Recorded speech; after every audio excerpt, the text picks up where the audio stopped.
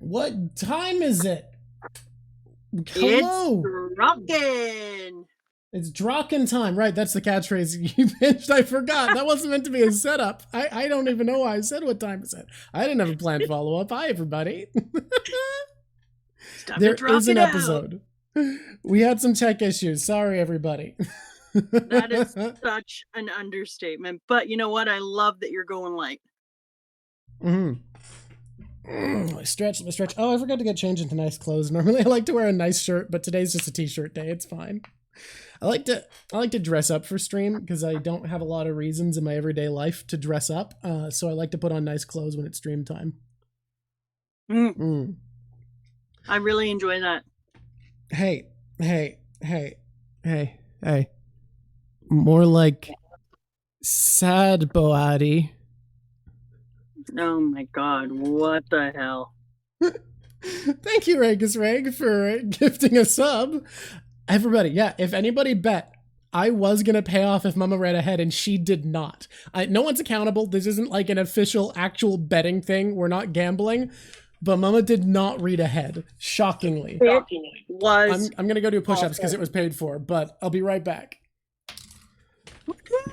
We're already doing hype train. Yeah, I just want everyone to know I did not read ahead, and I wanted to read ahead so much. Bello me. I feel like it was a punishment. I was being punished. Raviolis did it.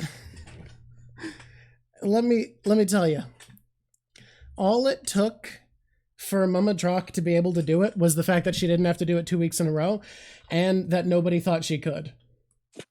Well, as soon as everyone said that I couldn't, I was like, well, now I will. No, you were way too competitive to stand for that. I was like, that's bullshit. No. The boy! Now I will be the person who does not. Come here, baby. Here are all the things to know. Thing 1. Oh my god, we're already at a level 6 hype train. I was looking away.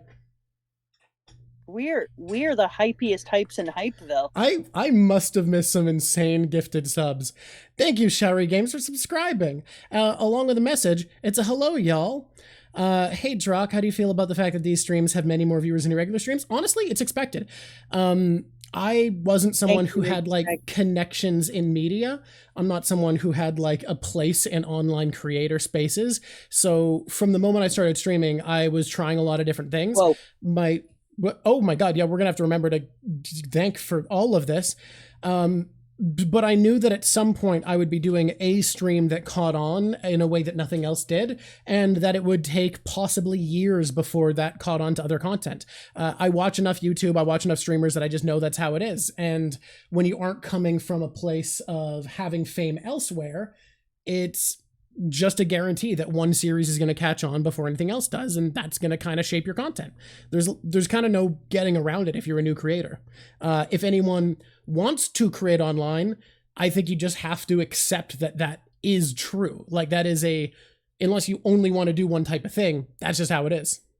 Thank you for Demodor for the scrap. We got to scroll up through all these. Timo Menace, Great General King, Spicy Bloke, more gifted subs from Regus Reg, Darka Kuro for a pile of gifted subs, 10 gifted subs. Kazad subscribed at tier 1 for 2 months now. That's a lot. This whole thing is a lot. Stop Gert, thank you.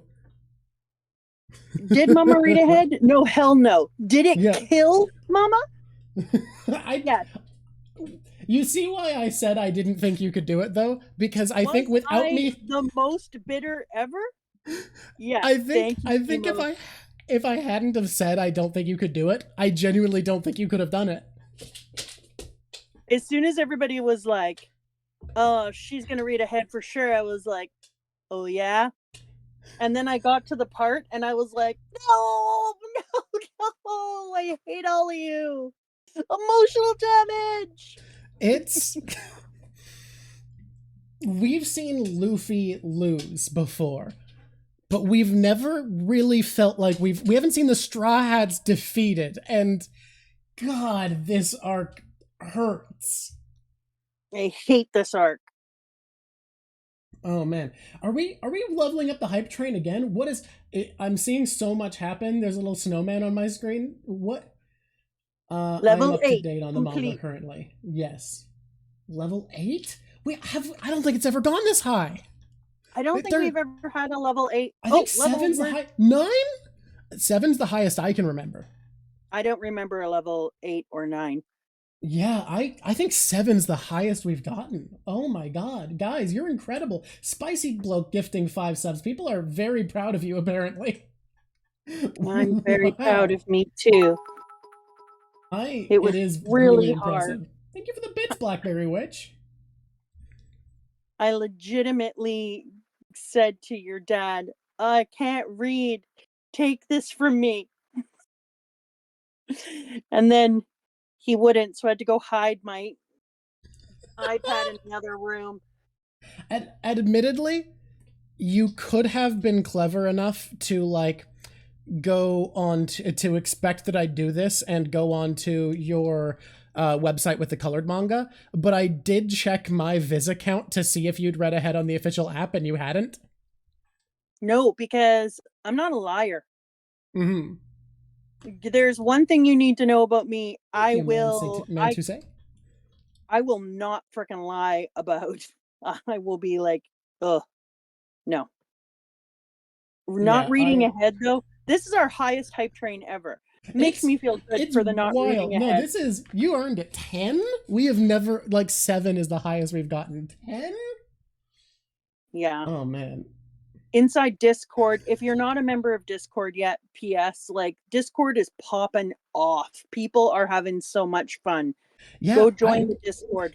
I want to talk about a conversation that happened last night really quick because it's also a promo for an upcoming stream. I don't know when I'm going to set it, but I'm going to start doing a 3rd stream a week on a night. And nights tend to be a little bit more available for people. I'm going to keep my Tuesday afternoon stream most likely. I'm going to be rebuilding my schedule and try to have 3 streams a week. And there was a conversation from the Discord. Oh yeah, the art on the Discord is incredible. There's so many great artists in there. Genuinely feels wild to be doing ostensibly an art stream and see a bunch of artists that I'm blown away by be like, why am I the one on camera? But I'm doing, that's just art. You're always going to feel that way. But the conversation, Paladin Berserker Jedi, thank you. That's amazing. The conversation from last night that I'm actually going to be doing a stream about soon was so cool, which was a debate about if power scaling is really part of One Piece. And it's a thing that I said it just is. It irrevocably is my take. But it led me to the realization that there's 2 separate definitions of power scaling. One is a verb and one is an adjective. And I think the conversation that developed from it was so cool that it has inspired a stream I'm going to be doing about power scaling and what it means and why there are these 2 different definitions and what they mean, that I think I'm so looking forward to that conversation. I think it's going to be great. And that only happened because of the Discord. We've had lots of conversations in Discord where I've said, like, because of Discord, I've looked at things in a new way. And then I'm like, this is something interesting that's going to happen. So I've really enjoyed Discord, and people are very respectful and try to keep me in the dark. Yeah. Even when me or mods have had to delete messages, I've never seen anyone get really upset about it. They've just been like, "Oh, I thought that was safe information. I apologize." And or they're like, "Oh my god, I'm so sorry." Plus, there's a secret Discord for people to talk about me. Paladin Berserker Jedi gifted even more subs. Oh my goodness. That's insane. Yeah, so because there is a secret Discord, people can go in Discord chat about things. And I like that for them. It is, I think it's nice to have. Oh, wow. What is happening here? There we go. Thank you, Great General King, for the bits. And thank you, Kazad, for more gifted subs. My goodness. Thanks a lot, Jock, for the response on my YouTube comment about going mad. It was very funny. Great. About going mad? When I responded to someone. They said, Mom was going to go crazy or something. And I said, too late. Yeah, right. I saw you responding. I accidentally briefly responded from my real like the YouTube I used to watch stuff, not to upload. And people knew it was me because like I'm open about what my first name is. And I was responding with authority. And then I realized, ooh, I need to delete these comments because I don't want people to have access to all of the things I watch. There's a reason I don't watch stuff on the Drock Show YouTube channel.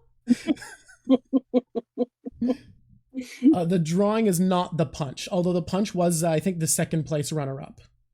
Yeah, I made that I said that it was between one and another, and then I was like, nah, I gotta have this. Mm-hmm.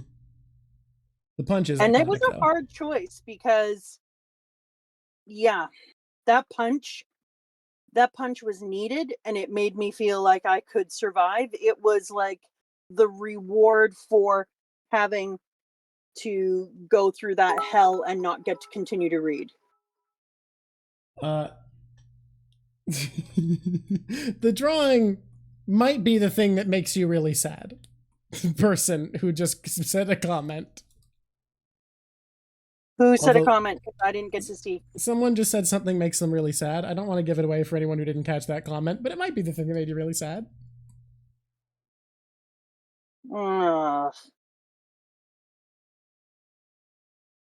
Yeah, it's the scene.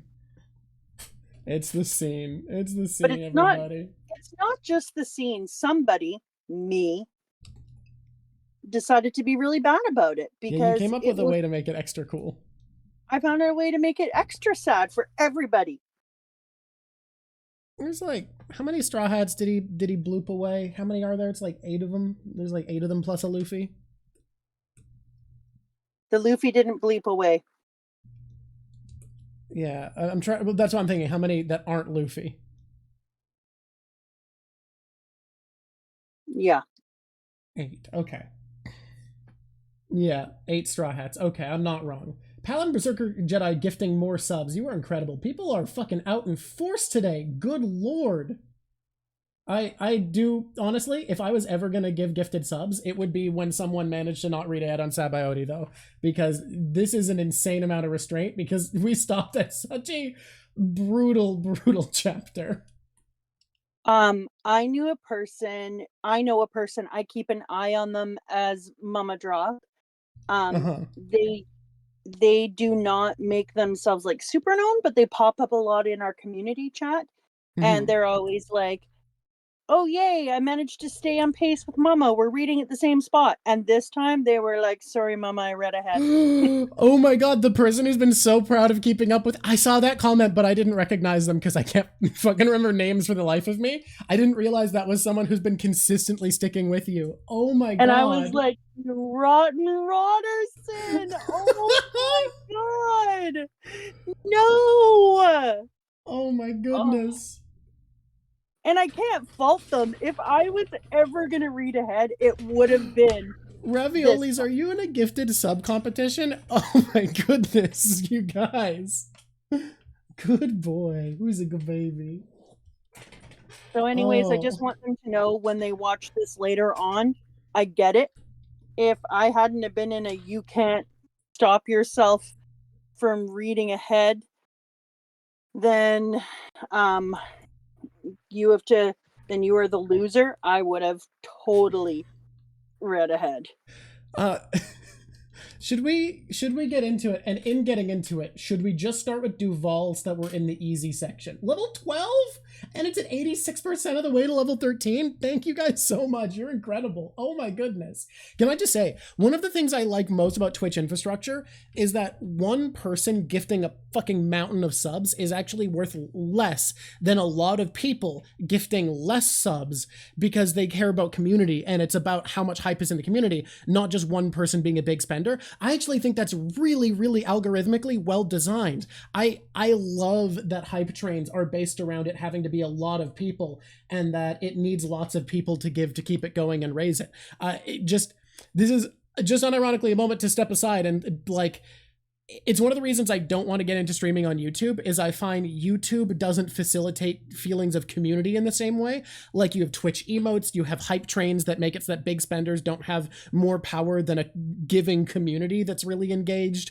It has just so many, the raids feel so much better. There's so many little assets in Twitch that just make it feel like such a solid platform. I actually think it's really, really well designed technically. Oh my god, we just reached level 13. And thank you, Legit Hawaiian, Frost Tiger, and Dusax Machina, all for your gifts. This is incredible. Wow. 13. I've never seen a level 13.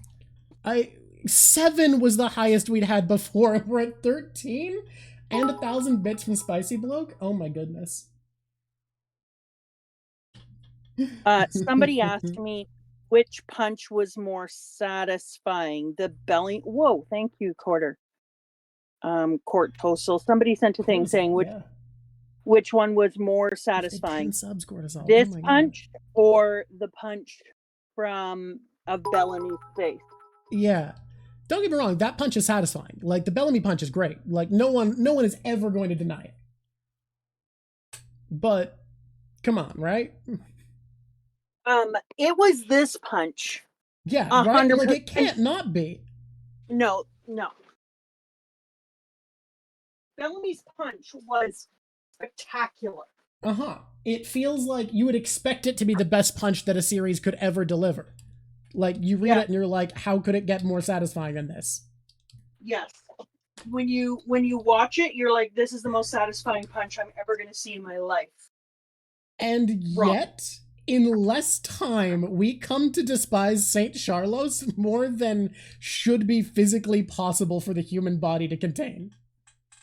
Yes, I showed the anime of the punch. Person suck that much that fast is the real question.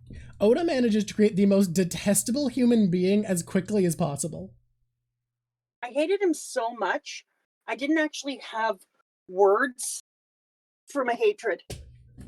It's truly hard to explain. There's a video I love by Grand Line Review about why Saint Charlos is a perfectly written character, and it is just mostly to say it's incredible that you can hate someone so much so fast. Yeah, not a lie. I don't think I've ever hated any character this much in my life. And it's immediate. It's like, oh wow, I want this guy to be fucking clobbered. Yeah, the two anime scenes I showed this time were the scene that I'm drawing and the Saint Charlos punch, because fucking it has to be. You have to see the Saint Charlos punch animated. Luckily, it's one of the scenes that Crunchyroll has uploaded, so it was in good video quality too. Oh, I'm super stoked. All right. Do we want to? What scene did I have to see though? What one did Rock make sure he sent me? Thank you for asking, everyone. Luffy laying on the ground, sobbing, smashing his fist, banging his head. As each crewmate is vanished, a bubble pops and Luffy screams in agony. You know what, Haberfax? I still think like crap is going to eventually work itself out. It has to, because there's this whole manga. You're not even halfway through yet, so there's no way it's gotta happen. You can't remain in this level of suffering for another like 600 chapters. No, that would be fair. Dreadful.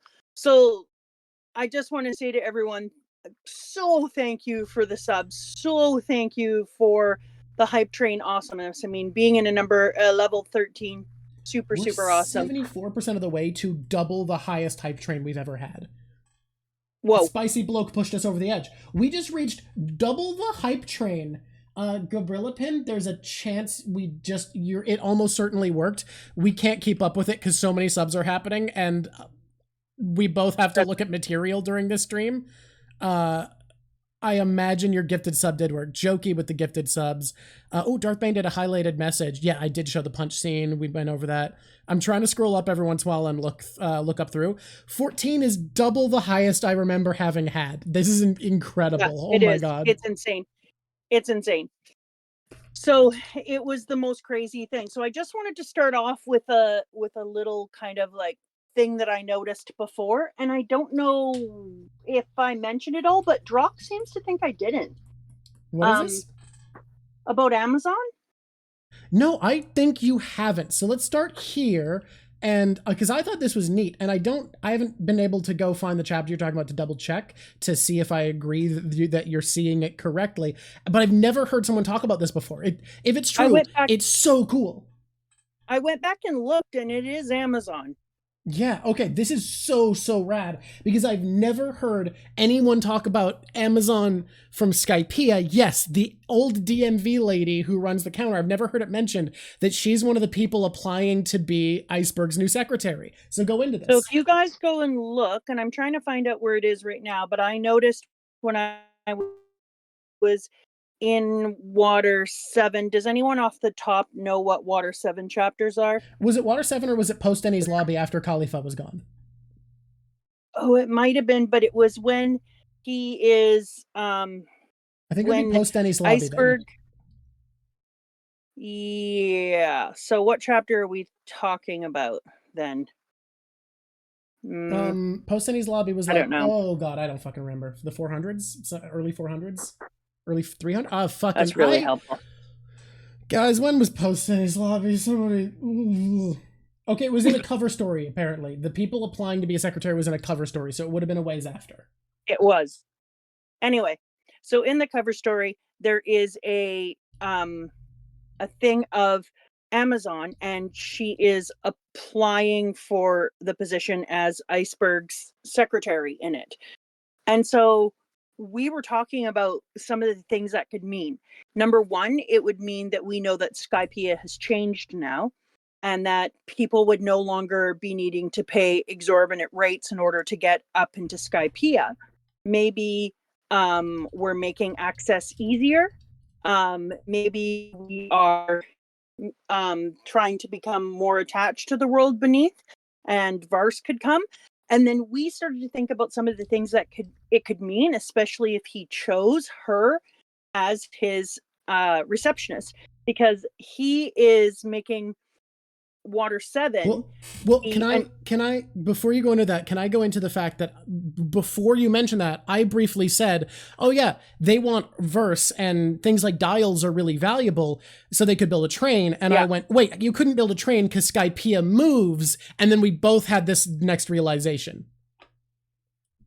Yeah, we were both like, "Well, yeah, but if you're making Water 7 float, then you absolutely could." Exactly. If Water 7 was a boat floating around like Iceberg planned to evade the Agua Laguna, you could really easily have it anchored to Skypiea with a train between them. And no one is more familiar with people coming in and out of Skypiea than Amazon, the person applying for a job at Iceberg's mayoral estate. Isn't that so cool to think about? Yeah. That would be so amazing. Yeah, so this was something. I was like, yeah. oh man, that would completely change the way. And if anyone is going to be able to build some kind of vehicle to do trade back and forth, it would be Iceberg. He would be the one. So we were like, God dang, that would be amazing if he was able to build a train that went up, if they were able to do regular back and forths, especially when you're talking about how valuable Vars is versus how valuable dials are. Exactly. And how cool that would be in a trade. So we were both like fanning out about it. Yeah, it was one of those things where you had the realization of like, oh, it could mean something culturally for exchange. And then I went, oh yeah, he could build a train or something. And then the both of us together came to this conclusion of like, wait a fucking minute. His goal is to turn into a boat. And this is an idea introduced to us right about the time that Oda introduces an island that got turned into a boat, letting us know what Iceberg wants is possible and is linking it to Skypiea. And it's during a time that we have other links between the Blue Sea and Skypiea, with Gadatsu getting involved digging the tunnel in a cover story. So it genuinely seems really possible. Oh my yeah, God, it is 487. She's applicant 154. You don't think it's Amazon? Okay, someone doesn't think it's Amazon. So there's a chance. There's a chance we're wrong about this. That sucks because I think this is very cool. I don't know. I was just looking at her. It's a hard call. I think she looks like Amazon. All right. Look, if it was, I think this is so cool. There's always a chance we're wrong, but if it is, like Dark Ekuro doesn't think it is because there's no wings there. Momo was saying, but they could be hidden. Oh, if you're talking about the wings, she's mostly hidden behind bodies, and you're only seeing that one outside edge. That's why I said like it is. It is definitely done in a way that it wouldn't be like, boom, Amazon. Mhm. So if it is, I think that's so fucking cool, and I hope you're right, because I think that would be awesome. afterwards, I'm gonna look at the two of them together, and I'm gonna side by side them. Oh, someone's saying Amazon has Yeah. 2 buns, and applicant 154 only has 1, so there's a chance we're wrong. No, I absolutely agree. I looked at that part already, but I was like, does she have to have the same hairstyle every goddamn time? I mean, people They're usually the do, but there is a exact chance. same. Look, Oda, They're the exact same face, exact same body. Oda. If you find this and you weren't planning it, just make it true so that we look really smart, and because it's a good idea, obviously that as well. But This person, Cody, this is Oda. That's amazing. Thank you, Cody, for being Oda and approving our great ideas. I think it's super cool. I really appreciate that. All right, should we get into Duval? Why would we do that? This is the worst. Why would we hurt ourselves this way? You liked Duval. Duval's fine. What's wrong? Duval's just angry because he has a very particular look about him. What chapter were we supposed to start on? Oh my god, this comes up every time, and yet I never remember to preemptively bring up the like arc wiki page. I know, which is why I love doing this every single time. What chapter? Without fail, I've forgotten to bring up the wiki page. 490 is where we're starting. 490? The boy gets pets. Wow. We're pretty far. We're coming up on halfway. 550 abouts is the halfway point. I don't want to brag, but I have no choice. Like, 490. You've made it a long way with some pretty detailed commentary. I think it's impressive. Believe it or not, when I watched One Piece, I didn't have to give detailed commentary.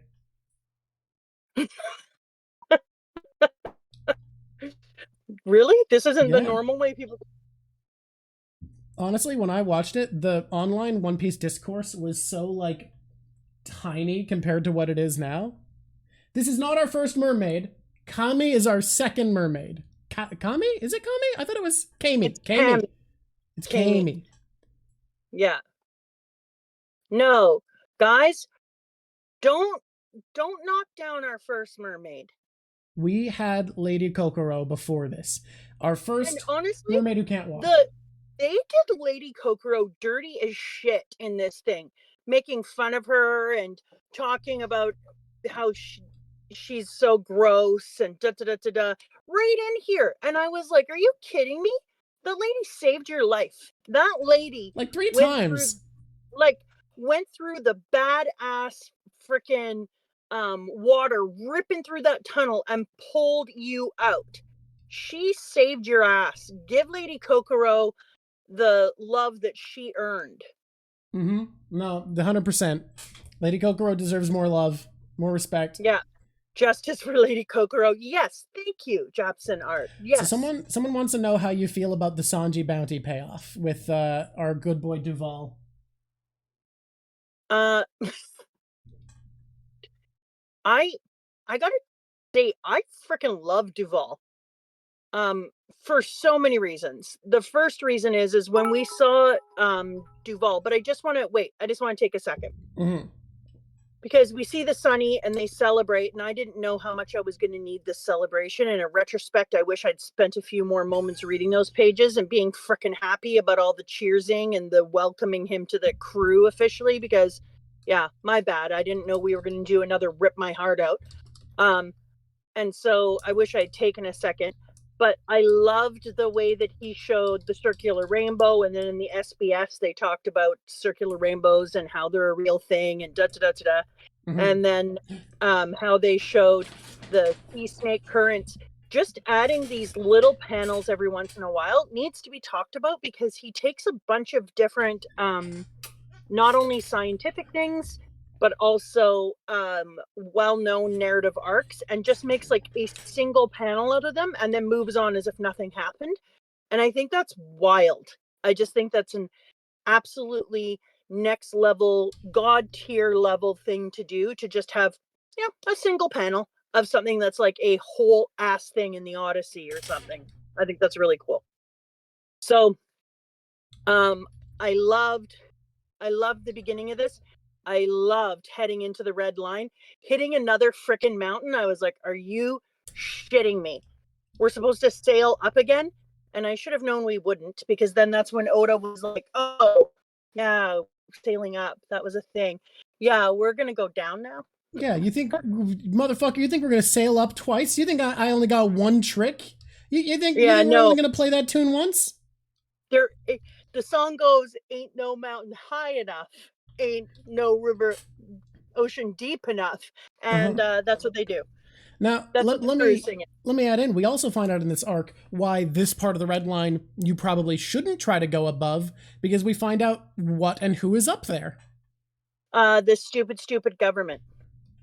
Yeah, I mean, very specifically, the heads of the stupid government. The heads of the stupid government, who more and more every day, I would just like to say, they don't even need an evil force there. They're just so shit all on their own. Like, I understand that they are being influenced, and I still think they're under the dark influence of things, but I think a lot of them just like sucking. That's my theory. My theory is they just really enjoy the suck. I genuinely believe that Oda has a very Marxist writing about class, where oftentimes it is not an intrinsic bad evilness to people in power, but that there is a political pressure and a circumstance allotted to people in positions of authority that allows them and encourages them to be shitty. And I think you definitely see that with the Celestial Dragons. Yeah, I would agree. But I think that there's some other dark force involved. So I was telling you that in my opinion, and I like that I don't listen to anything and I just do what I want. Let's not go in the order of the story. Let's I mean, I kept trying to get you to talk about Duval, and you do not want to, so fuck it, let's go. But I really think that for a long time, I'm only have been seeing it as Chinese and Japanese lore, because I know a lot about Western lore. And so for me, I've been focusing in one direction. And that's mostly in Chinese and Japanese lore while I'm learning it. And I think now I am going to start layering back Western lore. And I think that he's going to use a more traditional god of the underworld. And the reason I'm thinking that is when you and I were talking about Pluton and how Pluton is like seen in that way already, I'm like, yeah, I gotta bring in some Roman gods and some Roman things. But I do think there's like an actual evil underworld force at play here, and that it's for sure influencing the government. And now I'm like, yeah, what does that look like?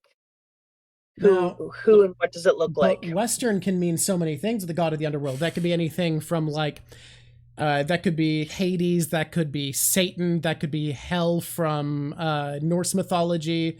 There's a lot of different interpretations of a Western god of the underworld, and it's tough to see which or all of them or what combination is going to be layered with what parts of Japanese myth. So I think you have a lot of digging to do to figure that out.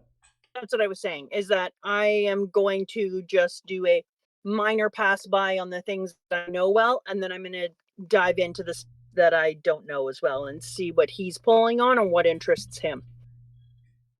Yeah. I bet Raleigh drove you mad when he knew about the history. I have a whole theory about that, and we got into a big discussion about it in Discord, which was really, really fun. And we're going to talk about it again today here a little bit. I'm at 11,001. Oh, you are close to telling me to delete something, but would you do it right now? 10,000 is delete something. I thought I made it 12,000. Oh, you made it 12? I thought so. I don't give a shit. Did I not? You might have. I wouldn't know. Okay, well, we'll see. Yeah, we'll see. Does Momo deserve a special medal for reading ahead or for not reading ahead? It's 10K still. Okay, never mind. It's 10. I thought it was 12. I'm gonna pet this boy.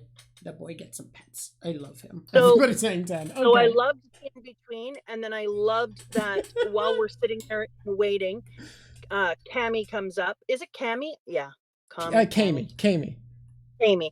I love that Cammy comes up. We get introduced to our second mermaid, humans, and she's lovely. And and then we get to find out that the best way for them to go is to go under. But holy doodle, could anything be cooler coming up to this dude who's so upset and despises Sanji with all his damn heart, and then to find out that he's sharing the same face in the atrocious face that shall not be named. I just cannot tell you how much joy I got out of It's seeing his ugly drawn face exist on another human being. I was a like, that is brilliant. especially because when you see a character with a mask, you have this buildup of it's going to be someone with like features we recognize to indicate that they're like a relative. Like people were expecting, like I heard, I've looked back on forum posts of this era and seen people be like, oh, they're probably going to have swirly eyebrows, or they're going to have green hair, or be like, this is going to be a character we know. Like some people were actually saying it's probably secretly Kuina and things like that. And then the reveal is, it's just a guy who looks like Sanji's shitty drawn bounty poster. It was perfect. It was like comedy genius. And I was like, hell yeah, baby. That's all I hope for in the entire world. And in his defense, if you think about it, if that's your face and suddenly people are out and about trying to find you and your whole world is ruined, you would be pretty pissed off and you'd be like, screw you, Sanji, life ruining bastard. So I was good with the whole thing. I was also so happy when he rearranged his face with the great kicks and basically gave him plastic surgery gold and turned him into a beauty queen, because dude looks beautiful. He's so pretty. Look, Duval was a mafia boy before it happened, but he was not worth nearly as much money as Sanji and was not capable of defending a bounty of that caliber. Who could ever be? I ain't even a pirate. I don't even know the guy.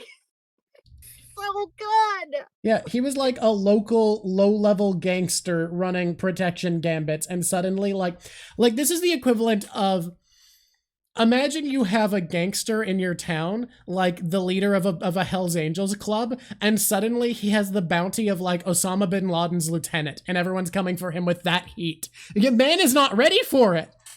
Yes, and the other good thing about it is when Sanji was like, if you didn't like the look on the wanted poster, you could have changed your hair, grown out a beard or something. And the look on his face when he just sits there like, and he's like, you never even thought of that? Because you're complete. Yes, so good. But I was on his side. I was like, God damn, I can't even imagine if I didn't hit enter on the Discord message. You're right. How do we have 404 people and I didn't even tell the server. Oh my god. Yeah, well, I'm gonna at everyone. Did you just call me handsome? No, I didn't. God, he's so fucking funny. Duval has one of the best bits. It's such a good joke. I absolutely adore it. And so then when we finished that fight, I didn't understand, that basically all we were setting up here is the ability to have somebody come and help them out later and to have that comedy gold and to meet Hachi again. And it was really great to see. As soon as I saw Hachi, I was like, yes, because I told this to you. I never know if I'm having conversations with just you or if we did them live. It's tough to remember sometimes. I forget what we've done live and haven't on occasion. Yeah, I don't know. But I told this to you before that I think that when we go into the cover stories, a lot of times we have that the most awesome thing about it is that we find out people who are going to come back to the story, but we also find the stories of people that Luffy and the Straw Hats left behind. And in those cover stories, we get to see how they start to rebuild their life when they rethink about who they are. Even CP9 right now, right? Having to like raise money and do all these things to get the doctors going, and you've got CP9 out there in the background doing all these. Is CP9 going to stay good? No, God, no, they're CP9. But we're getting to see what happens to them when they leave. And a lot of times when Luffy and the Straw Hats leave, the thing that you see on the other side is people making a real life. And we saw Hachi making this life and starting his octopus fritter stand, which, by the way, awkward as ass. You're an octopus. I mean, he's an octopus man, but any place on Earth that has monkeys as like a regular animal. Humans eat monkeys. That's just a thing. Yeah, no, I'm not good with that either. Like, So let's sorry, it's how it happened. yeah. Anyway, um, and so it's incredible to me that you had him being this like amazing, um, happy human, and then when he sees uh Nami, the first thing is he realizes, oh my God, I'm going to get to make this up to Nami a bit. Like, is she going to feel the same way about me? Is it going to fix everything? No. But am I actually going to get an opportunity to make up to Nami some of the bullshit that I put her through? Yeah. And it made me so happy that he didn't just go on with his life and start this whole new world. He also went on with his life and still held on to the debts that he owed and the emotional pain that he created. And because of what Nami has had to go through, I think it's amazing to get to see this time where Hachi can make himself friends. Because I've told you before, I think that the Luffy and the Straw Hats are going to remake who people are, and they're going to get to have a look at how they've behaved and what they believed in comparison to who they actually are at their core. And it's almost like fighting with Luffy and fighting with the Straw Hats allows people to reinvest in self-awareness. Does that make sense? I think it does, and I think it's Hachi is such a goober of a character. Like he's such an unaware fucking idiot that I could see a lesser author not taking who he is as a person and what he's done seriously and just having Nami be like, oh, you goofball, I forgive you. But she took forgiveness seriously and thought about it and said things like, you didn't seem as cruel as the rest of them. You just wanted to be accepted by your friends. I understand why you went along with it, and made forgiveness an active choice that she thought about. Yeah, exactly. It meant something, and it's something that she actually really considered. And it makes it a lot more meaningful than I think what most authors would be tempted to do. What I expected, which was just, oh, you're just a lovable goof. Who cares about the trauma? It wasn't your fault. Like, no, I'd be pissed if he did that. I think that Oda really does take the time, and he says like, I did these terrible things, and then Nami says, you did. Here's what I noticed about you during the time, but I'm not taking away the fact that you did do these terrible things. And otherwise it wouldn't mean the same. You'd be like, well, this is just bullshit. You have to give a treat and pet the boy. I already did. Oh, you're so I well. didn't pet my boy.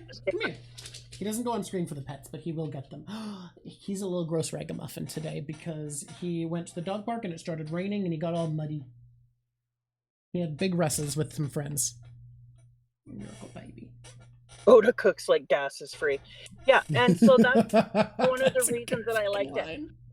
I felt like we came back in Sabaody archipelago.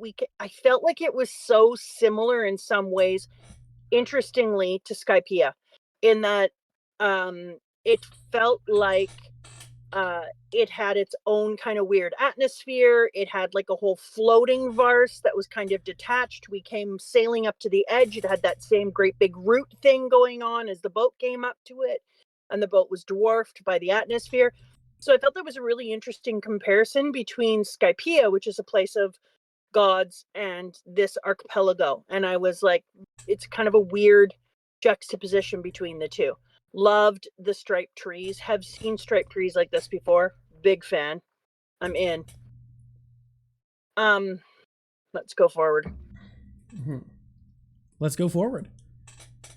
The entire archipelago being framed, though, under the framework of Kami being like, this is a place I've dreamed of going but can't, immediately sets you up for one of the themes of the arc, which is the inequalities of the world. Yeah, I would agree. And I think the only reason I didn't want to punch this whole arc in the face,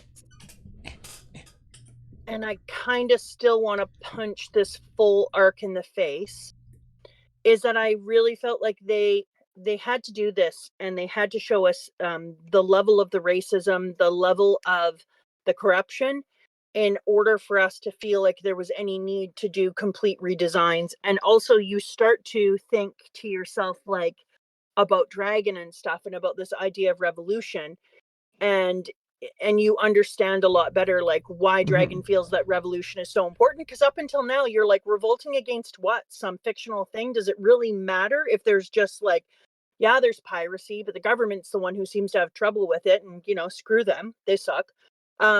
And so as you're watching this, you're just getting glimpses of why it might not be the best, but then when you come here you're like, oh, these bastards, and this racism. Yeah, And this is the type of thing that would encourage revolutionary action. yeah, like I wanted to revolt. So I need to take a second here, just because you tend to like to read into things that you see. I pet the boy. Did we get another pet the boy and boy treat like that soon? Because I just did one. I don't see a recent one. But what I need to bring up is, because you like to look at the chat and kind of decipher clues from it, you're going to see people talking about resin a lot and be like, what is resin mean something? Genuinely, it's just that when Oda did his list of his favorite panels, one of the top 3 was the panel of explaining the resin and Robin wiping resin on Usopp's pants. And he explained it as just liking it because it adds texture to the world and makes all of the magical things in it feel like they have a grounded system. And because of that, it became a meme for people to read into the resin in really broad ways, to be like, the resin has to mean something, and do all this extrapolation. So that's the reason everyone's bringing up resin, just so you know. Okay. I like push-ups the wow. I like the level of crazy that we got into with the resin and the bubbles, and talking about the ability to fly and carry things, or to be a badass who floats in out of the sky on it. I think all of that shit was absolutely texture building, and I think he's not wrong about that. Like, it changes everything. Like, the cars are incredible, but also just being able to put all your packages inside the bubble balloons, and walk away with them was freaking incredible. So like the whole thing.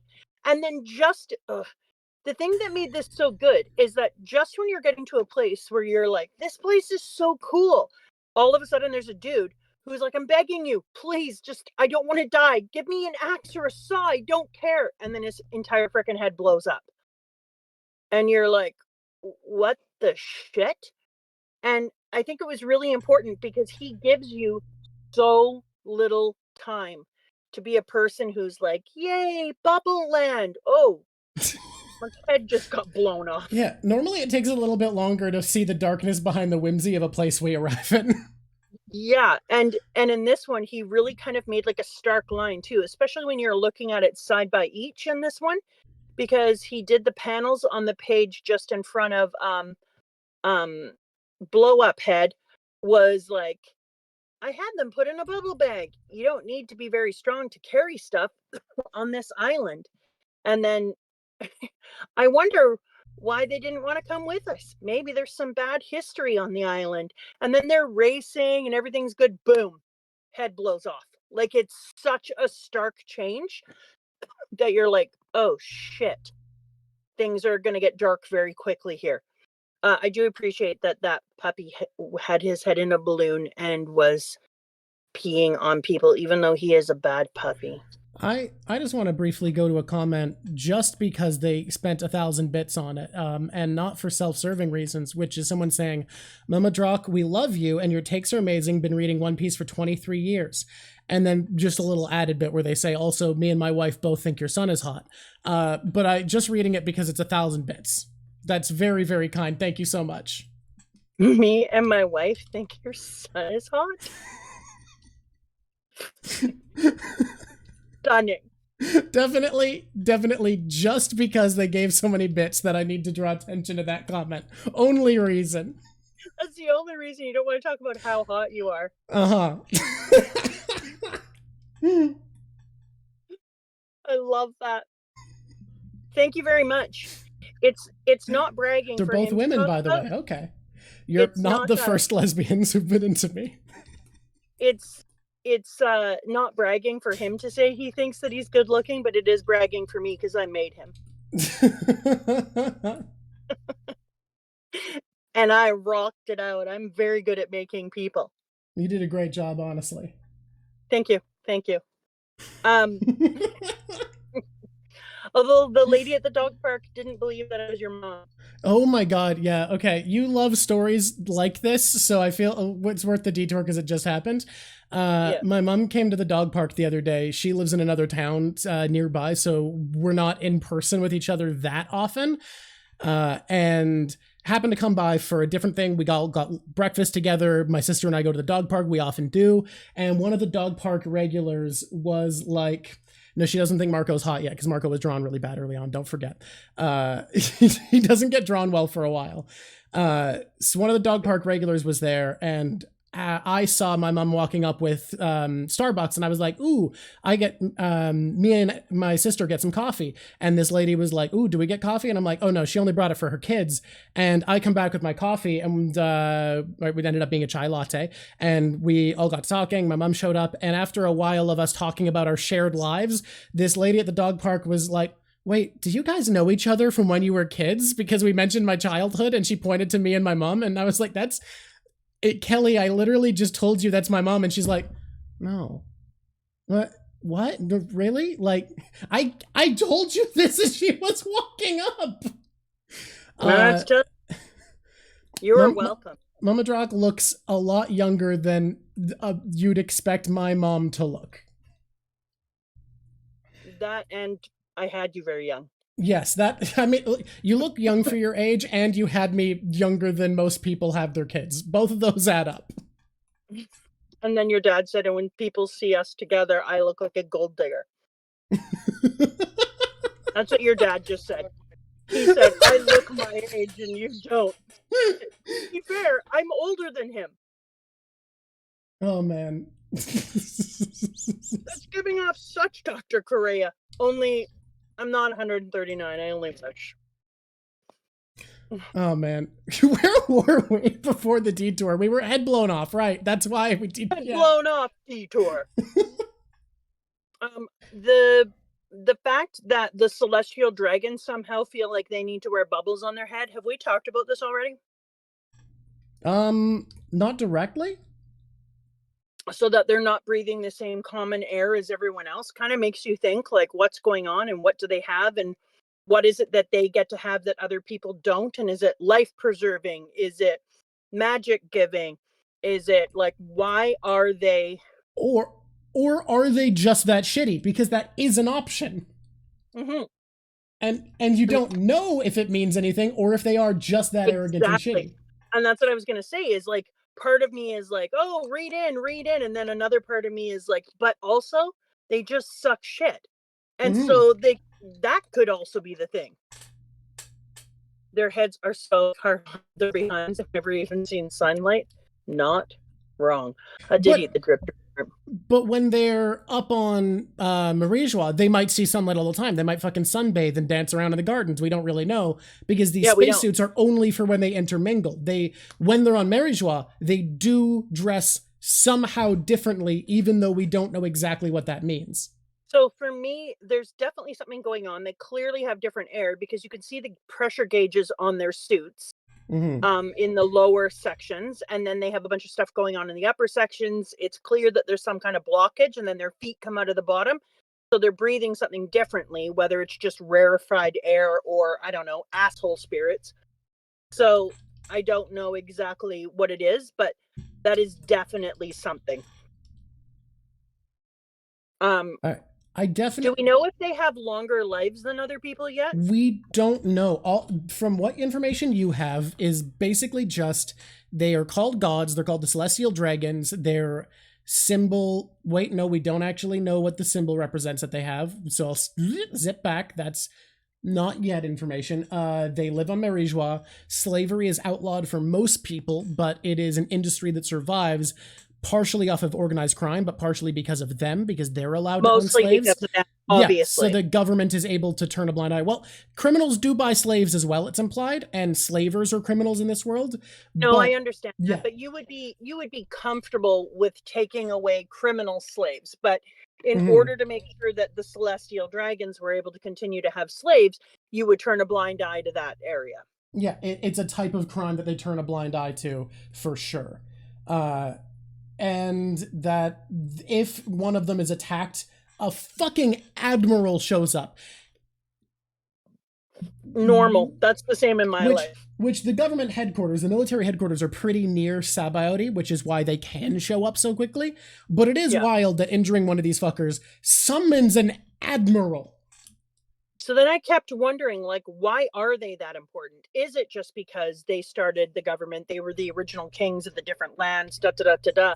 Or what is it that they give? What benefit does the government still gain out of them being at the top?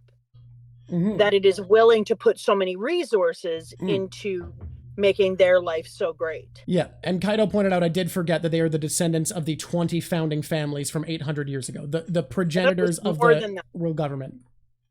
I thought it was more than 20. No, it's 20 founding families. 20 founding families. Okay. Yeah, and that's what I said. They were the 20 founding families, and they were also like the beginning of the government. So yeah, that's what we know about him. I know also that I hate them, so you're wrong. You know what? You do know that. I can't take that away from you. They are sons of a bitches. Calum, yes, Mama did see the punch in the anime. Don't worry, we made sure. I get the important ones usually, although some people disagree with my choice of important ones. But the thing is, I'm right. You know, you can ask the same thing about the structure in real life, and that's why I am, because you've got to think that is what Oda is doing. It feels to me like a statement on the problem with built-in class as a whole, but the issue is like that. I think is partially the leftist in me wanting a very progressive read, and I have to remember that One Piece is a series where Oda ostensibly has no thematic problem with a bloodline monarchy if the monarch does a good job and cares about their people. The big issue seems to be with the Celestial Dragons, not that they are a ruling class, but that they are a ruling class without responsibility. They are a figurehead ruling class with none of the onus to their people, none of the obligation and responsibility of rule that someone like the Nefertari family has to deal with. That is the thematic problem that Oda has with the Celestial Dragons. And I think it's really important to highlight what a big difference it is between someone born into power and responsibility and someone born into power with zero responsibility. Those are very, very different things to Oda, and I would say in real life. I was thinking about that exact same thing, because while I was reading this, we were also watching The Crown finally again, the last season. And I was thinking about the part where the queen is most likely fictionally, but it doesn't matter because there was these ideas around it, talking about the purpose of monarchy and what is it supposed to do and what are they giving back to community. And it was interesting to watch her. There were things like captain of the swans and head chief commander of the laundry and all these different positions. And as they were talking about all these positions within the royal court, and she started to interview them because Tony Blair suggested she should get rid of some of the expenses. She started to do this research and realize like how much research they've been keeping, how much data they had about like the levels of rivers over the time and the change of wetlands since super old times, that they give the data to scientists and all the other different things that the royal family is giving back. And I started to think about like, it's interesting, we don't always know, but there is a feeling that if your royal family is actually doing something for the group, that you actually want them to have pomp and you want them to have cool crowns and you want them to have mystery, as long as they're also providing something to their community. You want them to both be above you and to be something cool and mysterious and awesome, but at the same time also be providing a value.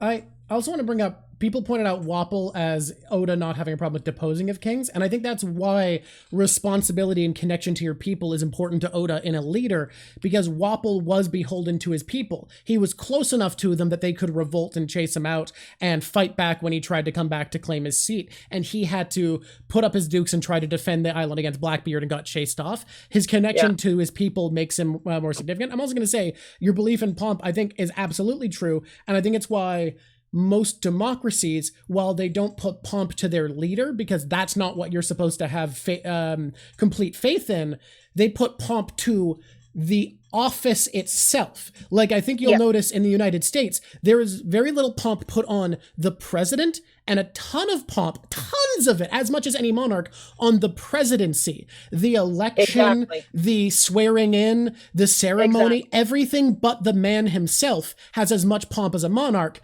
But because it is a by the people thing, not a by God's right to rule, it's not the man who gets the pomp, it's the seat. I think that's very, very cool to think about, and I think that's something Oda definitely acknowledges. It's the same thing in, not to get too far off the track, but it is the same thing in England and with many things, that the monarchy is the position, not the person.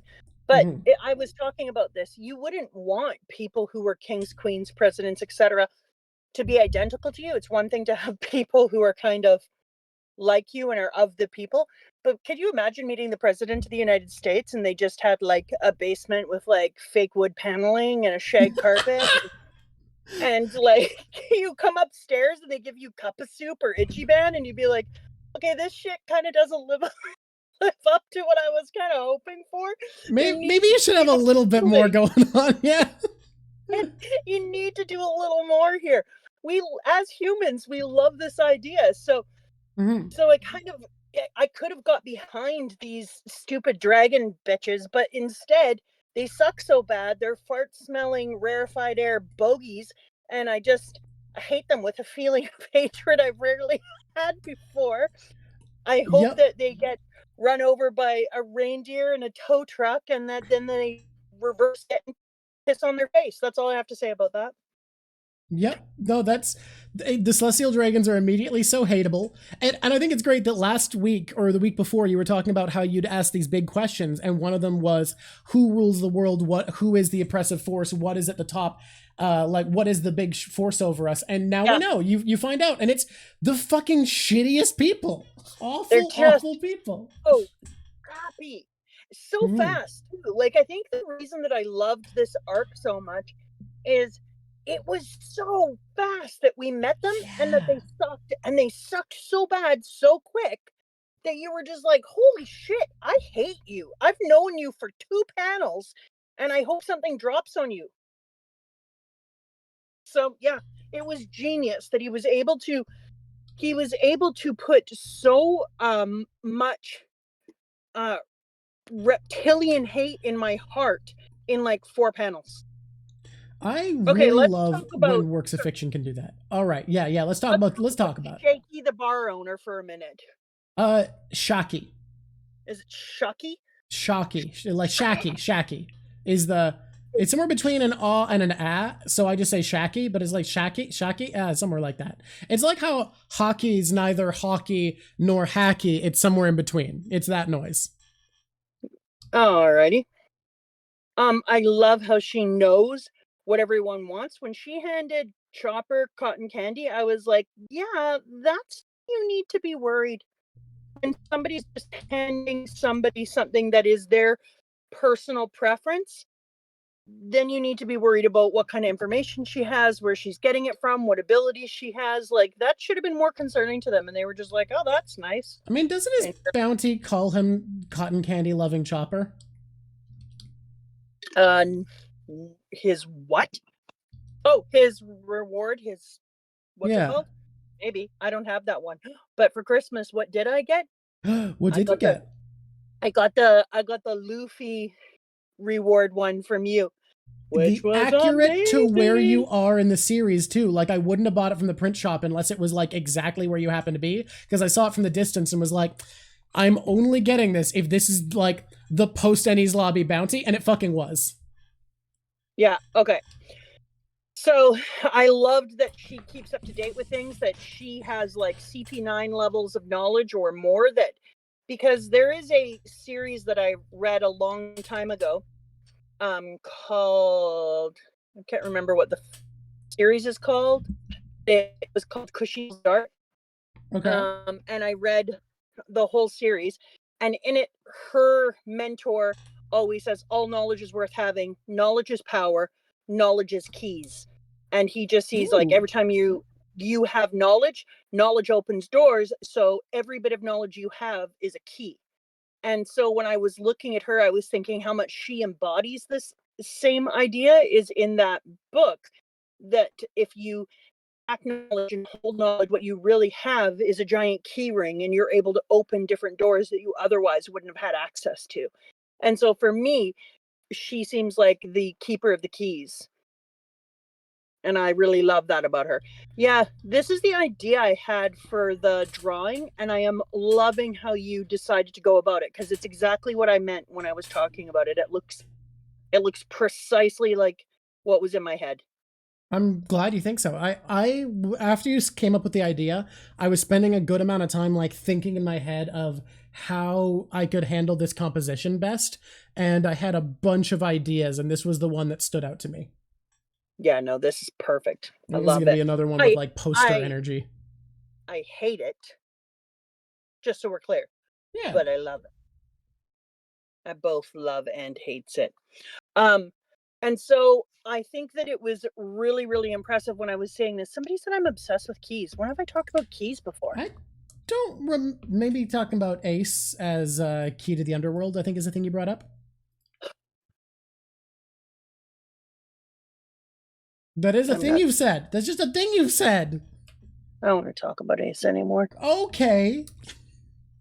That's not me being obsessed with keys. His name is Portkey. I mean, his name is Portkey. That is true. Like saying I was obsessed with Drox. Be like, I don't know what to tell you. His name is Portkey, damn it. Okay. So I think that she was an incredible character, and it feels good when we meet somebody like this who kicks ass, beats the shit out of people, um, steals all the information in the world and holds it, and then is immediately on the side of our characters. She's like, I've been following all these other bastards. You've all taken these different routes, and you've hit the red line at the same point. So when you hit the red line at the same point, as a reader, you need to say, that has to mean more, because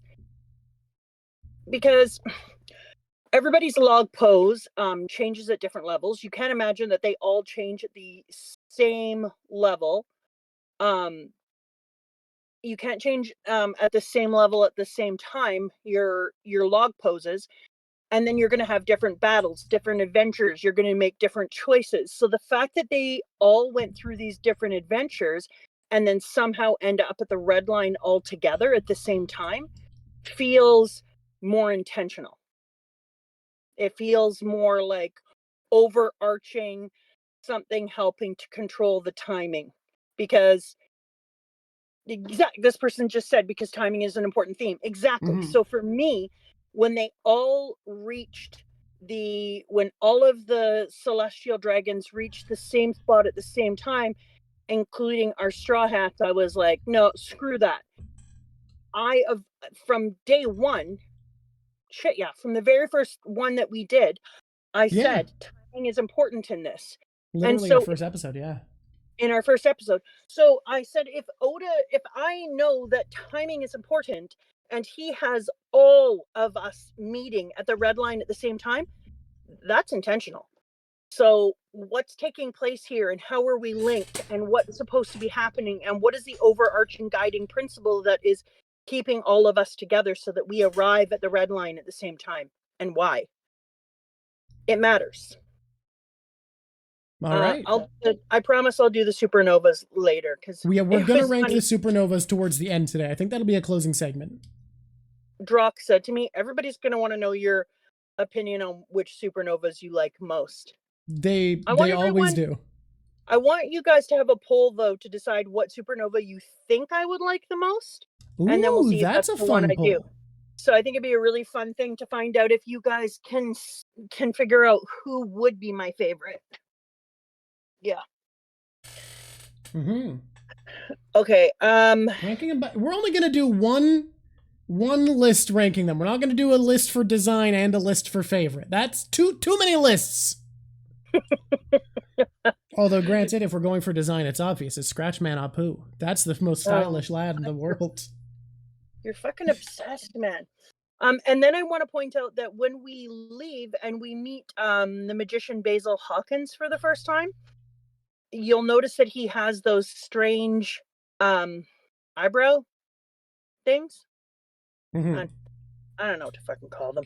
He's got like, yeah, eyebrow diamonds. I don't know what his deal, or triangles. Yeah, he's got a deal. He's got something going on. Eyebrow stretchy things. Yeah, and then when we meet Raleigh, is it Raleigh? Rayleigh is how I've heard it said.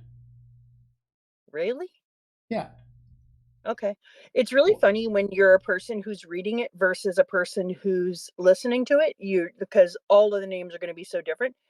And Yeah, also Rayleigh is what people are saying. It's like when all the people who read Harry Potter for the first time and didn't know how to pronounce Hermione, and then we saw the movie and we were like, oh. Oh, it's not Hermione. Oh. That's how all of these things feel to me. Somebody walking around, they found a sink on the ground and they asked, whose Moyne is this? Oh, it's Hermione. It's Hermione. That brand can't be pronounced Moyne. I call it that, but it's like Moen, right? The sink brand. Rayleigh's name is based on the Rayleigh scattering, which is a physics and concept. He scatters light, man. Yeah, 100%. Oh my god. And his name is like Dark King, and he scatter light, for real. That's great. Yeah. But that's good. What I found interesting about this is that he is literally using the Rayleigh scattering. That's awesome. That's so good. What I found really interesting about this is Rayleigh's beard and Basil Hawkins' eyebrows are the exact same thing. It's the same design, same everything. And it kind of feels like it speaks to their abilities, to their strengths, and what they're able to do. It definitely vibes for sure. They both have like... Rayleigh gives me the vibe of like a guy who used to be a goth before he was this old, and now he's still got the energy but doesn't want to go through the effort of putting on the makeup. Yeah. And I know that his eyebrows are, they do look like Slipknot, but on the other hand, it's the exact same design that they use on Rayleigh, which makes me be like, okay, because Rayleigh also seems to know like how to get to places to where they're gonna be, not to where they are. The same way he was able to attack somebody with light. So yeah. That is a thing that you noted that I brought this up with you on a call because it's something I noticed in my first viewing, thinking about how this guy hit light. And yeah, your thought was he's got some sort of predictive ability and is able to predict how he would shift into light to counter it. Which, interesting, we'll see.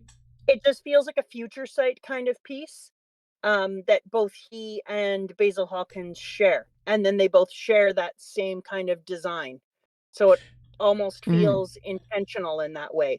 That they both share a future sight ability and they both share the same kind of design. She does know this is the first time, this is not the first time Rayleigh's shown up in the manga because I mentioned it. Yeah. Because I brought up that at this point she'd seen a flashback to Roger's ship from Shanks without realizing it, and there's a guy with that beard in the background. I want to say real quick, while we're talking about Rayleigh, can we talk about how fucking sick of a name Dark King Silver's Rayleigh is? That's just rad, right? So the dude is a genius, and I think the dude is going to have some sort of amazing future sight or be able to help control future events or something. Do we also, I think we should briefly bring this up. Did you notice what happened? This is rewind. Did you notice what happened with what's his name? Guys, Fake Sanji. Why can't I remember Fake Sanji's name? We were just there. Guys, help me out. Fake Sanji's name. Why can't I remember him? Oh, Duval. Duval's bowl and Luffy. Did you catch that? Duval's bowl? Mm-hmm. Was it a bowl? Was it something else? I remember it as a bowl, but was it a different animal? His bully water buffalo bowl? Yeah. Yeah. No, I mean, I might have, but I don't remember. Because there's a moment there that stood out to me on first viewing, which is why I'm bringing it up, where Luffy stares at the bull and stops it mid-charge Oh, without doing anything. where he uses like a red hair Shanks moment. Yeah, it comes across kind of like what Red Hair Shanks did, where he just stares at it and it freezes. Yeah. And it was interesting because I said when I was reading it, I said, this is it feels like it could be a red hair Shanks moment, but on the other hand, it also feels like a check your intimidation level. You have rolled a 20. Just a very successful intimidation check. It was just something Yeah. that stood out to me on first viewing, so I thought I'd bring that up. Yeah. I was like, intimidation check, 20. It would be hilarious if at all the end of One Piece, he's like, everything was done on a roll. This is actually a whole thing that is just based on a Dungeons and He's playing Dragons. a TTRPG by himself. Exactly. And I did the roll, and this is how it went. I don't know what to tell you. All right, guys, I'm gonna spoil the list. Not Mama's favorite, but I will spoil to say you guys did not win by guessing Bonnie. You guessed what my favorite supernova was when I first read through. Yeah, Bonnie is his favorite. Yeah. I won't say who my favorite now is because obviously in the future you know more about all the characters, so things shift over time. But Bonnie was my favorite when I first got to this. Your favorite is Scratch. Oh, this is only part 1. We're gonna do a further one. Well, never mind. I ruined it. I'm sorry. I didn't realize. I forgot. I thought this was the end one. I ruined everything. I apologize for ruining the poll. Now everybody is gonna think that they're gonna know and you cheated. Well, no, I did cheating. Cheat. I apologize for ruining the integrity of the poll. Then we go on. We meet Eustace, Captain Kidd, Roar of the Sea, Scratch Apple. Is it Apple? I do apologize. That sucks. Oh God. What is it? Scratch Apple? Apple? No. It's only a Jin moment if I'm doing it on purpose. That was just being a dumbass. Hey, are you listening to me? Is it Scratch Apple or Apple? Scratch Man Apu. Apu. Red Flag X Drake. Which is apparently Diaz Drake, even though it's an X. It's Spanish. It's an interval for 10 and it's Spanish. I don't know how you're supposed to get that. I truly don't know, but it's apparently Diaz Drake. I'm okay with it. It feels don't add really extra. It feels extra the way that Prince went extra for a while and was just known as a symbol. Mad Monk, Rouge, Murder Machine Killer, and then Surgeon of Death, Trafalgar Law. I think that's I don't think we missed any. No. And then when she's telling them all about these ones, and as I'm reading them, I was like, no, shut your stupid mouth. Oh, apparently it's written as Diaz in the kana above the X. Interesting. So X is the Roman numeral, so his name is Diaz Drake. It just gets translated weird for English. Okay. So as she's going through these guys, and she's talking about how some of them have higher bounties than Luffy, which, pardon? How do you get higher bounties than a person who destroyed Eni's lobby? Well, the reasoning is Kid purposefully kills civilians.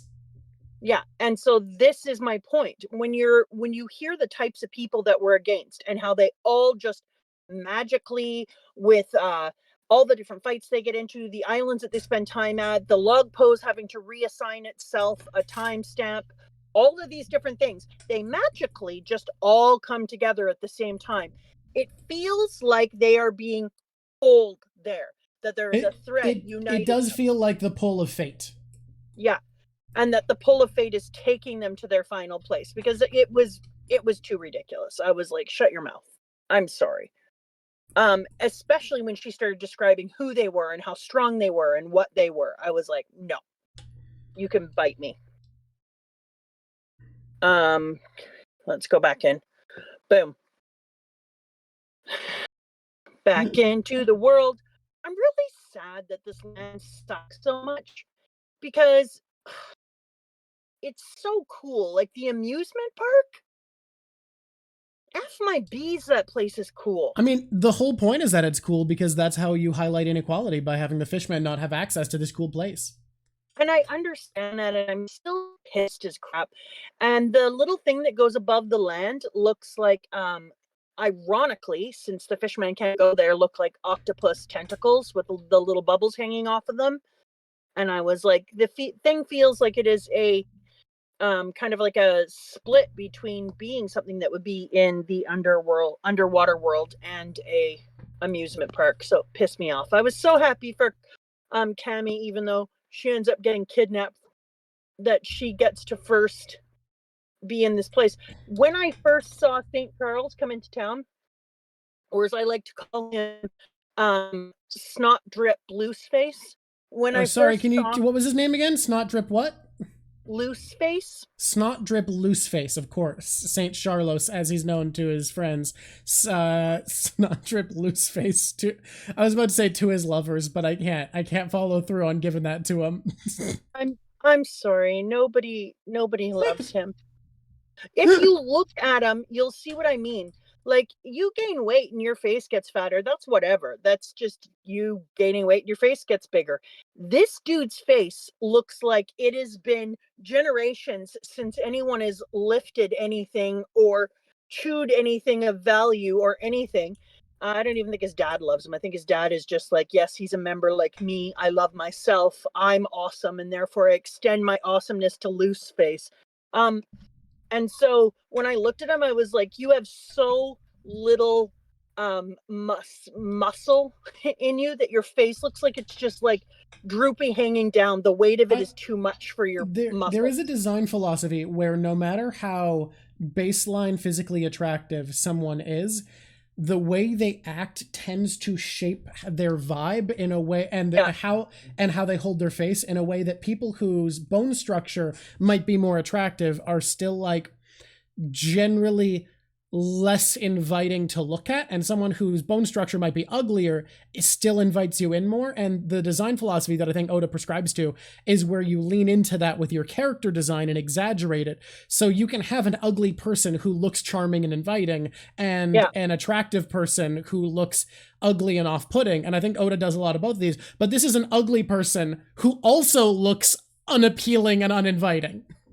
Yeah, this person asked about inbreeding, and I think that there has to be like, you only got 20 families of just having pokeroo time with people within only 20 families, that you've got yourself some inbreeding going on. Oh, like 100%. There's no way. Yeah. And Snot-Nosed Looseface, who is the grossest thing in the world, when he first comes in too, Oda did a really, really intelligent thing, because the person who is bent over, he is riding, St. Charlos the Looseface, looks like Sanji and Zoro in combination. And it could be either of them from the view that we have of their naked upper body. So at first, when I first saw it, because Sanji walked off on his own, he thought that the boat was in District 1, not 41. You mean Zoro? I thought, oh shit, it was 41. But no, you mean Zoro. Or sorry, Zoro. No, it was, didn't Sanji? No, it was Zoro. I thought, oh shit, he was captured. Because when we see him being ridden, it looks so much like him. It does look like him, yeah. Yeah. And it doesn't come across that way in the anime, but in the manga, it definitely feels like something that could be mistaken briefly. Which is genius, because then we see him and we immediately feel like he could be riding in on the back of one of our straw hats. And we're like, get off our hero, you piece of shit. And so it immediately put me into a bigger hatred, even when I quickly discovered it wasn't him. That feeling of it being one of our straw hats immediately put me in the I hate you category. So it was a phenomenal method in my opinion. It was intentional, because it made you hate him so much quicker. Not only is he on the back of someone, but you made it feel like it's a familiar someone, so I hate it more because it feels personal. I just want to respond to a comment where someone said, not to be party pooper, but I feel like not everything has to be fate or destiny. I do 100% agree. And I am generally someone who doesn't like fate, destiny, prophecies in media. But I'll say, generally, when Oda does something I tend to dislike in other stories, he tends to pull it off better than most stories do. And the other thing is, you can't really pretend fate and destiny aren't themes in this series. Now, it's less blunt than a lot of series where it takes away free will and feels like fate is this unfaltering imposition on the participants in the story. But I think it's always worth considering when something might be fate in One Piece, because it's very, very clearly part of the story. And as much as I have a personal distaste for it most of the time, I think it is a misread of the series to not consider it when things seem especially coincidental. Yeah, really, and I was going to say there's something else more about that, and this person kind of picked up on it, and that was something I was going to say, that Luffy doesn't care about fate and that he's the main character, and that it's fine that Luffy's laissez-faire attitude towards fate is the thing that's supposed to give us some sort of balance to the fact that a ton of this is going to be fate related, whether Luffy likes it or not. So Luffy is going to work in a chaotic kind of way around it, but it doesn't mean that fate still doesn't exist within the story. And I think that's what gives it that balance, that Luffy becomes almost like it could be too sickening sweet recipe, but you manage to balance it by putting in something that's umami or something that is sour. And that's Luffy. Because he doesn't give a shit about fate, and he doesn't give a shit about destiny, but it doesn't mean that the overall story doesn't have that. Yeah, the vibe I tend to get from fate in One Piece is that fate is that there's these pushes of things that could happen, and this force of narrative that has things come together in a way where things are likely to or could resolve in a certain way, but nothing is guaranteed. There are multiple forces of destiny and inherited will pushing people, and anything could happen based off of the choices and efforts of the actors pushed and pulled by fate, but there is still this driving force of fate behind them despite that. Like, it really does feel like both are true. Yeah, this person said that they personally dislike the idea of fate and destiny, but then they also enjoy it in One Piece, and I would completely agree. I also don't think that it is so in your face. Like, in this moment where everybody arrives at the exact same time, that makes no damn sense unless there's some kind of pulling factor, in my opinion. But at the same time, they don't all talk about it. You all arrived here. That's weird. How did we all arrive here at the same time? That would be playing into this idea of fate or destiny, which would be bullshit and wouldn't be interesting to eat. But instead, if it all just happens and then the reader says, like, that's kind of odd. How come they're all arriving at the same time? So my take on this is a bit weird, but I think we're far enough that I can say this, that especially at this point of the series, this is something I was already thinking about, so I feel like it's okay. Fate for me in One Piece feels like it is the concept of will, and that this idea of people having this motivation for what they want to see of the world, and that being passed down to others and carried on by others, is what shapes the world to carry on in a way that fate feels real. Which feels really abstract, esoteric, and I don't know, some people might find silly, but I really like it. I really like the idea that fate is this thing shaped by people and what they want to see out of the world, and the people who embody those hopes and that want are carrying on fate, because fate in One Piece, because it's a story that feels almost about what stories mean. People are carrying on the narrative people want to see for the world, and that's so esoteric, and I get if people don't like that reading of it, but that's how I've read it personally. I kind of enjoy it because it kind of plays into the idea that this person was saying, where they were saying that the characters act so naturally still within this fate. And I like that idea because it kind of fits in with yours about the will of D, or the will, or having the will, if you have the inherited will, that you will come to this point. So I kind of like that idea. All right. Yeah. Okay, moving forward. The person we didn't include in the thing before is Bonnie, because I just found her, and for some reason we didn't say her name. Fair. Well, Jewelry Bonnie the Glutton, added on, or Big Eater, they translate it differently with different translations. She like food. She like food. She like food. Tell me I'm wrong. Okay. I love that she interrupts the fight. You and I were talking before, and you were saying something that I didn't have privy to, but I noticed within the characters. I don't feel like he often gives airtime to his women characters as much in this way when there's a group like this, but in this case, she got way more polished airtime than the rest of them. So my take on this has been there's a lot of rumors going around because we don't know the exact details of this, exactly how last minute the supernovas were. And I've heard Yeah. mixed takes on this of like some of them were always planned, some of them were last minute. My read has always been that if any of them were planned, it felt like it had to be Bonnie, because while Bonnie isn't as engaged in the story as a lot of them, she's given a lot more focus on reaction panels. We're meant to show how she feels about things and is watching things in a way we don't really get of the others, to the point that it feels like there's implicit information Oda was trying to give us about her that he didn't really care to give about the others. They all react very vividly and specifically and actively to things happening directly to them, which is how you characterize someone who you don't have a great deal of understanding of their inner life yet. Whereas Yep. Bonnie, it feels like we're given a lot of really subtle characterization, which leads me to believe that either she was more planned from the beginning or that Oda came up with more of her extended backstory after improvising her design than he did for the others, because we're just given so much I more think that implicit he had information her than design explicit. already, because as I was watching it, I was like, she is a person that Oda is enjoying writing a story for. Mm-hmm. It feels like the story is written so much around her in the places that she's in it, and that she's actually a change maker in comparison to a lot of the other ones. She stops Sanji, um, Zoro. or Zoro re-emphasizes the fact that they're going to bring the admirals down on them. She's front and Mm-hmm. center in a ton of the different pages.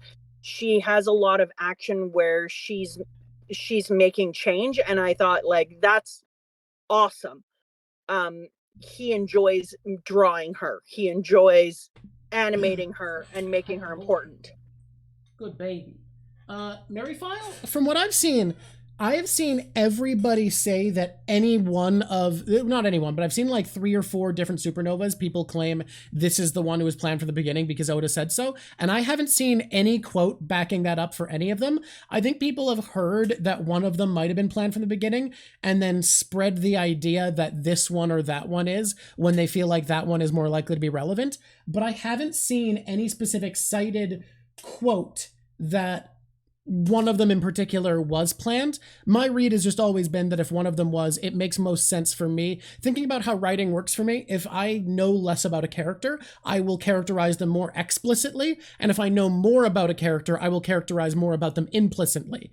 And it feels like most of our characterization of Bonnie is implicit rather than explicit, other than liking food, which is for me the biggest indicator as a writer that a character is more planned. There's no guarantee behind that. That's just always been my read. Yeah, and Mm-hmm. when I read it, I had a similar read, but I also just felt like this one, I didn't know that they were last minute, but Mm-hmm. I even said to you, like, I just feel like this one is more important. This person had more time spent on them. He was more interested in doing their plot. Mm-hmm. Um, I really like. I was thinking about how what was the point of the Duval thing and the humor and the da da da da da, but the setting up the ability for them to come back in later and to become part of the plot again, and come in with the flying fish and be helpful. So good, so good I'm that the trying it. beautiful man gets to come back in almost immediately and Mm-hmm. actually be useful in some way. But I love that when he does come back, he's like, yeah, I met all these women, and for some reason they don't immediately bow down and want me, and I'm so confused by that. What's going on? I thought that's Now what that I'm handsome's so supposed to hot, be. I'm so handsome now. What's up with that? Love that. Duval Okay. needs to learn a lesson that personality matters. Duval's problem is that it's the similar problem to tall men that I always talk about, that Well, they didn't bother developing a personality outside of being tall, and okay. so their personality trait is height. So here's my deal. I think Duval's something very specific, which is I think he has a bit of incel energy having looked weird, where he was like, the reason women don't want me is because I will look weird.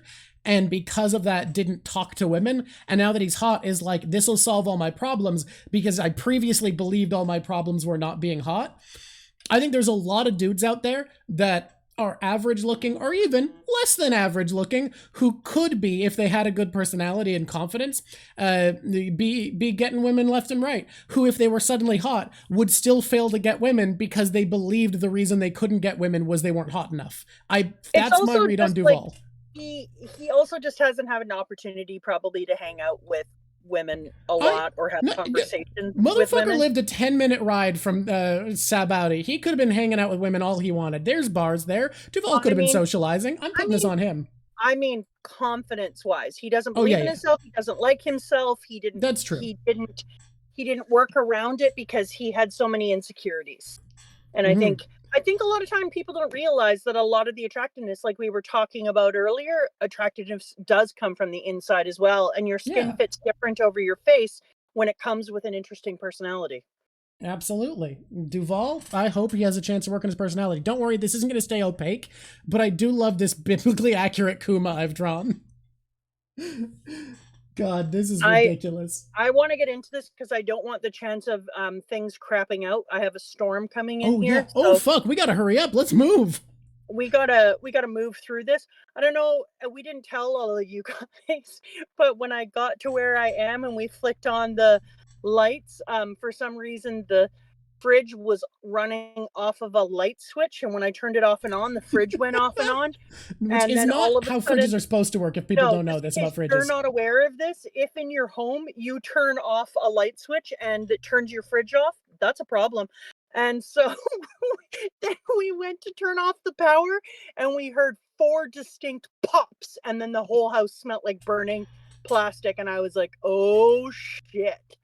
And we apparently had a storm here recently, and it surged into the house and it burnt out all these different components in our electricity. It was scary. So the reason that we had all this shit going on and I came on late is because we were trying to make technology work, and we're not in a home. I'm hanging out in not a home right now.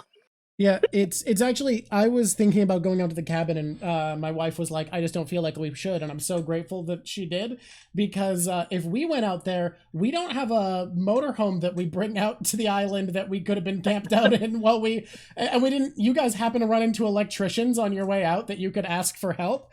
No, we literally ran out to them on a back porch in the summertime one time when we had a really lovely day together. And then they were like, I'm an electrician. And I was like, let's get your number. And now here we are. So luckily you have access to that. Yeah, but normally if you're here, we have Wi-Fi, and I'm trying to glean it out of the side of the cabin, and now fog has rolled in and the rain has picked up, and I'm worried that I'm not going to have it for long. All right, let's speed up. we meet Trafalgar Law and his great good bear, and I'm just going to say here right now, I'm going to take out all the guesswork. You're right. He is my favorite. We've done it. It's Trafalgar Law and Beppo. Oh, he is so good. Okay, so good. The English dub hired Matt Mercer, famous for Critical Role, to do Trafalgar Law. Could not have been better cast. He fucking kills it. He is one of the best cool guy voices in the biz, and by God, was it the right casting call to make ultimate cool guy voice Trafalgar Law. Well, first of all, I can only call him Trafalgar Law. I just can. Second of all, Beppo the Bear is so cool. High five me over it. And he isn't even half naked. That's right, Timu. He's clothed. And you keep going. We meet him, and we're looking at him for 2 seconds, and he turns around and gives the middle finger to his friend. And I was like, oh yeah, Trafalgar Law and I, we're one and the same. Like, This is why you dub people, this is why you anti-dub people, need to get over yourselves, because so many of you know there's good talent in the English community, yet I see comments over there. I'm looking right now. I see comments being like, Matt Mercer is Law? Yeah, there's good voice actors who speak English, and they hire them to do jobs. Yes. What do you mean, of course, the wannabe cool guy is my favorite? That's not why he's... Look, he doesn't feel wannabe to me. My favorite the minute he had a bear. Look, I get that. I get that he comes across to some people as wannabe cool guy. He's not. He's not a tryhard at all. He's just naturally cool. A wannabe cool guy doesn't wear like a leopard seal print hat. That is not a wannabe cool guy look. That's a dude who's confident he is that cool look. Yeah, I was going to say, the wannabe cool is the most ridiculous thing I've ever heard. Because when you look at Trafalgar Law, the reason why he is just epic is he doesn't want to be anything. He is super comfortable being him. Yeah, He he just wears is being leopard print Trafalgar hat Law. and pants. Yeah. Sitting beside Beppo the awesome bear, who is just beyond wicked. That bear and I love that bear. Yeah, he doesn't want to be anything. He just wants to be himself. Quite honestly, who was the philosopher who I love, whose name is running away on me right now? And this king came up to him and was like, why would anybody want to be you? And he was it's I know who you're thinking of. Bathtub he Man, could be chat, help me anyone out. besides Diogenes. No, yeah, Diogenes. Diogenes the Cynic, Yes, right? yes, thank you. I was having a whole brain moment. Well, yeah, it was Alexander the Great, apparently, according to the story. Theoretically, was like, I've been schooled by the great Aristotle. I am the greatest educated. I'm the best dude. I am Alexander the Great, and I've been told to seek you out, Diogenes the Cynic. Yeah.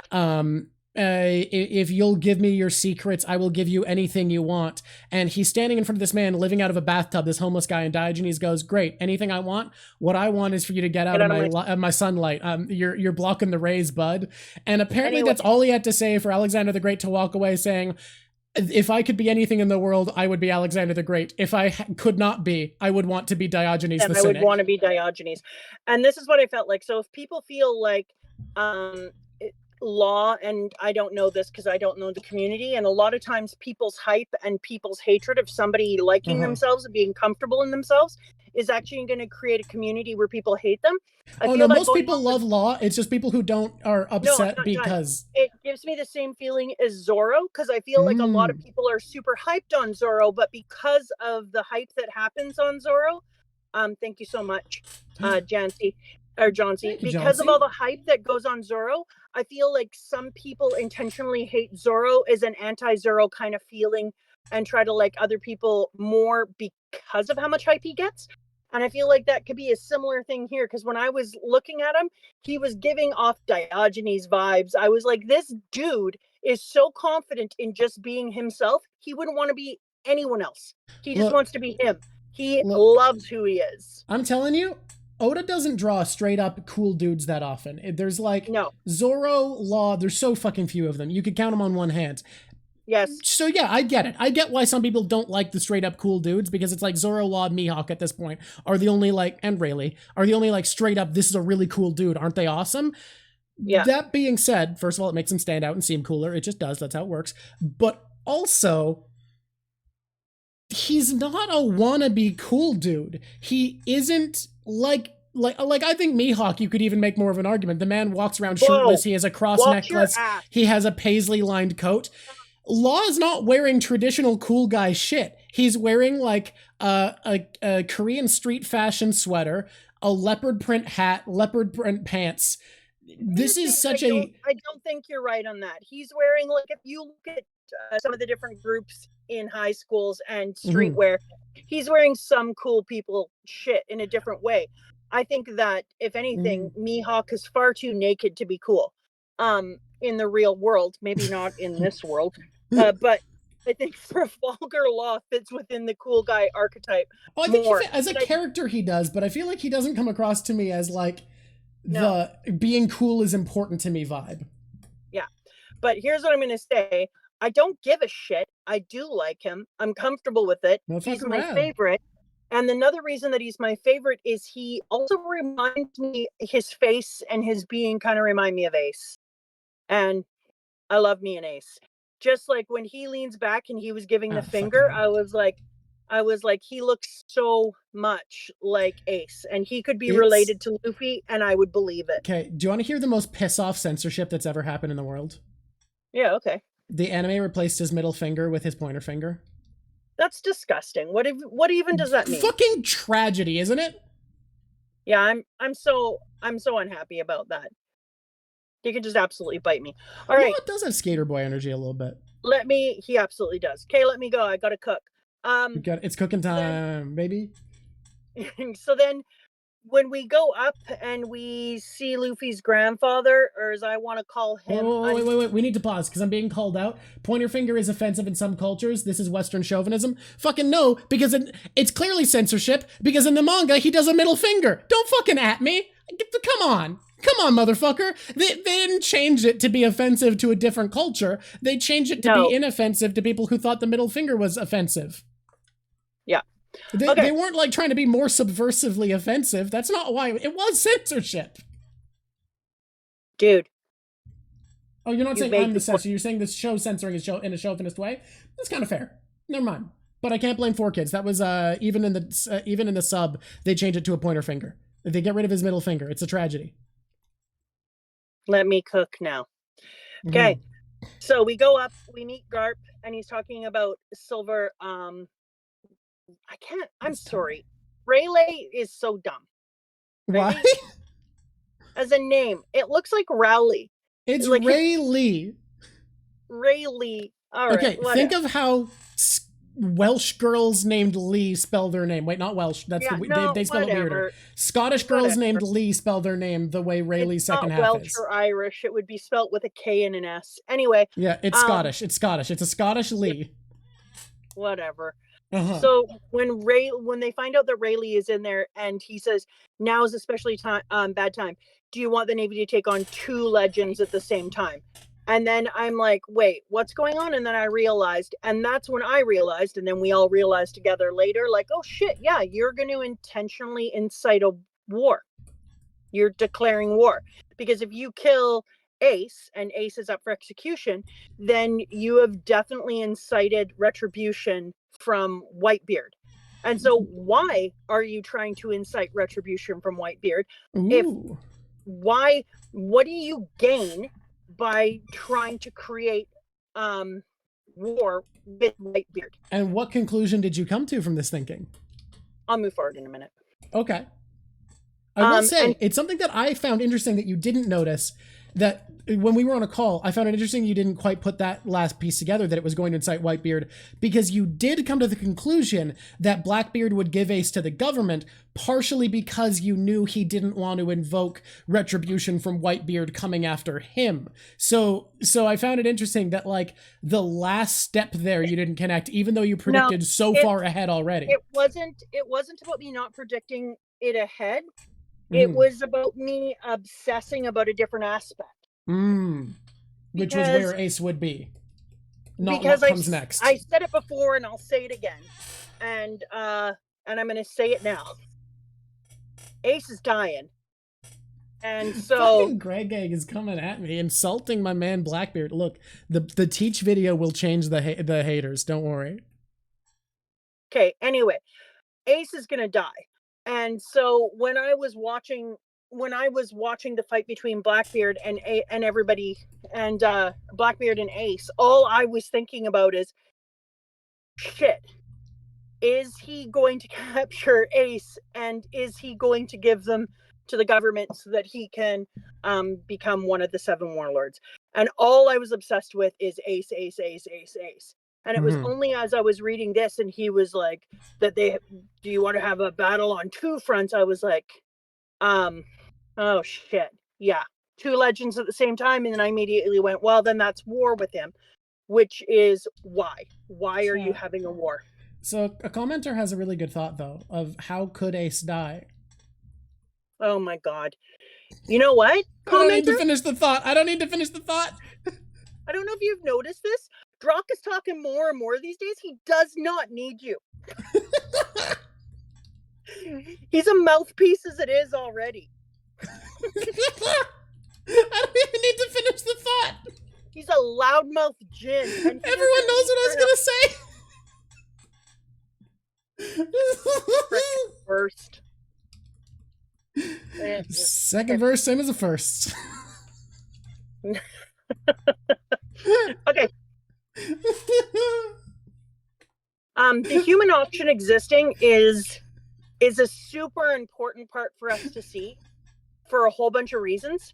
It's really important that we see people as being so excited to bid on people, and the hype that takes place. The person's name is Disco. He's he's all dressed up, reminds me a lot of Hunger Games and the idea of District 1 and District 13, et cetera, in that there's different rules for people, and this strange hype is like a Hunger Game feeling of selling people.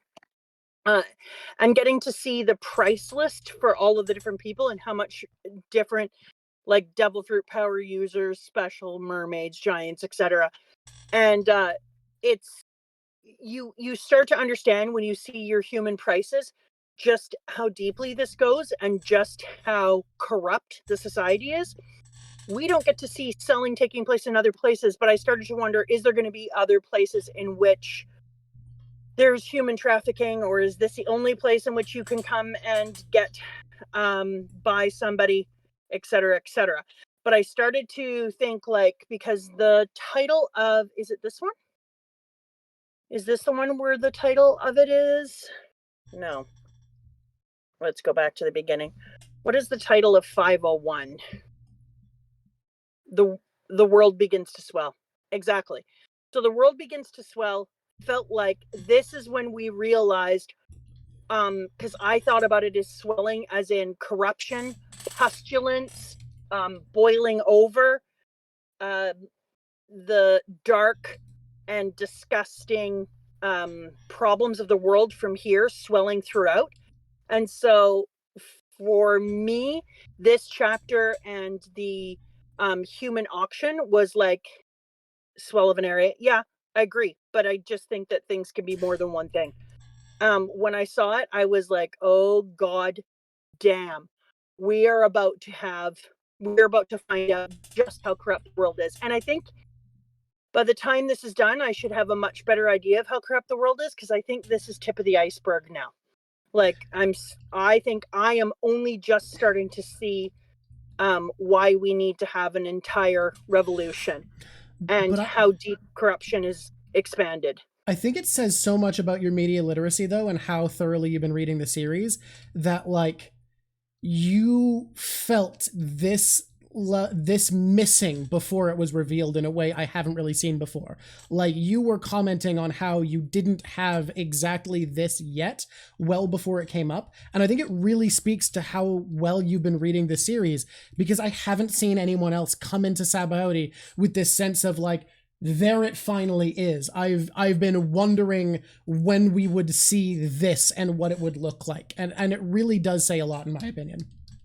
I think it's interesting this person said like could it be like an orchestral swelling? It does feel like a culmination of things. Like, up until this point, Mama, are you sure you want to see how dark things can get? I don't have a choice. We in it. I think that it does feel like, and I don't know if anyone noticed, because you didn't notice, so let me just hype on this for a second. All right. When you're reading it as deeply as I am, and then you're reading it as quickly as I've been reading it, and then I also have to pause, and I think the pausing is very important. Because when you're reading it this way, you notice that from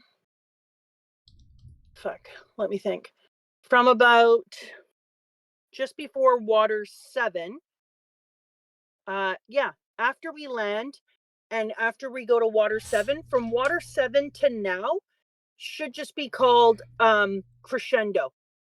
All of this is like you're coming into a vibrant orchestral music, and it's just raising and raising in pitch and hell, and you're getting pulled deeper and deeper into it. The tears, the stories, the pain. We lose somebody. I think we're about to lose somebody else. And it feels like it was his way of you build and you build, and you're listening to a song and you're on an adventure, and then suddenly everything is becoming absolutely freaking on fire. Like, up from water 7 till now, it has been sad and dark, and people were like, well, no, we had Thriller Bark and it was a fun romp. No, it wasn't. We found out about Brooke. It We had found some out about fun in it. a whole bunch of people were like, it's a really fun romp, and it's just this and this. And then we just happened to find out about a dude who's alone on a boat putting the skeletons of his crews into coffins and being all by himself and remembering his missing promise to Laboon and blood. No, it has been dark and sad from water 7 to here. And he is building and building and building and building. And I think this is the part that's going to be like, boom. And now we're going to be in a different part. Literally, the bubble is going to be popped on the, this is a sweet manga. And he's bursting that bubble on us right now. And now it's going to have a different feel. And I think that this was the lead up in the crescendo to what's taking place after. In my opinion, as a reader, I felt like I've not only been warned, is there going to be happy points in the future? Of course, nobody would still like it if there wasn't. But I think this was his way of flipping the story from being an adventurous romp with some bad and good things that happen into a now you understand the depth of this world. And I think it's really narratively skilled that it happens along with every character we meet telling us how much bigger and stronger and scarier the world Yes. is than we think it is. Everyone we've met for a while now has been, Yep. whether they've been on our side or not, has been like, you're not ready. That's been what we keep being told by everyone. Yeah. And so I was reading this and thinking about how A, everybody keeps talking about how we're not ready, but B, everybody keeps talking about how we don't understand how big the world is.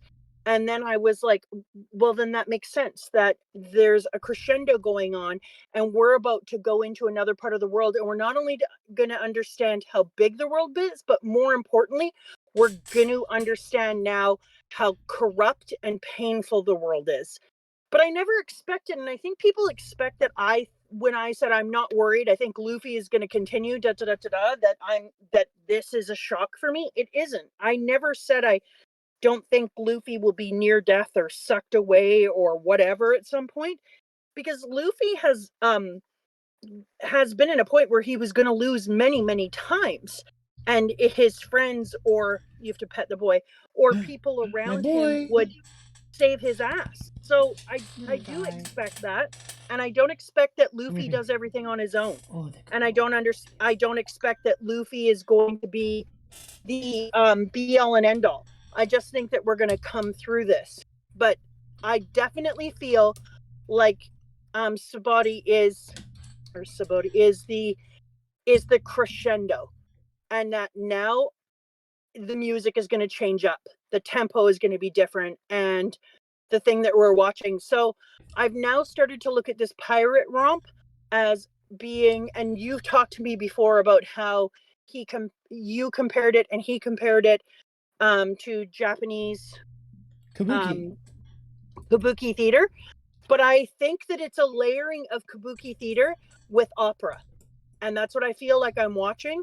Now I've realized that he just hid the violence and stuff and gave you this hopeful feeling and this gentle feeling, but it's actually because it's opera, we're gonna have some But really bad shit go down now. can I take it one further, however?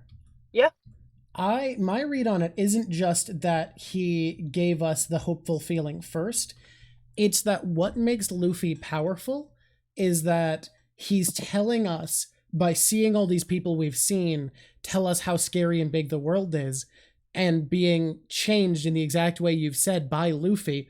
He's telling us not just are things going to get dark, but that we are following the character who is going to bring that hopeful pirate romp adventure feeling into that darkness and I would fucking agree. force it down its throat. I And would agree. that's what's so exciting about it for me. I would not only agree, I would say that is, you have to interpret it that way, because that's why panel after panel of cover stories keep showing bad shit that's occurred, people who would traditionally be seen as bad and who have done quote unquote bad things have redemption stories within panels, have finding themselves stories, have rediscovery moments. And so it's letting us know shit. And yes, this person said exactly what I was about to say. So who, yeah, Baltux Bozo. Some. um that Luffy moving through the world is like the world has a dark shadow over it, and Luffy, here comes the sun. And so as there's a dark shadow covering the entire world, the sun is moving through to bring light to the dark places. And at the exact same time that shit is happening, Blackbeard is going to try to feed off of the dark and bring more darkness. Exactly. And, He's this, and so it's fantastic. Which brings me to certain lines that I fall put into this, like those of the D lead a checkered fate, and the fated battle, the narrator says, when Blackbeard fights Ace, we have figures of fate clashing who are trying to drive the world in different directions. Ace has a fruit that embodies light, Blackbeard is a fruit that embodies darkness, and in the exact way that Luffy's running around the world making things brighter, the other biggest protagonist vibe force is Blackbeard, who is a force of utter darkness,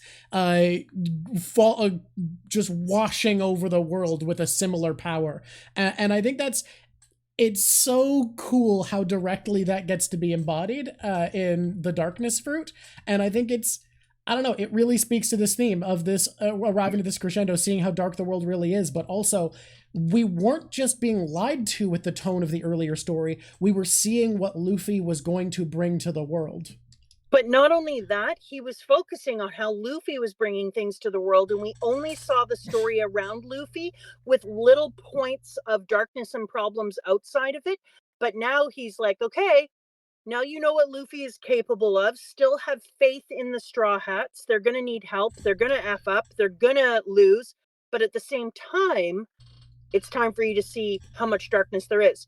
So Blackbeard's job is easier because it is easier to lean into what's already there. It is easier to exist within the darkness and not be an oppositional force, which is why I think it is super important that Oda has already taught us that Luffy won't think about it. He'll jump out of the boat, get on the island, and be like, this is fantastic. What an adventure. He'll run into it face first.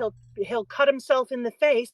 And that's really important because if Luffy stopped and thought about it for a minute, he might not have the same strength of will to just get things done and to put the effort in it's going to take. It's kind of the way that your dad always talks about the way I take on a project.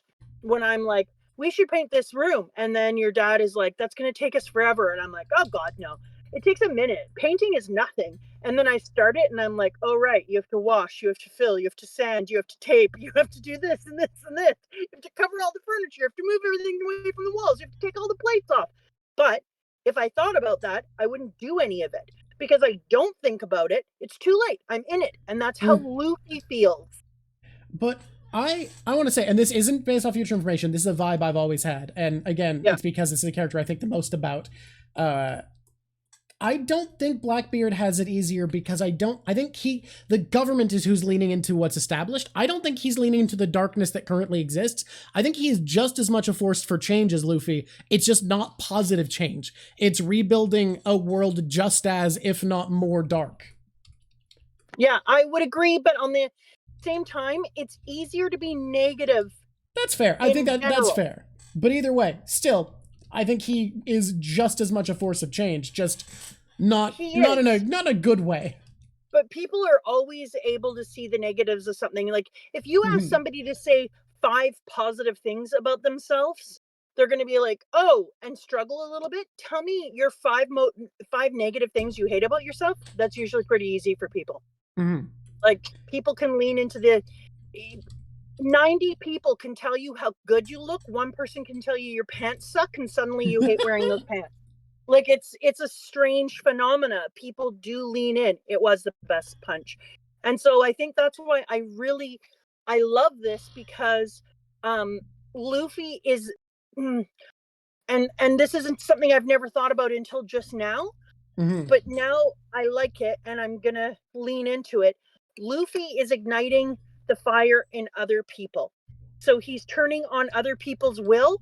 It's like his sunshine and his light is giving them that hopeful lit feeling. Even if their shit's still difficult, even if they still have to work hard through it, he is igniting people. And so that's how I see Luffy, is he's like this fire lighter. I like it. Someone wanted your thoughts earlier about, we learn here that Roger turned himself in. Yeah. That he wasn't caught, that he gave up. But we're about to learn that like in times. So do we want to go through there, or do we just want to talk about it now? Your call. Like, I guess, yeah. Where are we in the plot? Like, we kind of are bouncing around, mostly talking about themes rather than like beat by beat for the story this time. Lies, lies. Okay, so first we have to do this before we do anything. Cammy comes out and she's about to be auctioned off. Oh, just a sec. I need to get up because the boy needs water, and Azzy has left anyways, so I'm gonna let him out so he can go drink. I'll be right back. So Cammy is being auctioned off. She comes out onto the stage. He can still be summoned back if people redeem treats, but he doesn't want to be trapped in the room if he doesn't have to be. Where the fuck? Boop. There we go. All right, I'm back. Oh, you there? Yeah. Okay. You interrupted my thinking, but then I realized I wanted you to be able to hear it and talk back anyways. Okay. So Cammy comes out, and this is one of these really, really important moments. Yeah, that's right. I said it. Moment. This is one of those really important moments because everybody has so much faith. Things are going to work out. Don't worry about it. We have money. We're going to buy her.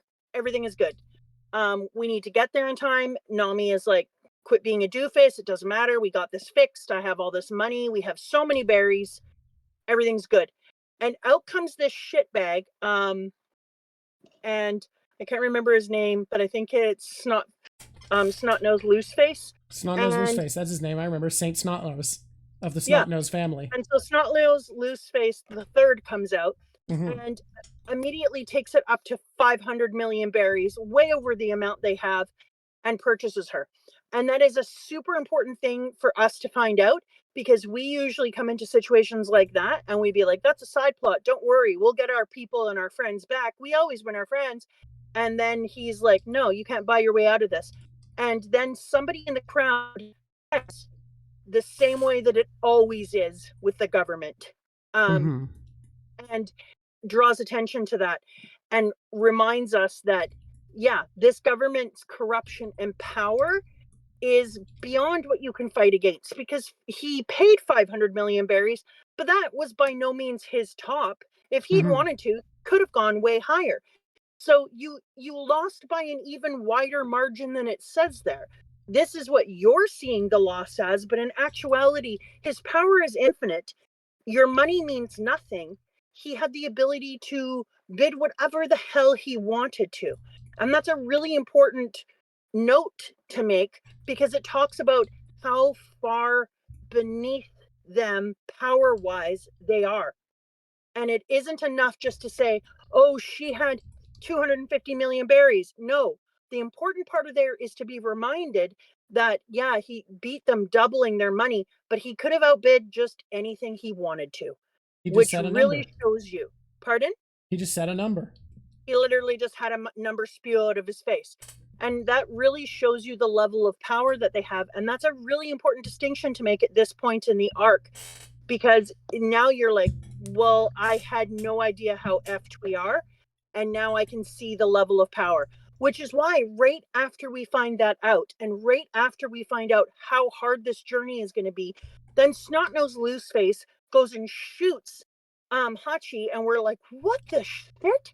And so it was super important here that Luffy punched his stupid snotty loose face, because otherwise that despair for us as readers might have been too much. We might have been like, no, man, I can't. I didn't know what we were against. But Luffy hitting him in the face and being like, I don't give a shit. I know you said not to do anything, even if I watched them shoot somebody in front of you. I don't give a shit. I'm Luffy. I'm gonna punch first, think later. And so it was a reminder that Luffy is his own way of doing things. And so because of this, he's just going to walk forward and do the thing we all wish everybody would do. But it also does the most important thing. It reminds us that there is freaking hope, and that Luffy is bringing a ray of hope into everything, because we say to ourselves, okay, if you Power comes from permission. When you take political science, one of the very first things that they will teach you, and one of the most important concepts, is nobody can have power or authority unless other people give them permission to have power and authority over them. And if you are one person who is fighting against power and authority, then they don't have power and authority over you, but they can probably take you out anyways. But if everyone stopped giving their power and authority, it would happen. Think about schools. Children so outweigh teachers. And if they saw it that way, and it wasn't a permission that you're going to behave in a certain way with inside of the classes and with inside learning, then it could just be freaking chaos. So all power comes from permission.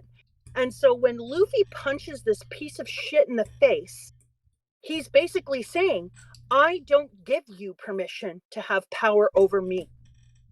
And that is going to change everything. There is a chapter, and I think it's the next one, because it's not this one, where it's called, I think, The Beginning of the Change or something. Okay. And I was like, yeah. That because does after tie in, yeah. Because after Luffy hits this piece of crap, Snot-Nosed Loose Face, as he's known to his family, yeah. As he's known to his family and friends, you're like, yeah, this is going to change everything. So it is a revolution, not just in what people are willing to do, because the first place that revolutions have to take place are in the minds of the people. Yeah. You can't win a revolution unless you change minds first. And so Luffy, by punching him in front of all of these key players who are also super strong and super Luffy-ish, quote unquote, and them seeing this take place, now you have all of these different people who are going to take different paths to Laugh Town. And as they're going there, each one of them is going to carry a new revolutionary way of thinking with them. And that's how it changes everything. It isn't just frickin' Luffy, it's what he ignites in others, and he ignites that feeling of revolution. He is doing more for the cause than his frickin' revolution dad. Because there's a bunch of powerful people here, up and coming pirates, who have just been shown that you can stand opposed to the world. That it's a choice. Are you going to choose to give your power, or are you going to choose to take it back? And cocky people who care about their reputation, like Law and Kid, just got fucking shown up by this guy, this fucking kid in a straw hat who's willing to deck a world noble when nobody else was. Exactly. And so now, because he does that in front of all of them, now they have that same feeling within inside of them. How is that going to grow, and how is that going to change as they put their own perception on that? Now, I want to add on to this that people are mentioning that there, despite how great it was, there were consequences to what we saw. And one of the most important lines for me, one of the most important things in this scene for me, is that Luffy immediately acknowledges he might not be up for dealing with the consequences of what's about to happen, that he might not be strong enough to protect his crew from what's going on, and he says, I'm sorry, immediately. Like, he knows he had to. He doesn't regret doing it, but he is sorry because he doesn't know if he can endure the hell he has just brought upon them. Which I also think was really important for what I was just talking about, because when I watch the panels and it shows each one of their faces and they're all like, and then he looks at them and all of the panels flip back to him, and then he just quietly says, sorry guys. I was like, okay, so now all the people here see that Luffy recognizes how difficult this is, what kind of a position they've been put in. And he probably had all of that in the back of his mind somewhere, and yet he still did it. And yet he still went forward. So it isn't that he was unaware, and it was important that he said that out loud, because not all of the people that were that are in that room were with Luffy when Hachi gave him the thing about don't hit anyone, don't do this. If you see them dragons doing anything, just mind your business. So if he hadn't apologized, they wouldn't necessarily know that Luffy understood what he was doing. I I want to highlight something. Deuce, I understand where you're coming from there by saying that you don't think basics of sociopolitics necessarily apply to One Piece because one person can do crazy shit and destroy an army. But I actually think the themes of One Piece constantly contradict that, and in a way that it doesn't in most shonen, because numbers matter constantly, because even though it's a world where we see that one incredibly powerful person could take out an army of mooks, we often see that the one strong person usually has lieutenants, and they usually have sub-commanders, and one of those sub-commanders can be overwhelmed by numbers, letting the lieutenants of the other guy team up against the lieutenants of the other guy, and then the lieutenants of one guy could team up with the leader of the other guy. Like, numbers add up in that compiling way to the point that, like, armies tend to actually matter, even though it is a world where people could fight an army, because weaker guys can team up to help the stronger guy win against another stronger guy. Then those stronger guys can team up against a stronger guy. And One Piece shows numbers mattering in that way pretty regularly, and talks about numbers and inspiring people mattering. And I think there's a reason why the people in a country are usually involved in their salvation in some way. Glavinson is saying something that is similar in addition to what I was going to say. The Buster Call throws that right out. I think that one of the reasons that Oda uses the Buster Call in the point that he does is it happens just before all this shit happens, so that we actually have an idea of how, when teamed together, the government has a force of power that's almost unmatched and unchangeable. Exactly. And that it would be impossible for Luffy alone to do anything, that he has to change people from the inside and band together with his own people, and it's still going to be ridiculous, because that's what the Buster Call shows us. That because you can have a strength that's actually unbeatable, because they did not beat people in the Buster Call, they did workarounds to win.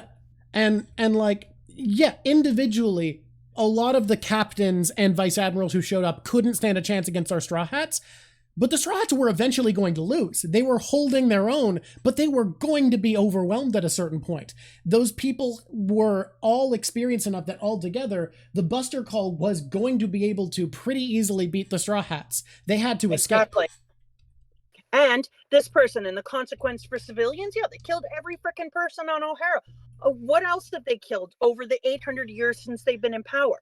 And so the government is a strength all by itself, and one individual person doesn't necessarily have the power to overwhelm that. And that's why we do see Luffy and the Straw Hats lose time and time again. And then when they win, there's usually like workaround wins. There's workaround wins involved, and usually the people have to be involved to an extent helping. Like, people had to help knock over Giant Jack for Luffy to beat Eneru, and people had to help revitalize Luffy for him to beat Crocodile. People had to find him and give him meat. Sorry, I meant Arlong. People had to give him meat and revive him for Crocodile. There's always an involvement of other people, to the point that numbers in One Piece matter. And I think it's why Mihawk's not a big player in the world. He's just a guy who sails around on his own getting in fights, because he doesn't have that army you'd need to change the world. I would agree. And I think that's a really important point, that even though he's capable of all this greatness, I keep saying to myself, like, I love Mihawk, don't get me wrong, but Mihawk is not leading a revolution like Dragon. And I think that I keep wondering what Red Hair Shanks and others know about Luffy. Do they know about Luffy's power to ignite hope and change inside of people's hearts? What does Dragon know about Luffy?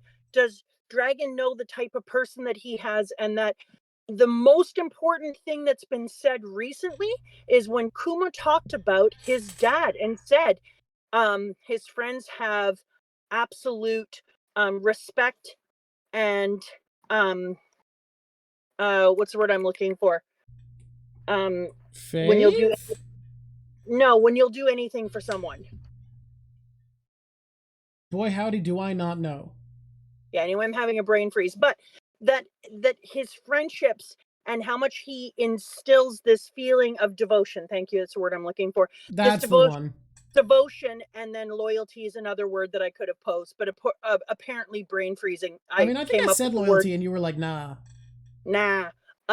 Because when he says that, we know that Dragon also has this ability and he creates a devoted following of people, but then Dragon only does it in his own damn circle. And Dragon says earlier, as long as people long for change, da da da da da, and he goes on, but Luffy is the effing change. And Luffy, when he comes through, he helps to give people longing for change in themselves and in the world. Whereas Dragon is like, well, as long as people have it. And Luffy's embodiment is people don't always have it because it's been beaten and oppressed out of them. So what I'm going to do is show them without even thinking about it, because Luffy is not planning it out like a Blackbeard. I'm going to show them what change looks like. So I think it's interesting because I think that Luffy could change Dragon and change the way that Dragon sees revolution. And I predict that Luffy is going to change Dragon. And Dragon is going to see revolution differently because of his son. We have a prediction. I'll say, guys, don't act like people dissing Dragon for not doing enough isn't something this community has been doing since well before where Mama Drak is. We all love dissing Dragon. What's he do? What's he even up to? Yeah, well, that's why we need the Luffy power on the Dragon. So Luffy is going to change Dragon, and he's going to change the way that he sees revolution and how he goes about having a revolution. I think he should just dragon things, maybe eat them. Are you think Dragon's a dragon? I told you that. Yeah, all right. Like, I don't know how many times I got to tell you that. Dragon is dragoning.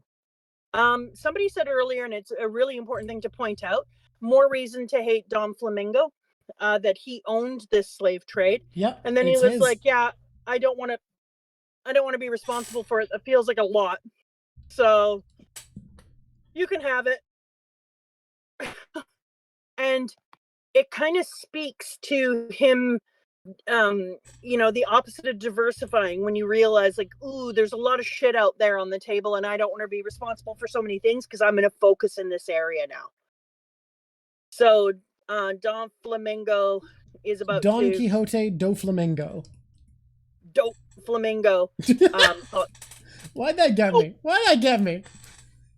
I think he's about to Homer Simpson himself into some very interesting situations.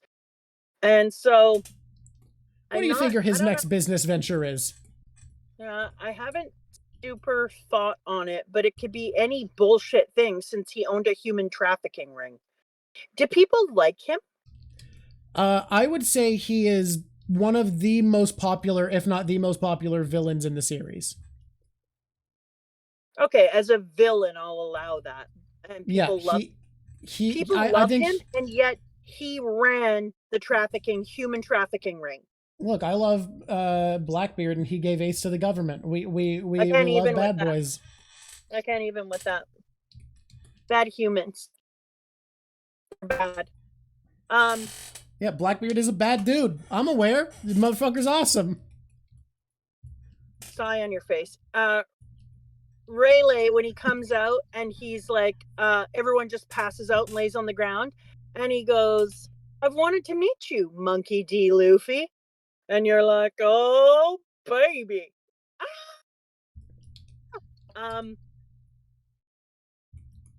I stand for Rayleigh.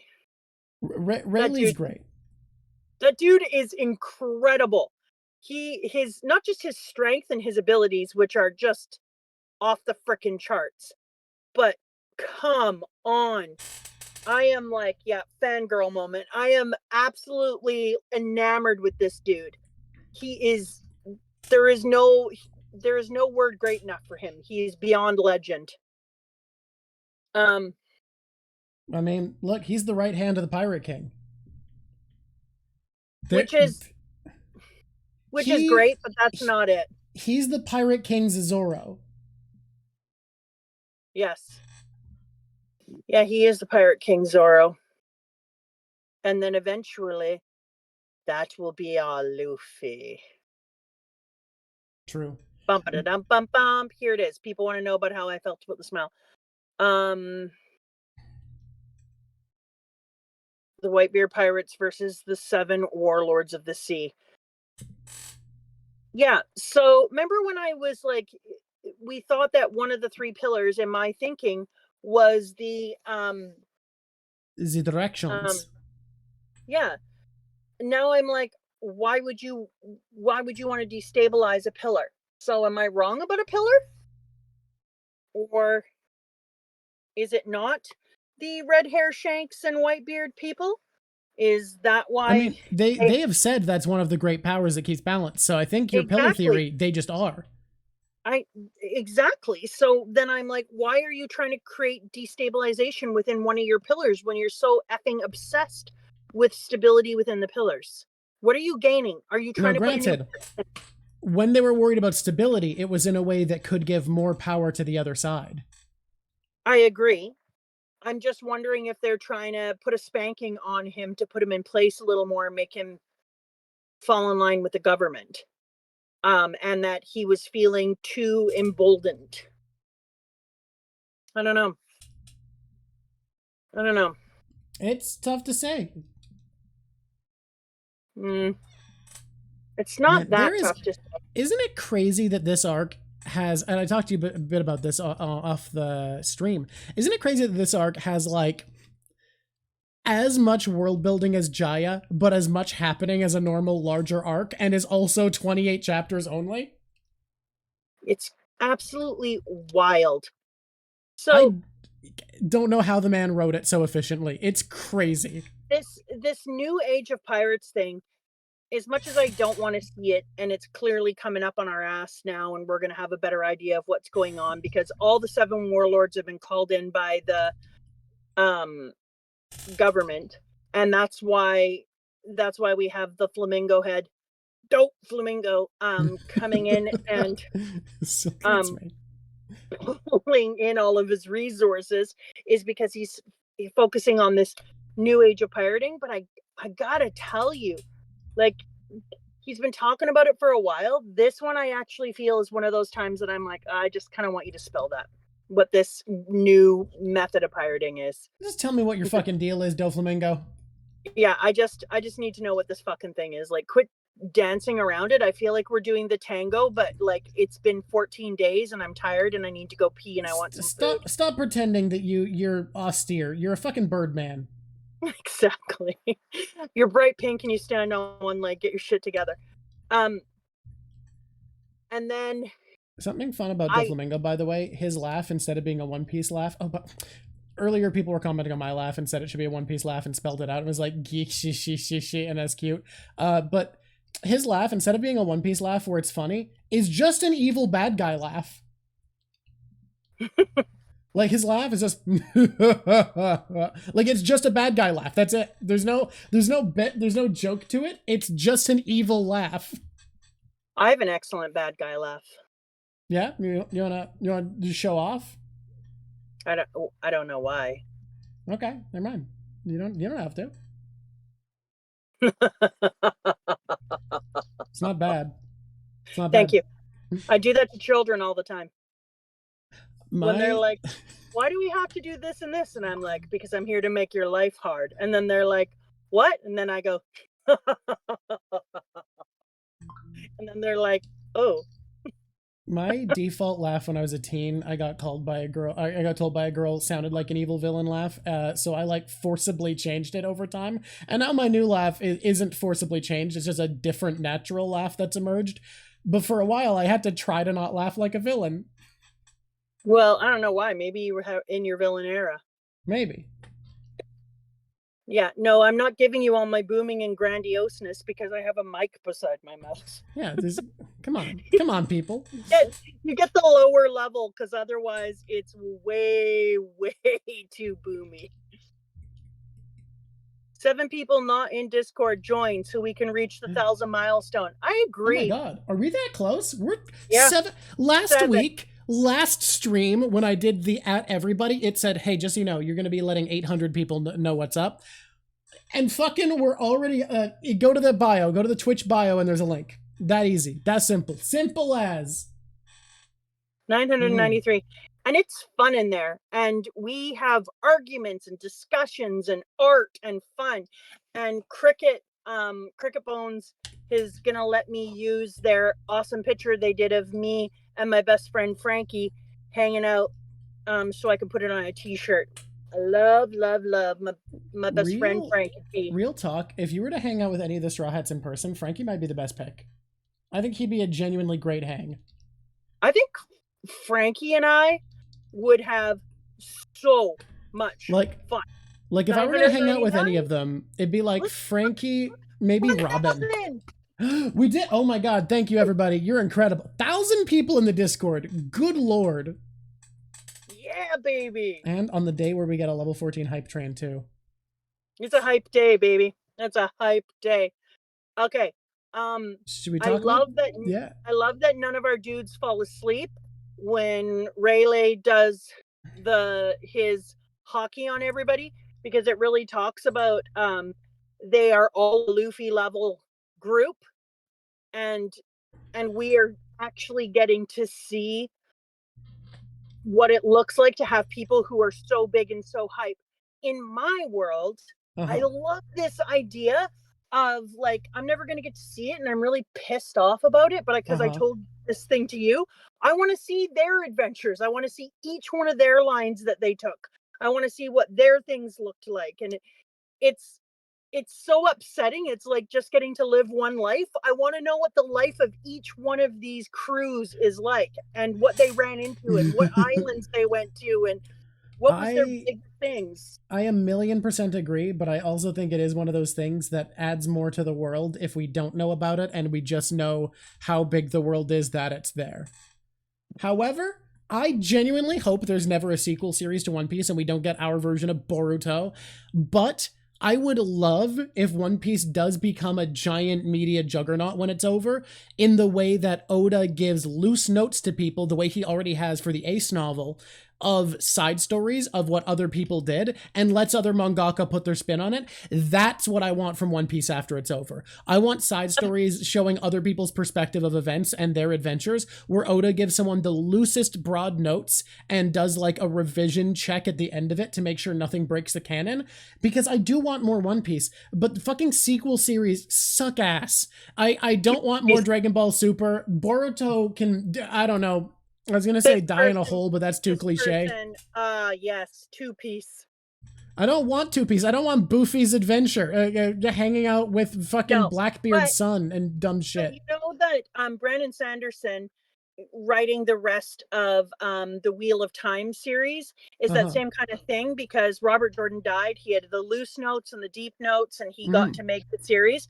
And I think if you had like really phenomenal up and coming manga artists and storytellers, that it'd be really cool if they could cut their teeth writing for one of these people. Yeah, like writing for a One Piece side story. Yes. Someone gets to work on Capone Gang Beige's side story. Yes. And it would be fun if they did it within Oda's era, so Oda could see some of the cool shit. And I think that would be amazing. Hey guys, no, I don't want a prequel. Everyone talks shit, hype about prequels. Everyone's like, yeah, I want a prequel about Roger. You don't. Prequels suck. You know where they end. I'm goddamn sick of the prequel craze. Every prequel ends with the same awkward, let's shuffle back into positions. All right, everybody, get back to where you're supposed to be, because there's no freedom to tell a compelling story, because an initial story is built so that it has a beginning, middle, end, you move through it, and it naturally arrives wherever it can. Without that freedom to naturally arrive where a story can arrive and have changes along the way, without the ability to make decisions and have things change, stories are hindered, they're limited, they're set on fucking tracks unavoidably, and that inflexibility often leads to, exactly, it's the same problem filler has, where it has to return to the same status quo, and it just often leads to weaker stories because a writer can't make choices in the same way. It's too restrictive. I would so much rather a side story where you can make up all the characters and the only condition is this person survives. That's all you need to know. What do we need to know about Bonnie's adventure around the world? She survives. What do we need to know about Capone Gang Beige? He survives. And everything else is up in the air to move around. It's a little bit less like a prequel, but Roger's story affects so many people in the world. It's connected to the world in such a big way that I don't think you could have that freedom because so many people's endings are already written. I agree, but we have to move on because Look, you're Blackbeard turning doesn't into need a a side story. He's great. which tells me that that you're I running need out to. of the juice. I'm running out of the juice. For a second, I didn't think that was a text statement, and I thought you were making fun of me rambling, and I was like, that's kind of rude. No, although I'll do that too. I'm really glad that we got that Luffy and all the other amazing wannabe Luffys, even though they don't want to be Luffy, got to see each other fight and fight together, because it let them all see, like, you think you're the strongest, biggest, baddest thing there is, and yet take a look at what I'm capable of doing. And immediately, same, Luffy goes about hyping them, and the guy's like, what's with that, Straw Hat? Didn't really end on a high note for you, because he shrinks down to tininess, and he goes, oh yeah, you think? and, and he just Luffy's it and takes it in a kind of a funny way, but they get to see some of the strengths and weaknesses of each other, but they fight as a unit against the government, because they realized here, no matter what else we are against, we can all agree these guys are shitbags, and because of that, we need to be on the same side. And so rather than it being kind of a thing where it would be like a Blackbeard thing, where Blackbeard would be saying, well, I could fight against these bastards, and then I could raise myself up within the government circle and maybe become one of the warlords. Instead, they're all like, yeah, no, we are a team in this way. Even if we get to the end and we meet at the One Piece, right now, we're a team. So Kuma. I love that team up. Kuma is back. He's in a picture for the second time. Why is he here? Why am I drawing him? What's he up to? I wanted to hate Kuma so bad. Yeah. I'm aware. I'm aware that of how you want to feel about Kuma. By the way, this pick is kind of turning out fucking fantastic. I'm shocked. I've decided that the people, and so I have all sorts of different perspectives on it, but I've decided that he's saved everyone. All right. Talk me through it. Well, because he eviscerates or evaporates them all, or whatever the hell it is, which, awful, so awful. And then watching Luffy laying on the ground, smashing his face in. But Kuma asks all the time where people would go if they could go on vacation. And so some of the thinking is, does he send them there? But in this case, I think he actually sends all of them to safety, that he knows none of these rat bastards is going to survive on their own. They don't have the ability, although they did a really phenomenal job fighting against Kuma 3 and 4 and all the other Kumas. They did manage to team up and fight some of the pacifistas, which is amazing. But it's really important to note that at one point, Kuma attacks another Kuma and is like, screw you, other Kuma. And they're like, what are you doing? And he's like, I only have to fight the government if it's actually something that works within, otherwise we'll work against them or for their favor. And so he's like, I don't have to. I'm a freaking pirate. He basically was like, I'm a pirate, bitch. Kiss my Kuma ass. And then he saunters out. And then after he says that, he makes them all disappear. And at first I was like, shit. Yeah, two bears fighting. This is insane. He's eviscerating them. And I love the way that Sanji puts himself in front of danger. Brook puts himself in front of danger. Usopp puts himself in front of danger. I always, because a lot of people miss this, need to highlight something that someone pointed out to me on their first viewing. How much I love Sanji, of all people, telling Brook to watch after Usopp and Nami, the weaklings of the crew, when that's normally his job, because him and Brook are the only two people who know that Zoro can't fight. They're the only people who know that Zoro can't fight right now, and he doesn't want to ruin his pride, and trusts Brook to watch after the people he wants to protect, because he needs to save his brother. Sanji protecting his brother, exactly. When people pit them against, and someone got all pissy with me in the comments, I know this because kids who read things to me, someone got all pissy. They do. Someone got all pissy with me in the comments. They also love the ones who love me. They're like, yeah, here's some hype. So they look for the negative and positive, the most extreme. Because they were like, everybody is always comparing Sanji and Zoro. And I was like, of course they are. Because Oda wrote two people who are so the same. Guys, and yet so different. But guys, people are complaining about it. Oda asks you to do this. There is a common trend where there will be two characters you are asked to compare, and he does it by having them talk about fighting and who's stronger. And every time he does this, they will be 1 centimeter apart in height. Mihawk and Shanks are 1 centimeter apart in height. Zoro and Sanji are 1 centimeter apart in height. It's common. He wants you to compare them. Stop fucking complaining about it. That's what the author's telling you to do. Yeah, and Mihawk and Shanks, they are also the same person with some differences. And Zoro and Sanji, they are also the same person with some differences. He likes to have these similarities and differences, and he creates these little scenarios that go on. And in this one, I was like, no, bite me. Of course you're going to make some comparisons. And I don't fall in on one side or the other right now. I love comparing them time to time, moment to moment, moment. And it's not just about strength. Like, I think it's boring to just be like who's stronger, but as characters, they are so worth comparing. And strength comes up. Like, I think it's worth talking about it sometimes, but just in general, it's worth comparing them as people. And I think it's really, someone earlier said, but I don't want them to fight. I want them to kiss. Zorgi is a lot like Orgy. I'm not gonna lie. It is. It's not a good shipping name. Anyways, so Kuma basically tells the government, bite my ass, I can do what I want. I'm Kuma the bear. I love that his paws tell him apart, but you wouldn't necessarily know that unless he had his hands facing out. So how do we know now? Why do I think that Kuma is holding the Bible?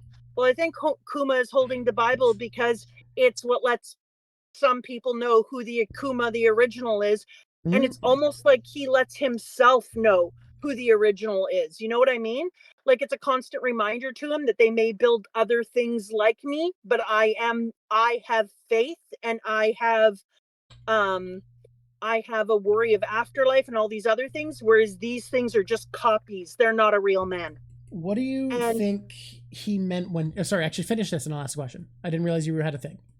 And so when he's holding this Bible, I think it's both kind of a way that we can see who the real Kuma is, but it's also a way that he feels his humanity. I like that.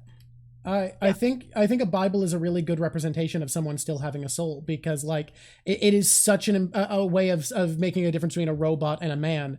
A Bible, a marker of faith, of belief in an afterlife, of the value of a human life, of the ephemeral nature, the ephemeral inherent difference between a man and a replica. I think a Bible is a perfect embodiment of that. But I don't think the Bible is Christian. So somebody asked, how Christian do I think he is? I think he's 0% Christian. I don't think Jesus walks on this earth. And if Jesus does walk on his earth, that's really impressive. Not only can he walk on water, he can walk into the One Piece world. Damn. He just wandered on over. Hey, he's like, I was busy changing some water into wine, and I couldn't help but notice you got a pirate thing going on, and I love me some pirate. I'm all about pirates. They didn't put that in the book. It's one of the chapters they left out because it felt like a moral confusion with my other shit that I was about. But you know, I do love piracy. Yeah, no, I don't think it's Christianity, but I think on the how faithful is he, or how much faith does he have? I think that he sees faith as a way of preserving his humanity, and so he has a deep relationship with it, because I think he feels deeply connected to something that he feels gives him the gift of humanity and the reminder of humanity.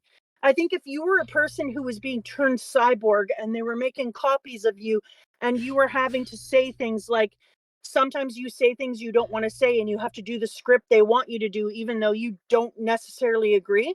I think that your Bible would become a thing that you would be like, yeah, man, this is the thing that makes me feel connected to my humanity. And I absolutely, I feel like I owe it, and I feel grateful for it. I will say that someone has an amazing point that you missed. That is, Jesus is already in One Piece and he's on Blackbeard's crew. Oh, good God. Sometimes the jokes are good enough that I need to share chat's jokes. Good God. Okay, so, and I mean, didn't you see that when I said it? Good God. Come That on, was man. good. That was good. That Pick was up, good. pick That up. was good. Okay, so when we're getting to a really, really important point, which we had little conversations about, we didn't get captured. Roger turned himself in, a part of me, to show off their power. The government reported it as if they captured him. The Pirate King turned himself in. We knew that our travels were ending. 4 years before the day of his execution, Roger was afflicted with a terminal illness, which means, oh, so many good things come from this. Uh-huh. Like, oh, it's like Roger gets to cook time. So something that your Nana said that I will never forget is that she said she thought cancer was a kind way to die. And I thought that was crazy. And Yeah. she said, yeah, but I have cancer. I didn't die of a heart attack. And so I have time to put my affairs in order. I have time for all my goodbyes. I have a time to leave the world she was saying I have time to leave the way that I want to leave and feel like I wrapped things up, which I'd never ever looked at it that way before. I'd always looked at cancer as just being an asshole that I hated and wanted to rage against the machine against. But when she said that, it made me realize that sometimes mature people, and your Nana was like the last known grown up on the planet, she was the last adult. Sometimes mature people really have a way of looking at things and saying, this gives me a beautiful amount of time to fix all my ends and feel like I'm leaving the world uh, in the best way I can at this point of where I'm at. And so if you're Roger and you find out you're dying of a terminal illness and you have all this information, you've got the One Piece, you're hiding it, you've put it in this place, you have time now to determine, what is it going to look like when I go out? How can I make the greatest change? What is this thing I've been fighting against? What is the best way to make sure that everybody um, comes to it and fights for this thing I think is so important? And I think that because of that, when Roger turns himself in, he gets to leave the world in the exact manner that he wants to, as publicly as he can, so that everybody can hear him talk about the One Piece, can hear all the information, and then boom, it spreads like wild. It's like making something go viral. And if he had just I allowed, exactly agree. That was exactly my read as well when in my first viewing. yes, so if he had just let himself die quietly off on the side, then he isn't dying in the way that he wants to, but instead he took death the way that your Nana talked about death, and he said, I am going to leave on my terms. And so he does, and he creates a viral moment with his passing, and it immediately kicks in the first stage of his plan. And so I feel like Rayleigh now is sitting there and staring at Luffy and the others.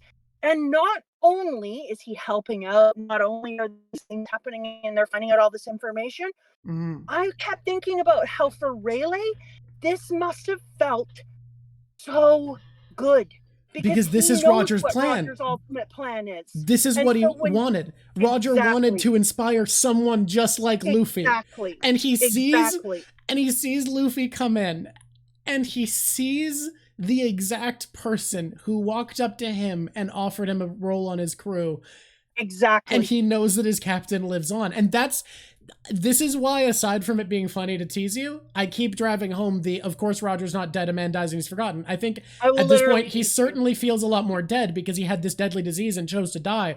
But he's not dead because he's not forgotten, because he chose how to die in a way that his memory, his will, what he cared about, and his love of adventure was going to be carried on.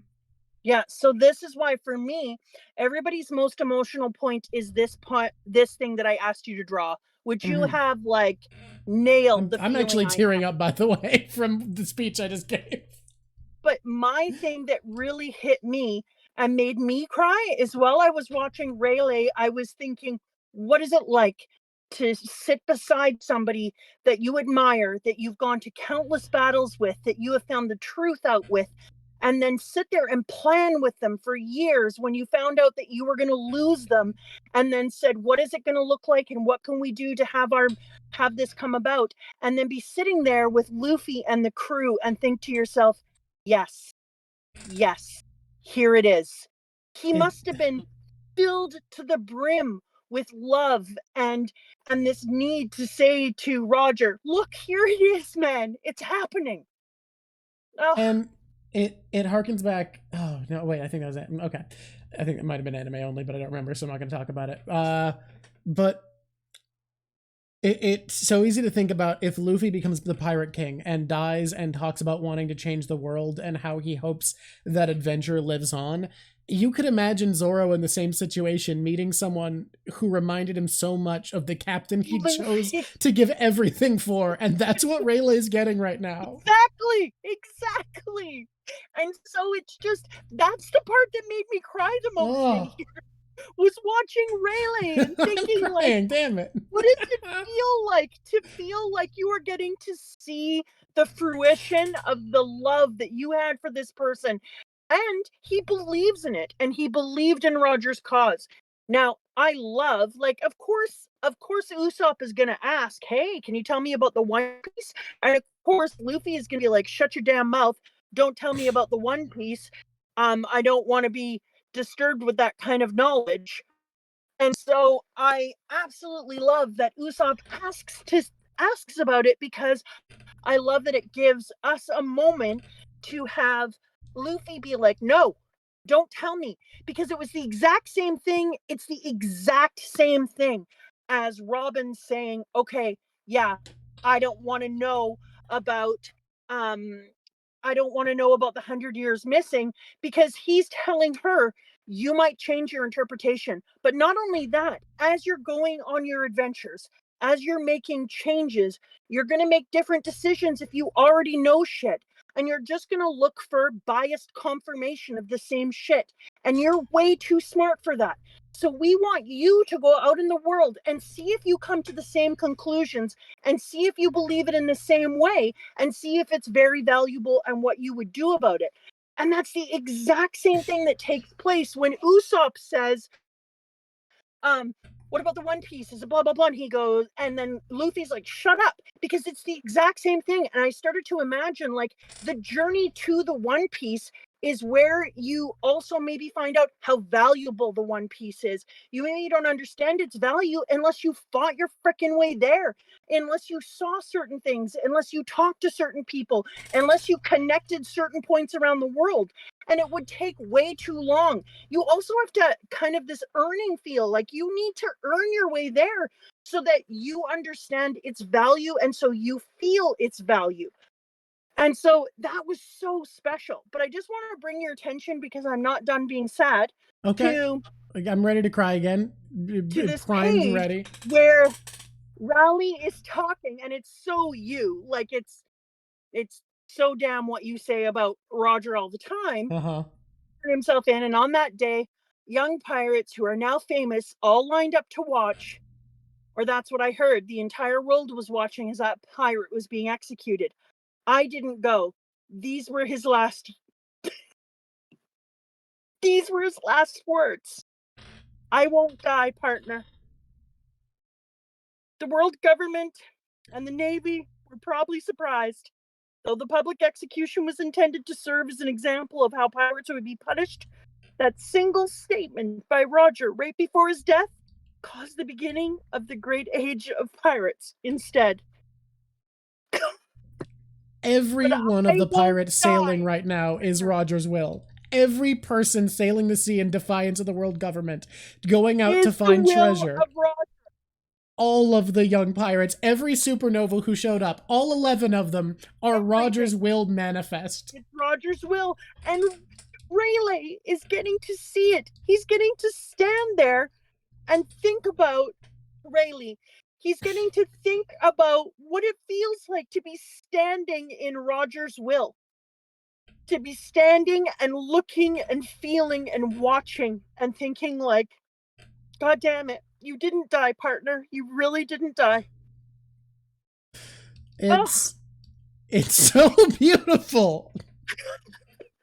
It's Oh, just so wonderful. And I was so happy for them. I was just like, I am in love with this moment of your friendship. And thank you for highlighting your friendship for us. and you don't see any of it. You don't see their friendship, but just in how much Luffy means to Rayleigh, you immediately see how much Roger meant to him, because it makes him so deeply happy to have Roger be right and to see that his captain's will does live on.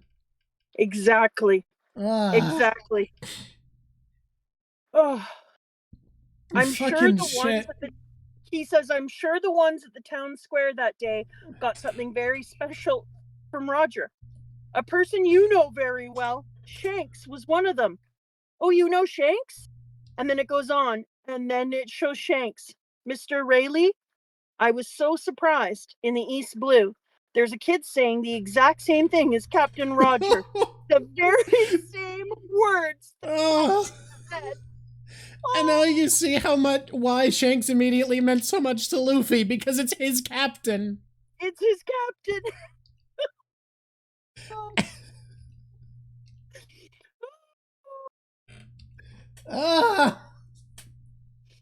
It's so crushing. It's so sweet, though. It's beautiful. And that's why, for me, I think that was a way sadder part, because I really feel like Kuma, I still think is on our side.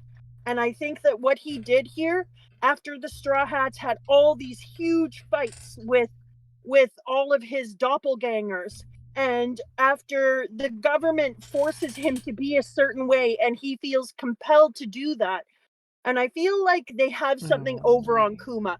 Like, I think about the way that Frankie had to be rebuilt because of his injuries. And I wonder if it's possible that Kuma had to be rebuilt in some way. And while they were rebuilding him, they built him to be their war machine. And part of their way of doing it was like, yeah, we'll save you, but we'll require something of you. And so I think that's a cool idea, them having something over him, and that's why he's, in theory, the obedient warlord. yeah, and so he is super into them. Plus, he has this feeling of religion that helps to give him his humanity when he's built so much. So much of him is now actually cyborg, that there is, he feels a need to be obedient to the things that he believes, and one of them is probably loyalty in his religion and other things. So it makes me feel like there is a deeper humanity within him, this person, Kuma the Terminator. And yeah, it is kind of like the Terminator.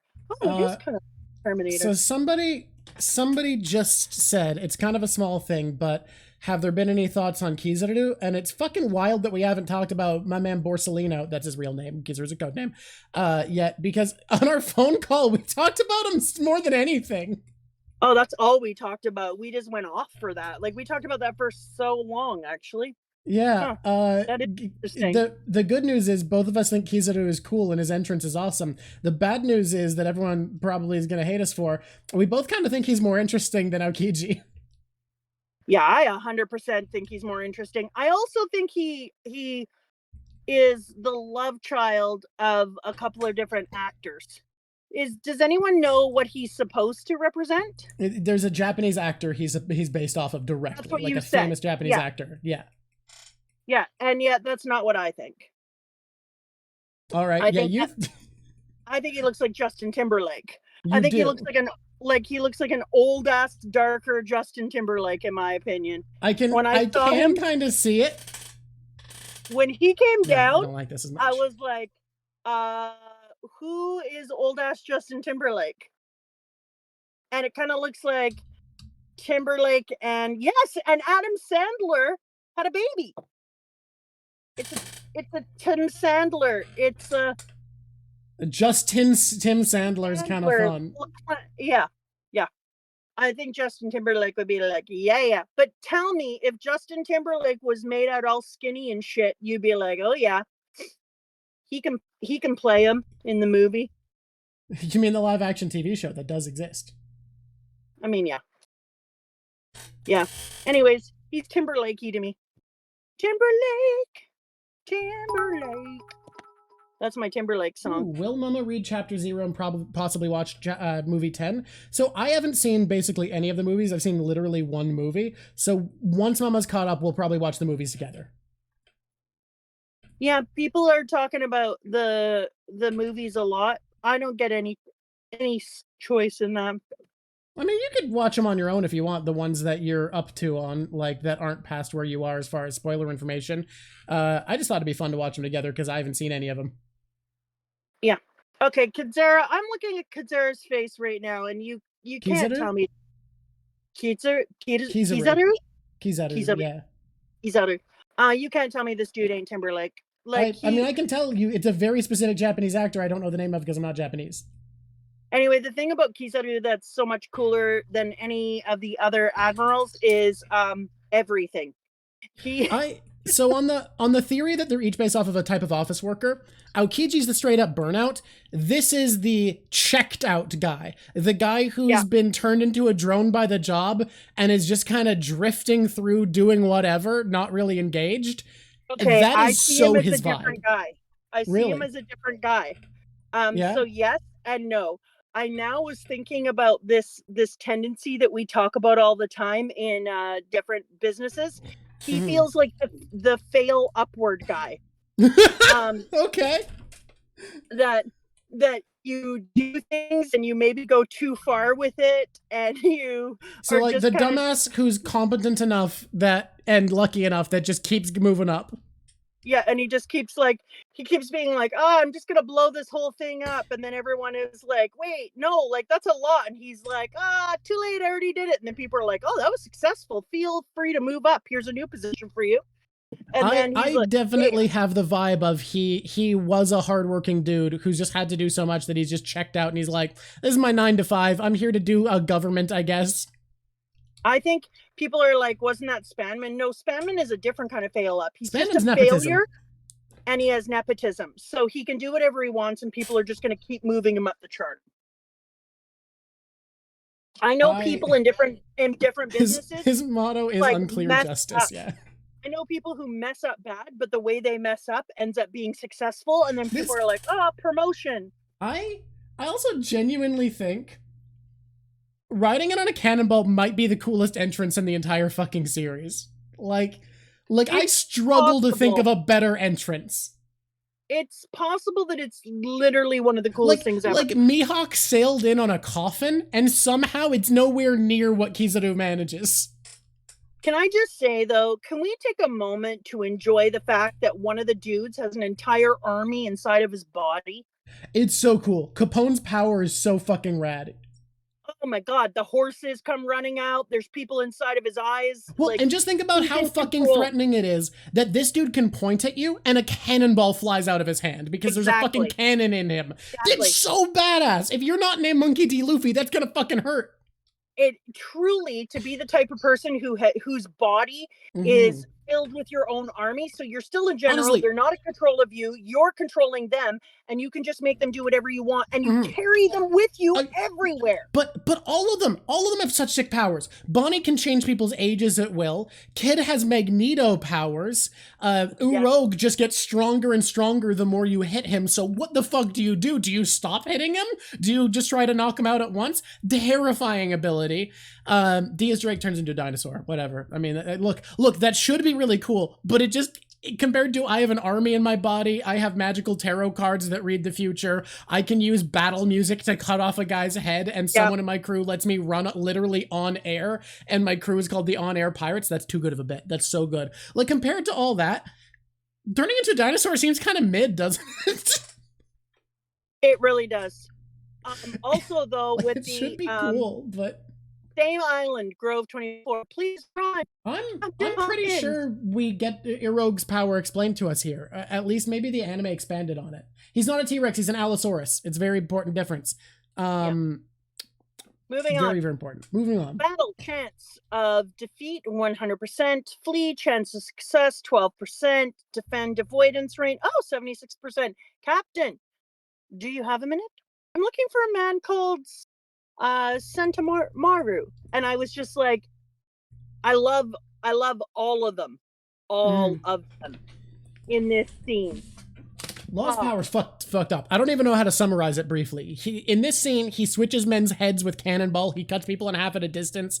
Like, the shit that Law does is bewildering in this scene. Like, how do you begin to place it? It's ridiculous. It's absolutely ridiculous. Also, it lets Matt Mercer say room, and the voice actor in Japanese say room. Oh god, it's so good to say room like that. It's so good to say it like that. People are sending me things in Discord, but I can't look because my internet power is 1 bar. This whole time we've been interviewing, 1 bar. It's shockingly clear. Yeah, I'm pretty surprised by myself. So I can't move off anything. Love the wing dude. I loved how many wing dudes we have. We didn't see his wings. You don't really see them from the back and that's Mad Monk Urog, who I mentioned. We can tell by the wing shape is a Birkin, and there was a theory in the community immediately when we saw him, because he's a monk and a Birkin, that he was the last priest of Eneru who wasn't there. I love that. That was something the fan base started to talk about immediately after he showed up. That's cool. I love it when people do things that are interesting to me. Fair. Oh, and it might be Urog. I say Urog. I don't know. Fucking look. Hey, Arceus, whatever. But the Mad Monk, I love that he might have been one of Eneru's priests. I think it's great. No, I love that take. Okay, so let's go to this part because it's important to me. Okay. They do all the great good fighting. They fight against all the doppelgangers of the great big bear Kuma, and you're like, god damn, they're actually doing very well. The Sentamaru though is it Sentamaru? Sentamaru? Yeah. I just put the wrong emphasis on the wrong syllable. Exactly. Who knows? Maybe you're right, but I don't know. I've heard Sentamaru is how people say it. No, the way that I said it was so goddamn awkward. There's no way I'm right. So when they come down, and it says they're a boy, but I thought they are a boy, and everyone thought they were a girl. Don't worry about it. I thought they were a they them. Not a lot of they thems in the series. We do get trans representation. It's fucking not a spoiler or whatever, but no they thems that I can remember. Gender fluid, yes. They them, not that I can think of. Yeah, they feel they them-ish, but it doesn't matter. That's all besides the point. Their ability to defend is wild. What an interesting thing to have a person whose whole key is defense mode. Boom. Like, the best offense is a great defense. Yes, way to put it into action. That's just freaking cool. Yeah, Mr. 2 does have both code names. They them is not the thing that he names is, though. In Japanese are both female and male. Yes. I think gender non-binary, but not they them pronouns specifically. But is there a Japanese equivalent? That Luffy tells them all to. I like that Luffy told them all to run here, that he understood that they were just outmatched, outplayed. And he's like, we can't. They've all realized now by watching that Zoro is not in his strongest. They all had to come together and use all their strength to take down the other Kami. And so they're sitting there and thinking, like, he's like, no, dude, we've got to run. And so when Luffy says run, you're like, holy shit. You know things are bad when Luffy is recognizing how bad they are and that it's time to run. Because I don't recall it. Aokiji, he tells his crew to run away, but he doesn't. But he doesn't, yeah. Yes. And in this one, he's saying we all need to run. Yeah. Which is distinctly different. Whoops, a daisy. Yeah. And so I was like, yeah, that's terrifying. And now I see that in a whole different level. I Mhm. can't believe. Oh, and then watching Chopper go into the realm that he hates, where he hates himself and he doesn't know who he is, and becomes Monster Chopper because he just needs to save his friends so badly. And then you sent me the stupid thing, and all the bubbles pop up a. Ugh. In But exact concert with the crew being whisked away. But just as I was freaking out, I remembered that the chapter title of 513 is Beyond Rescue. Interesting. So, Beyond Rescue for me can be taken, you could take it in a couple of ways. You could Okay. say to yourself, they are beyond rescue, they're too far gone, you can't save them anymore, they're beyond that, da da da da da. That's one interpretation. Yeah, and that feels like the obvious one they're first leaning into, but I feel like you're imagining there's a secondary interpretation. I think that what it's actually saying is he knew that they were not going to save themselves. And so instead, he has put them into the beyond as a rescue. Interesting. He has Uh, pushed them to the beyond and put them somewhere as his rescue. Like,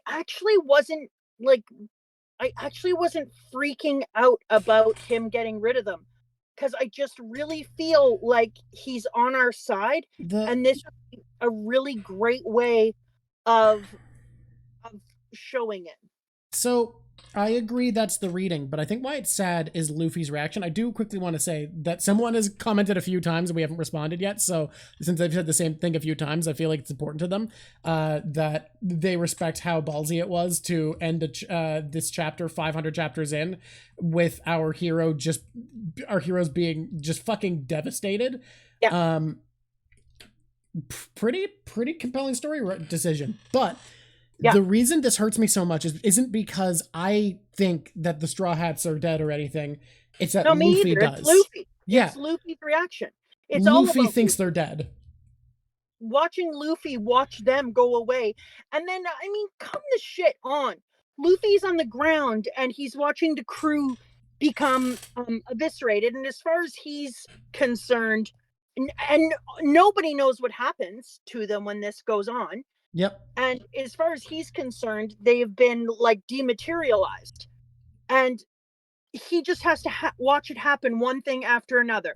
So um, it reminded me of a very specific moment that I Okay. hate with my whole heart. Okay. Um, and for Does any it of you involve who are, Pearl? pardon, Does it did involve you just say Pearl? Pearl? No. All right. I guess it doesn't involve Pearl. Everybody, I've asked I'm so mad at you. for bringing up Okay. Pearl at all. Yes. We never talk about that piece of crap. I mean, we Okay. actually do a lot. It reminded me of when Bastion uh, was reading the book in the Never Ending Story, Okay. and the little boy was trying to convince his horse Arterix not to sink into the swamp of sadness, Uh huh. and he was leaning his hand out and saying, "You've got to fight, Arterix, fight!" and and he wouldn't, and the horse kept sinking into the swamp of sadness, and he's like, "Please fight!" And the horse slowly goes down and his nose gets covered. I mean, soul crushing isn't even the word for it. Absolutely devastated my childhood, and that's what this moment reminded me of. When Luffy is watching every single one of his crew and he's reaching out for them and he's trying to run to them and throw himself in front of them, and one at a time they are, as far as he's considered, annihilated and evaporated. I was like, oh, holy shit. This is like watching like Ugh. 8 different people get the Arterix treatment in the Never Ending Story into the swamp of doom. I was just like, are And you kidding me? like, genuinely imagine you're like a 12-year-old boy in Japan who's been reading your fun pirate manga, and this chapter comes out weekly. Yeah. Yeah. They killed an actual horse for that movie. What I the can't. fuck? That better be a lie, or I That will be makes it so much angry. worse if that's true. Oh my That is, god. I can't even now. I will never watch it again. That was Like Treyu. like how could they go through with that? They clearly know a horse dying is sad because they're making a scene about it. I can't. We have to stop talking about that. No one confirmed that. No, someone confirmed it. No. No. God damn it. Talking about it ever again. And that is what that moment felt like to me as I was watching it. And that is the only way that you can see it. And then Luffy says, I couldn't save any of them. That is also a never-ending story thing. Because, and you got to remember that frickin' Oda is my generation. Yep. And Never-Ending Story was the most hateful thing ever. And in it, there is a big giant who's a rock monster, and he says, I couldn't save any of them. In these big hands, they're so big, and yet they couldn't hold on to any of them. The nothing took them all. So that is literally a line from the Never-Ending Story. I couldn't save any of them. What a rat bastard. Isn't it funny that the Never-Ending Stories originally was even sadder because, I guess, sadder and less sad because it was, the lesson wasn't escapism sure is fun. It was escapism is destructive and ruins your life. Ugh. The Never-Ending Story. Stop. Don't ever sing it again. I hate that movie. Okay. So he says, I couldn't save any of them. And then the dude goes, so you're just gonna blast him, eh? You better explain what's going on. This is a real problem, you know. And Rayleigh sits there with the dots. And then Kuma leans forward. Someone's saying the horse didn't die. Thank God. Thank you. All right, we can keep going. Kuma leans forward and says, we'll never see each other again. Farewell. Poof. And so we're led to believe, like, Grove 12, Sabaody Archipelago, the Grand Line. That day, the Straw Hat Pirates, led by Captain Monkey D. Luffy, were eradicated. Now, so tempted to start singing the song. I felt like when that occurred, that it was almost like a fake death moment because people don't know. People don't know, even in his cruise and stuff, don't know where that goes. They don't know where his paw thing takes them to. And so for me, I thought it's almost like he gave them a fake death. Yeah. And he gave them the ability to escape because they were beyond saving. So he's like, well, I'm going to send you into the beyond and save you all together. But when he said, I'm never going to see you again, farewell, I was like, why? Why are you never going to see him again? Isn't that ominous? What does that mean? Yeah, because then it felt like they were dying. But then I said to myself, okay, maybe he's going to stay away from Luffy and his gang. He feels like he's done everything he can, that he is on one side. He's not on another side. He's supposed to be a government person. So he did everything that he can. But if he follows them around saving their frickin' ass all the time, eventually somebody's going to ask a question. So he has to separate himself from them. And it would be questionable for him if he could do his job if he was around them. So he wants to keep himself away from them. Yeah. But then I think he's going to eventually have to see them again. There's not going to be a time split here where we come back, is there? I mean, what do you think happened to them? What did he do? That's the thing. The biggest reason reading ahead wouldn't work is you would know. So what do you think Kuma did? What do you think happened to the crew? So on first reading, you might think that they just go to that idea, where would you go if you were going on vacation? Mm-hmm. Then you start to think, is he sending them to a particular place where they can meet up together? I know they're going to get back to their boat. Did he send them all to their boat? Their boat's on this island. Exactly. Are they in the in-between place?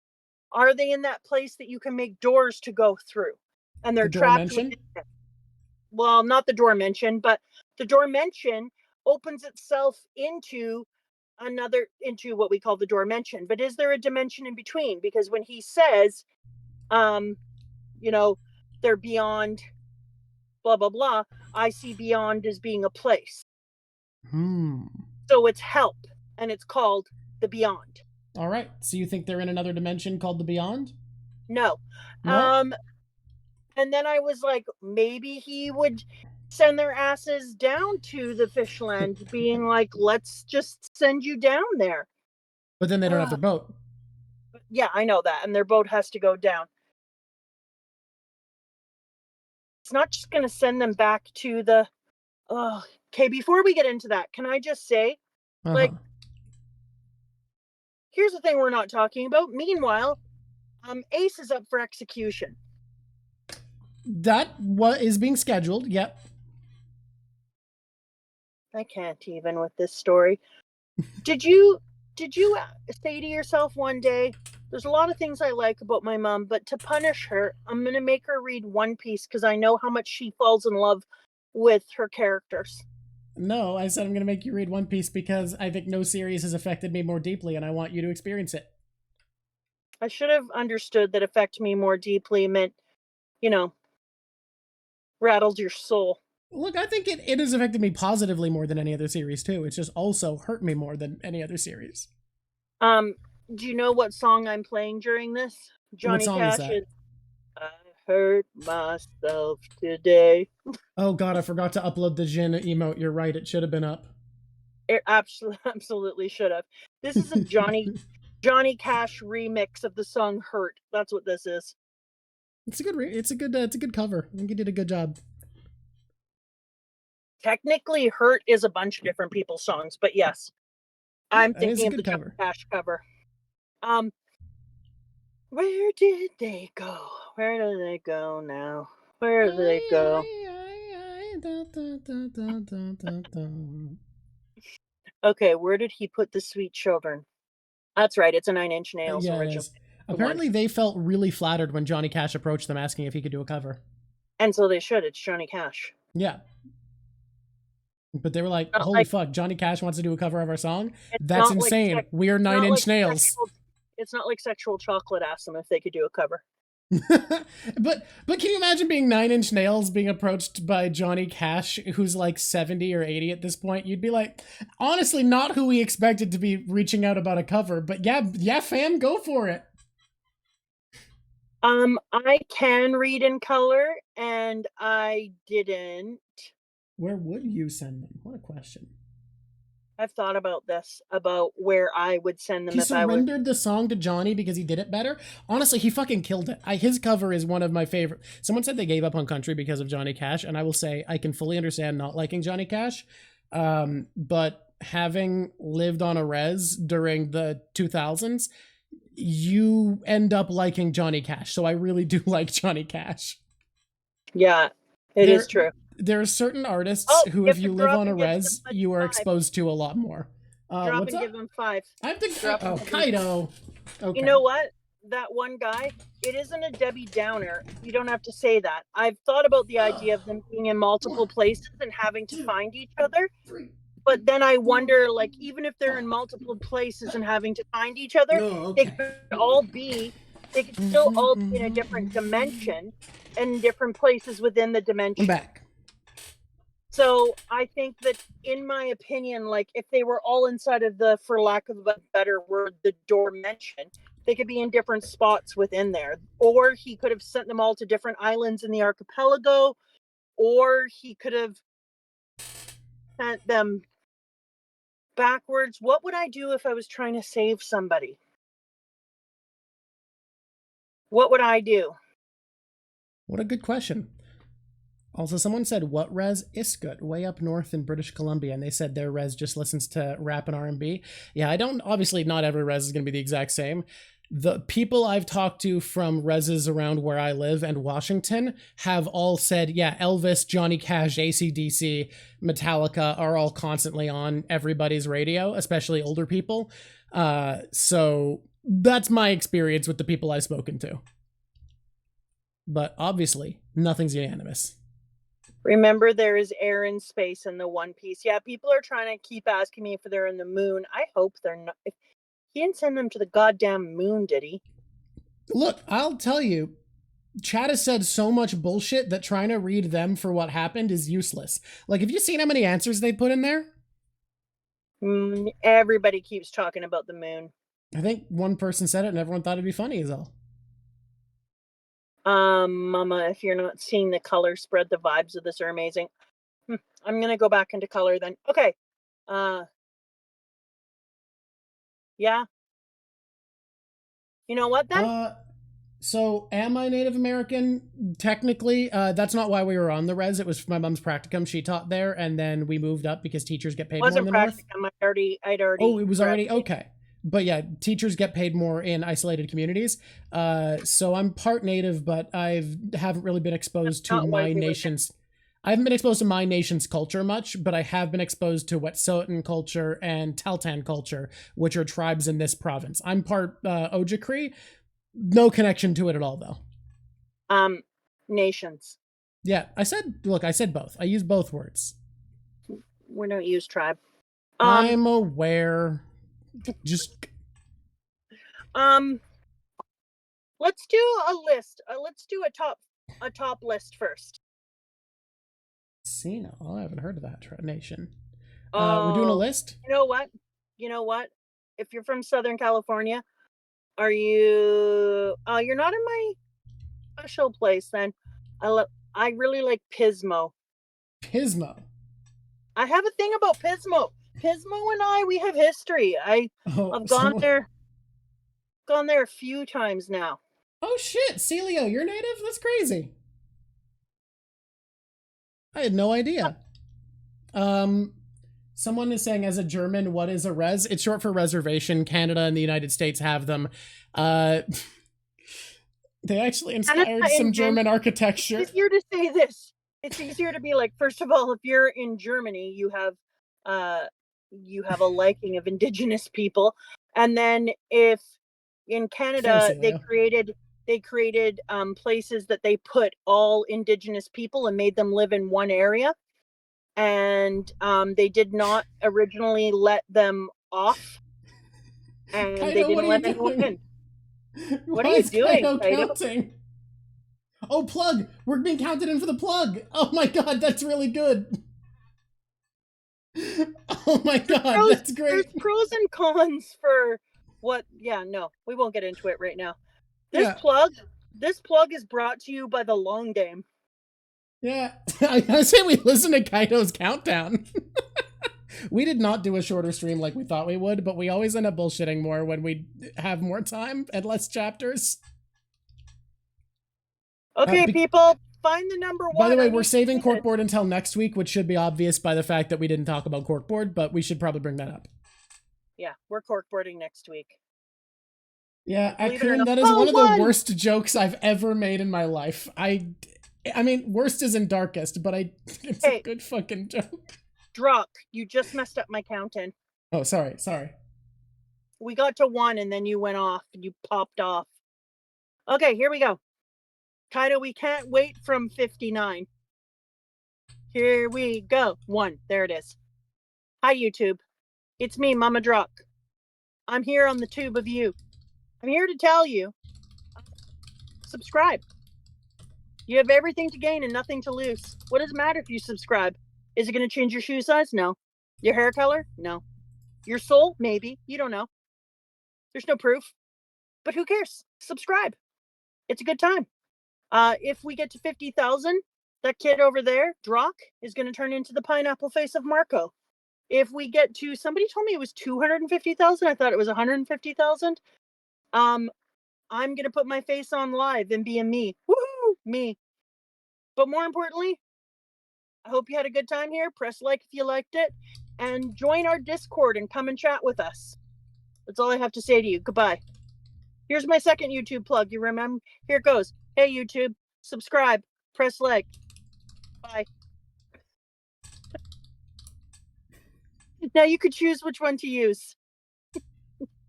All right. I think that's pretty good. I think that's good. No, this will become a video. All of these become a video. Some of them are a little behind because of tech issues, but I can't do any of these next few videos. No, why? probably just busy on Saturday. Damn it! Wait. You can ring my bell. We do have to do our closing segments. I say before we do favorite top 5 characters, let's rank the supernovas real quick. By the way, I wasn't feeling this art for a while. I felt like it wasn't coming together. Fucking, I'm really loving where it's at now. No, it's amazing. I think this is coming together in a big way. We're gonna do fruits on corkboard. Yeah, we're doing fruits on corkboard. We already talked about that. Because I spelled so many fruits. I spelled arc with an H because it's short for archipelago. Do you get it? It's so good. It's such a good joke. You are the cheekiest cheeker in Cheekville.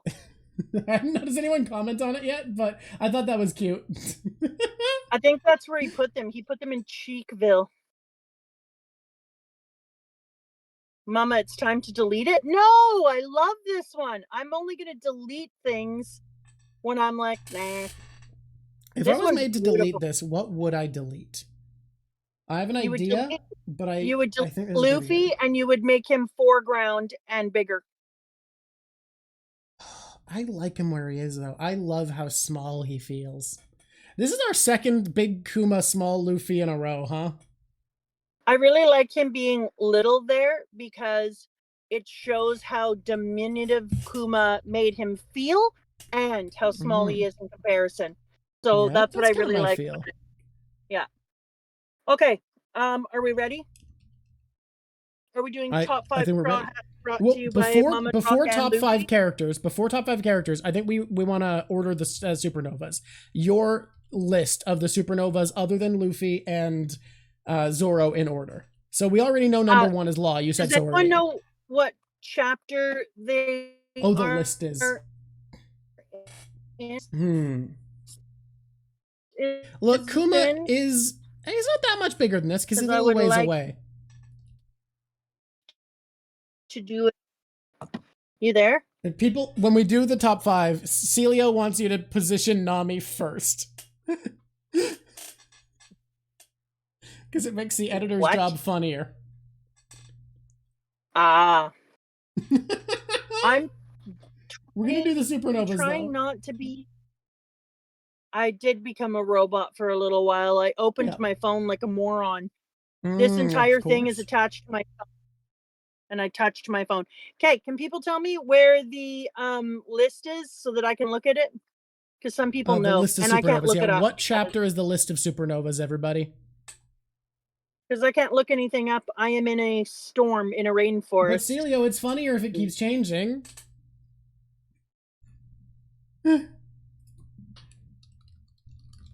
Yeah, we talked about that. Angel. 498? Yes, I love the animal puns, but we're going to talk about that in Corkboard. Corkboard. Let me look if it's in 498. Oh my god, I can't believe I get to read on finally. Oh, it's so painful for my face. What are you doing, Drock? I was just responding to our editors. Anyways, you have found where I found them. This person found them. 498. All right. Okay. We're ready. So number 1 was Law. We can just skip that because you said it earlier. I love Law. Number 2 is the Glutton, Jewelry Bonnie. Honestly, if I were to, I remember what my list would have been when I first caught up, and those 2 would have been my first 2 also. Just swap them. Bonnie first, Law second. Bonnie is second for me. Bizarrely, I have a real thing for Marilyn Manson here, but I find everybody tends to have one they can't explain. That they're like, I don't know why I like this character, but when it comes to these 9, everybody tends to have one where they're like, I can't really explain or defend it, but they're great. Exactly. So I have no explanation for why I like the magician Basil Hawkins, or AKA, I know other people are talking about 9 Inch Nails, or not 9 Inch Nails, sorry, what's their faces? But he reminds me of Marilyn Manson, and I really like him. I think that's my third. Spoiler alert, Captain Kidd, it's not high up for me. I feel the same way. Kid's a character I've always wanted to like. Like, I feel like an inclination, like, I should like him, and I've never actually liked him at Yeah, I all. want to like him, and I keep Uh-huh. watching him and trying to like him. I Uh-huh. don't. No, my one that I can't explain is definitely Scratchman Apu. He's Yours my is third Scratch. favorite. I can't fucking explain it. No defense. I have no Mine defense for goes. Scratchman. Oh, my number 3 is also the one that I can't explain. So mine goes Yeah. after Glutton, then it's gonna go with Hawkins, and then I'm gonna go back up to Capone, the gang. Capone gang beige. Oh, I think that he is wicked cool. And then I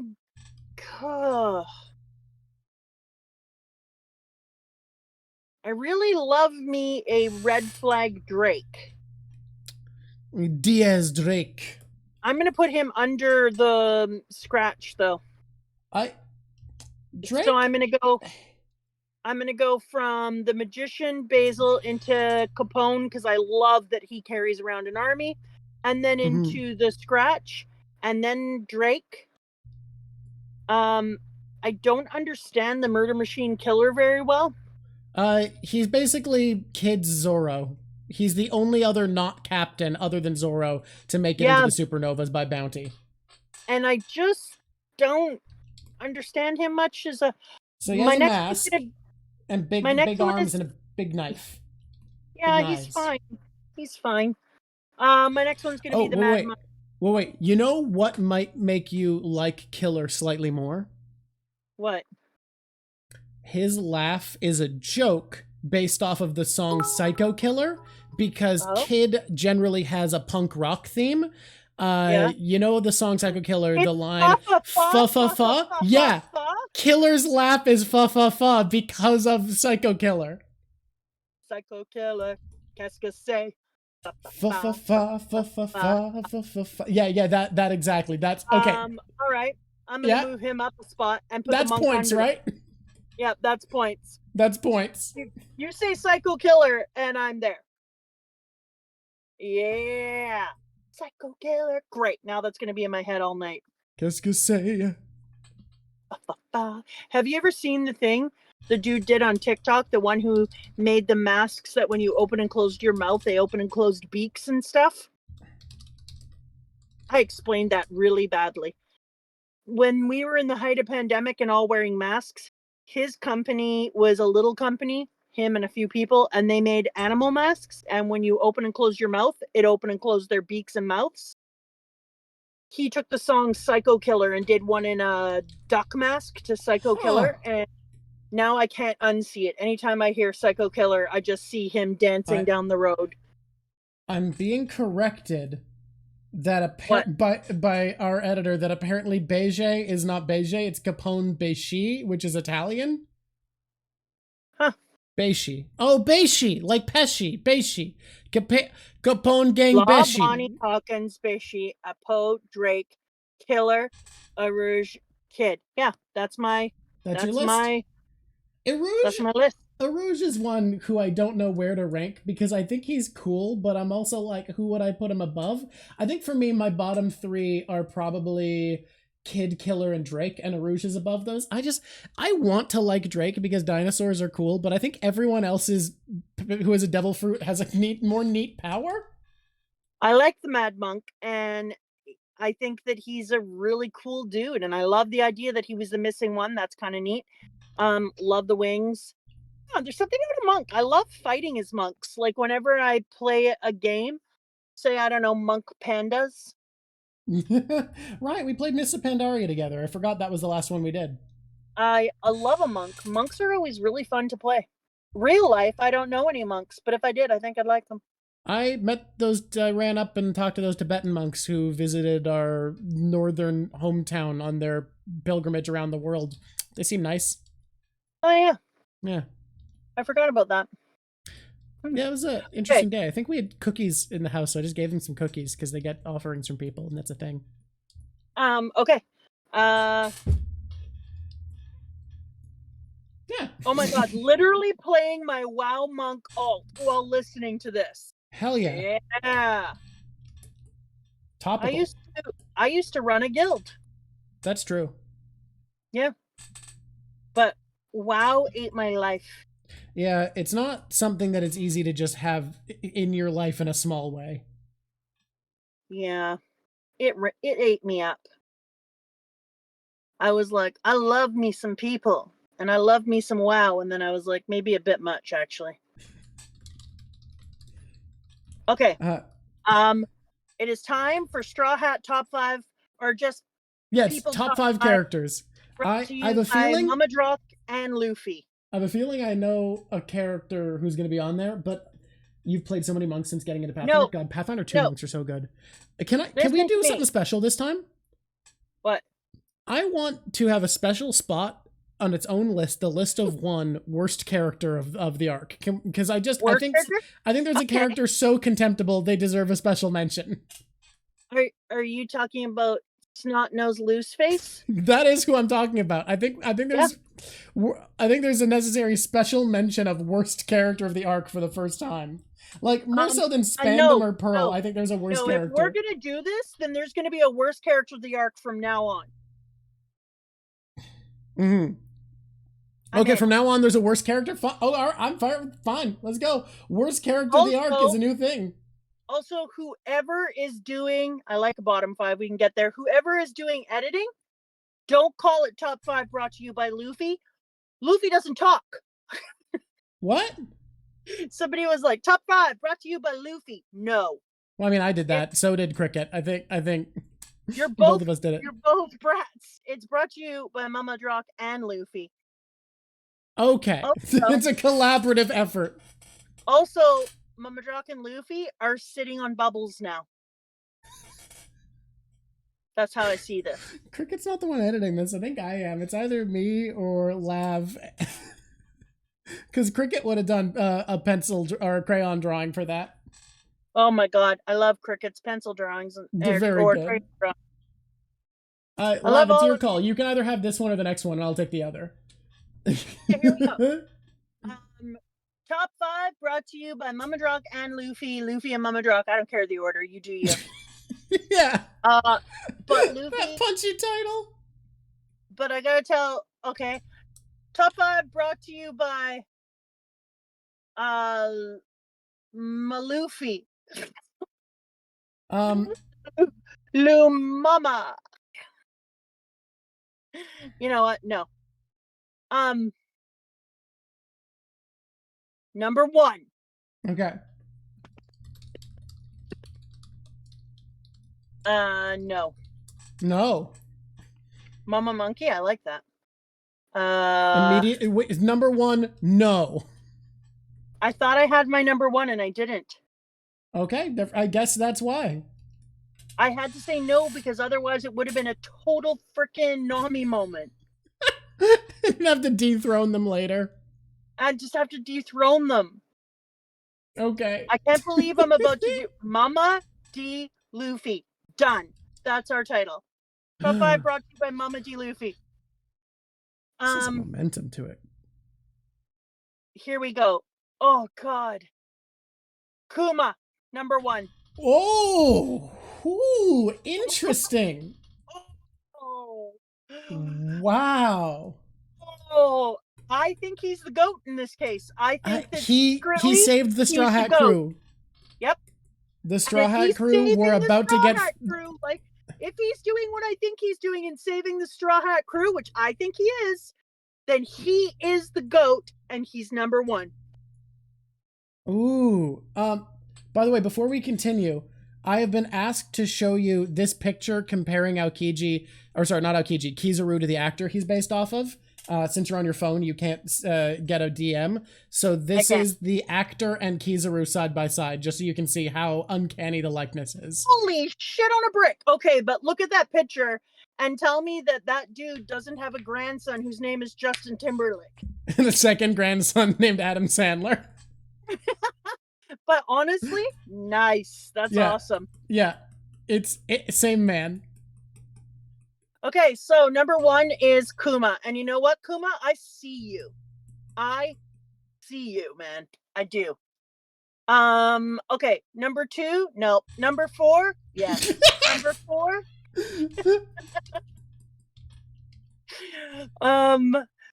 Woo. No. Number 2? Yes.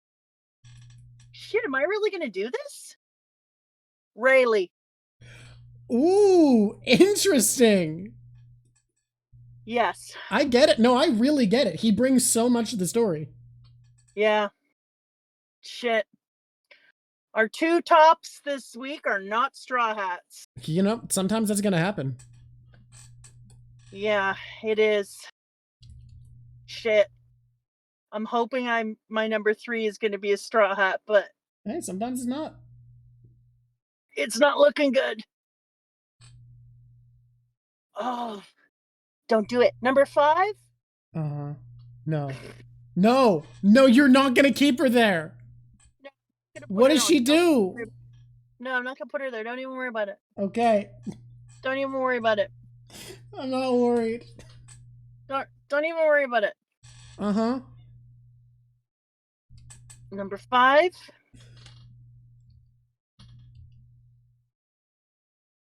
Sanji. Okay. Yeah, fair. Do you want to talk me through what he does? Yeah. So I think this is a really, really big moment for Sanji because he totally moves against just himself in a whole new way. He's just all about protecting his brother, all about pulling together for the crew. He moves around his compulsory need to protect women, women, women, women.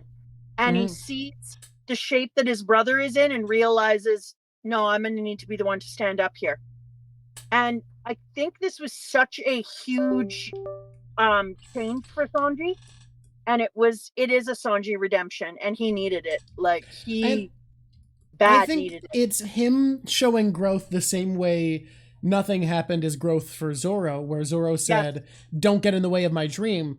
Sanji has always been like, I care about the women of this crew. That's what matters to me. And to an extent, Usopp ended up being part of it just because he's weaker and he protects people he sees as weaker than him. But he went out of his way, abandoning those people to protect Zoro, his rival. I agree. I'm gonna make number 4. It's really hard because I think, is it Shaki? Shaki, yes. I think Shaki and Hachi have a very similar level of standing out for me in this one. It feels And weird to bringing put them tied is the issue, but I get that they're that's what I similar. was about to say to you. Like, the only thing that puts them in the same level is they both feel like they gave me the same amount of joy and the same amount of stand out, but they don't have like anything that Is this for fits them number together. 5 or 4? 4? That's weird to say.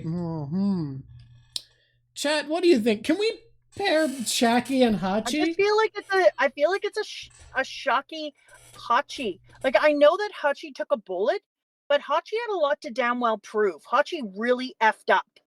And Shaki had nothing to prove, and she gave all of her help and took them in and did everything for them. So, like, for me, they both kind of fit on, because honestly, Hachi, he should have had to have taken a bullet. He was there while Nami was tied to, chained to a desk and used as a child. So yeah, I don't know. It's a hard one for me. They both gave me the same vibe as this one. I also think I'm gonna have more time with Hachi, and I think in a very big way he's gonna come, and he might come out again. I don't know. I'm decided. So who are we putting? What's our verdict? What are we doing? They made a poll. They made a poll if we can. Are we allowed to tie them? Fair enough. Yeah, because it just feels like they gave me the same vibe, but yeah, I don't know. No, but Shaki's design was inspired by Uma Thurman in Pulp Fiction. I feel like that's just like that's yeah, one of the most obvious ones. Like that one feels like, yeah, of course. as she was walking around, I actually played her some music. Yeah. So that I could imagine her and Travolta dancing together.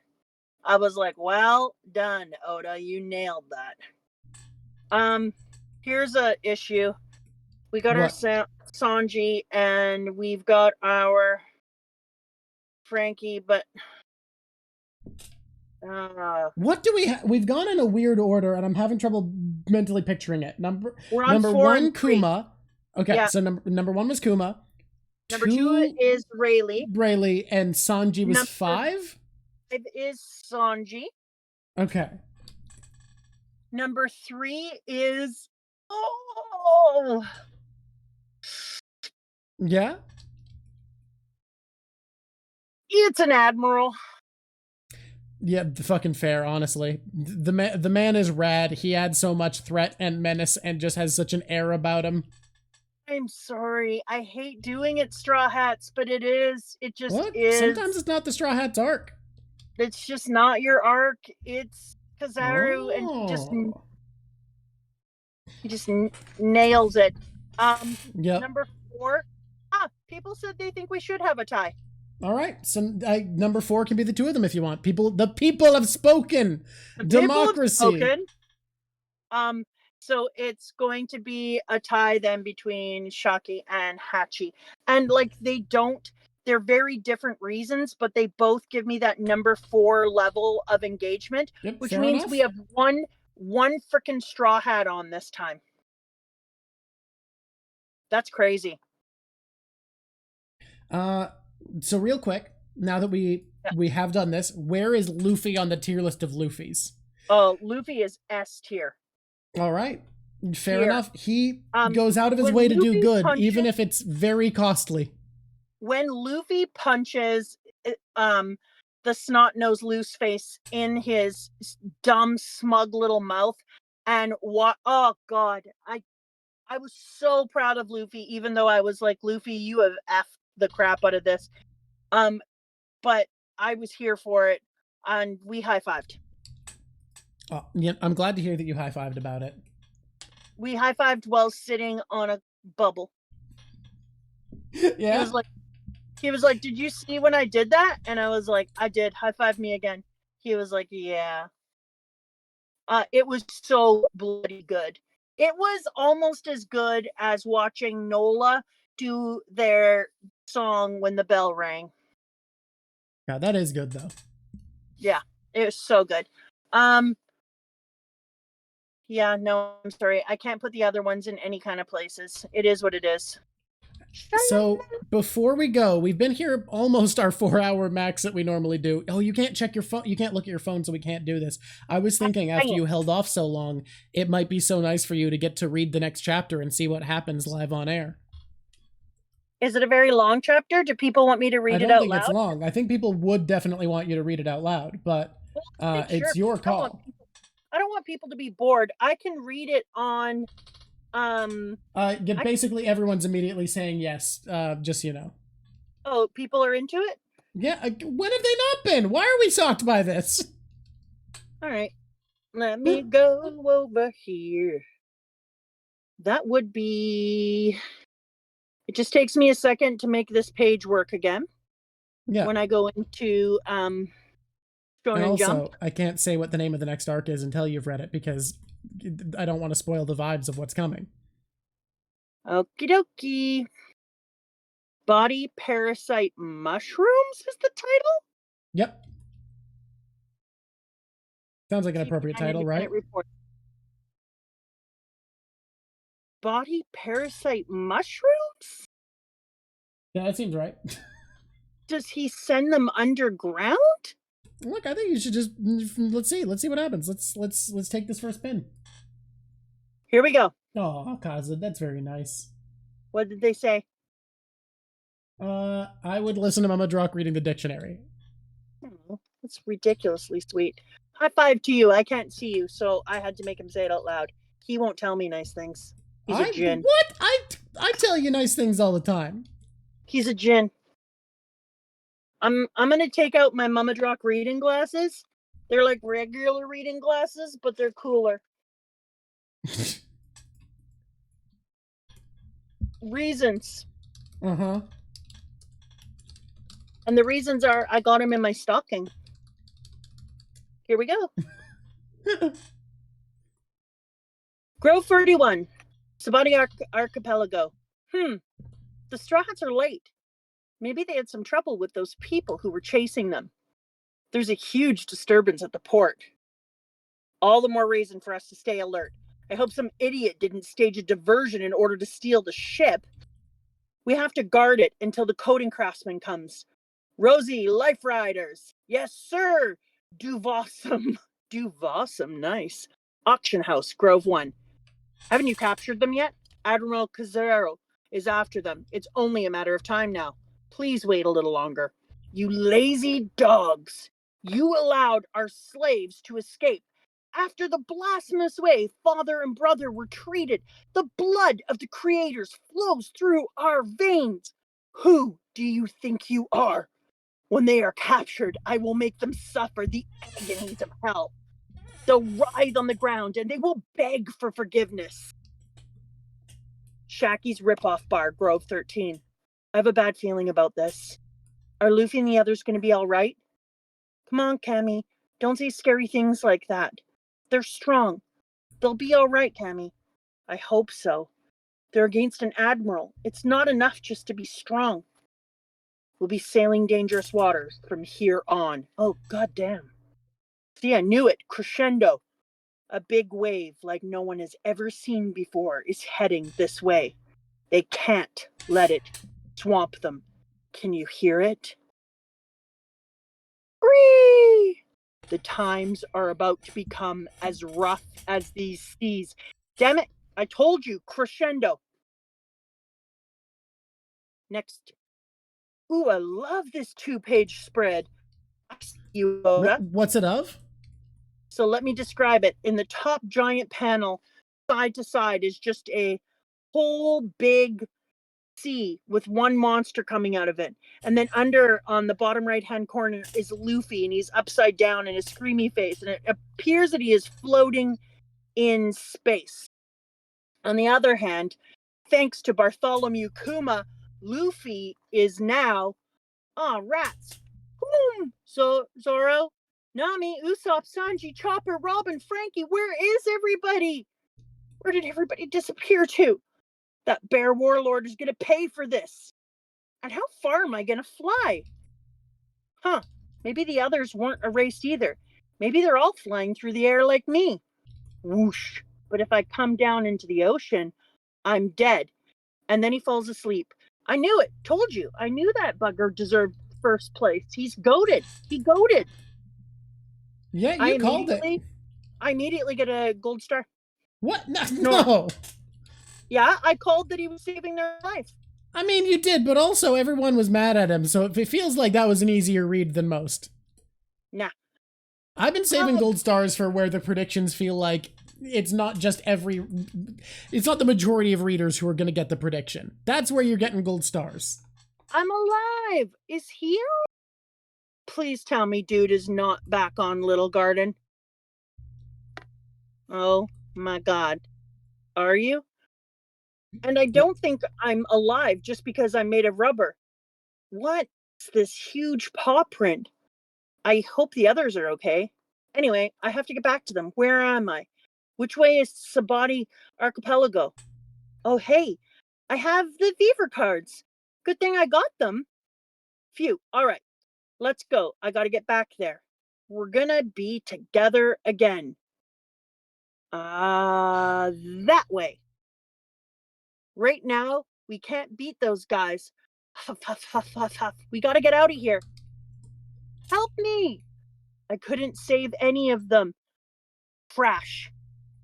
Huff, huff, huff. Wait, that didn't hurt. But what's this dead end? Rats. But the cards are all pointing this way. Giant pistol. I need food. Sanji food. Sanjay! Food! Oh, wait, he's not here.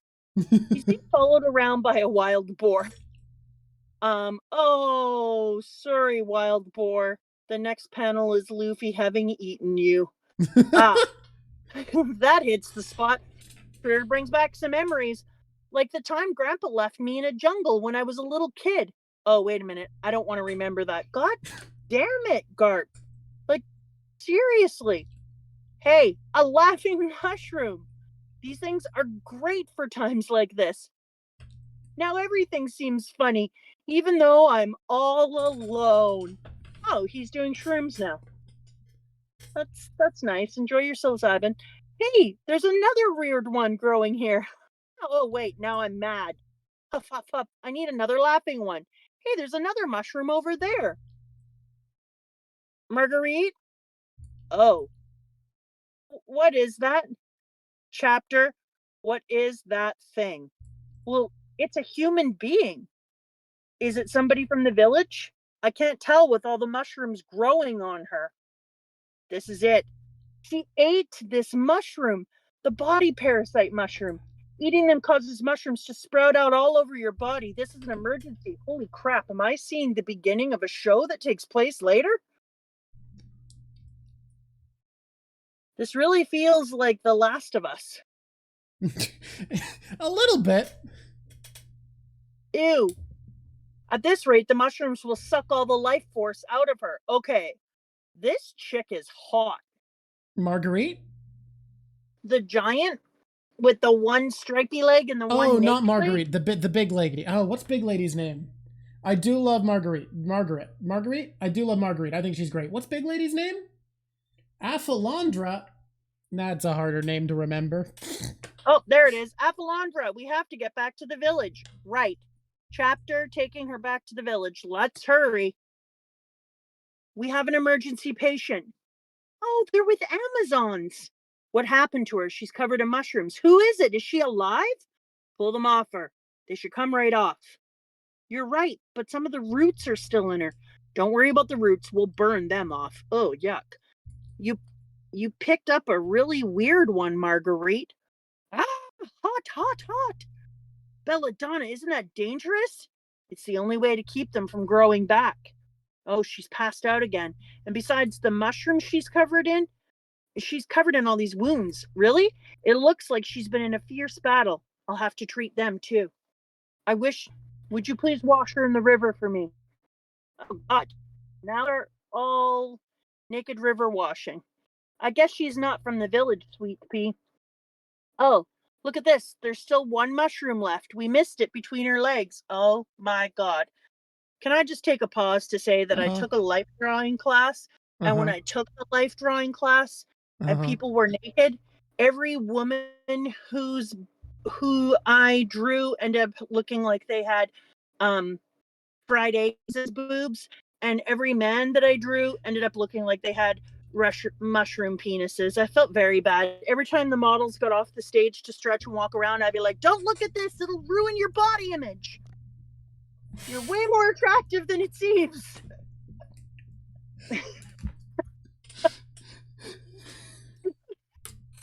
I just laughed so hard that it just wasn't audible. Like I couldn't, it just choked me. Well, it was because you have so few seconds in each pose because you're just doing. No, I'm aware. I've done them. Yeah. Yeah. And I was like, God damn, I'm so sorry for the mushrooms and fried eggs. Okay. How strange. It looks so different from the other mushrooms. Ah, I can't pull it off. It just stretches. Jesus Christ, what am I reading right now? What are you doing there? This isn't a show. You're looking too? Look, there's something wrong. She's so flat, and she looks really rugged. What is this, Nyan? What's going on here? Nyan, there's a mushroom growing between this person's body that we can't pull off. What? A mushroom? Listen to me. This person is a man. What? A man? I've never seen one before. The nation of Kuja is a tribe of women warriors. This is Amazon Lily, the island of women. Men are absolutely forbidden. If any man sets foot on this island, he forfeits his life. Hey, oh, it's Amazon Lily time. And here's what's crazy. This is just 11 chapters. It's only 11 chapters? Till 524. I think reading ahead this time isn't nearly as big of a deal. People might disagree, but I don't think it's as big of a deal. And the next one is longer. Do you want to hear an interesting thing? What's that? I'm an Amazon, and my dog's name is Lily. That is true about your dog. And me. I mean, you're very tall. I feel like Amazon is a very specific thing, but you're very tall. Are you going to claim that there are women who are that much taller than me? I'm in the 99.97th percentile for height in women. That is true. I'm an Amazon. That is very true. Yeah, that's... Aren't you glad to know they're alive and they just got sent to islands? Here's what I want to know. How much did Oda enjoy them trying to rip off his penis? Honestly, there's not, someone else put it in the chat, there's not a lot of the sex comedy in One Piece that I find very funny. I think this one hits. I think this is a good bit. It was ridiculously funny. It especially hit for me because you got to imagine there was this one man, interestingly, it was Japanese, and he was in the life class, and the man ran the damn mountain, like in our old hometown. He ran that mountain every single day, which is mind-boggling. He was made out of one piece of muscle. Maybe he's the One Piece. And One Piece. Everybody else had more experience life drawing than me. He walked behind me one time when he was stretching and taking, and I was just like, please don't look at this. I'm gonna have to see you around town, and you're gonna look at me knowing that I did this to your manhood. I just need you to go away and not look at this ever again. And he just shook his head at me, and I was like, I don't know what to tell you. This is my drawing weakness right here. Just look at your legs. Look at how good I did.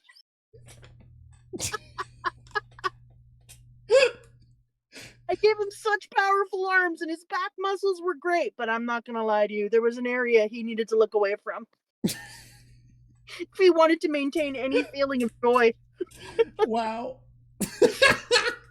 Yeah. Oh, yeah, man. I felt pretty bad. Hey, everybody, thanks for being here. This person, stop!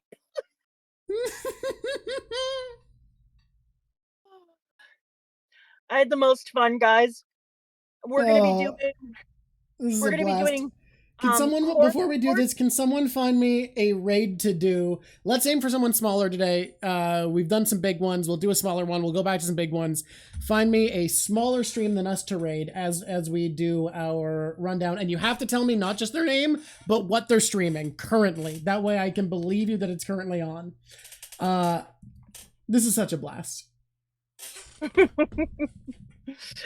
I just want everyone to know I had so much fun. We're going to do Corkboard next Saturday along with some of this Amazon-y world.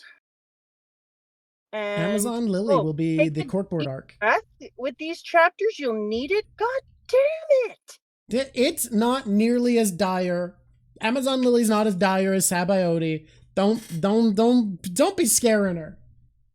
You might hate someone. There's someone you might hate or you might love. Who's to say? It's up in the air. Oh no. There's an avid debate on whether or not you'll hate someone. If I can have my soul crushed anymore, I'm pretty crushed. We did Uber Tech before, I think. So let's see if there's someone else. This picture Creepy here that you've Porpoise done? doing Lethal Company? I do like Lethal Company. Hey, this picture you've done? I loves it. Thank you. I love the way that you did all the arms. When I first talked about this, I knew what I wanted to see, but I didn't, and this is better. Aw, I'm glad you like how it turned out. I honestly really love how it turned out. I was really worried it would be bad for a long time while drawing it. Like, it didn't feel like it was coming together. And it did come together. I'm really happy with it. We're gonna do Creepy Porpoise because Lethal Company is cool, and I've seen some cool streams of it lately. Luffy bubble. Yeah. Guys, this was such a blast. I had such a good time talking about this arc. I want you to know, Mama Drock, I entirely forgot how depressing this string of chapters is. Like, how all the way from the Mary dying to, actually, all the way from, like, the Robin flashback, all the way from the Luffy Usopp fight. Yeah, that's about where it started. Until here and possibly further. I forgot how sad it all is. I genuinely wasn't thinking about that. Yeah, I just want you to know, when you read it this way, it's very sad. Crescendo. You know what the wave is made out of? Hey, Drock, you know what the wave is made What's of? the wave made out of? Is it tears? Tears. That's such a surprise that I got it right. Oh man. You know whose tears they are? They're mine, you rat bastard. Is it yours? bastard. It's your tears? They're mine. That's my tears. Well. Alright.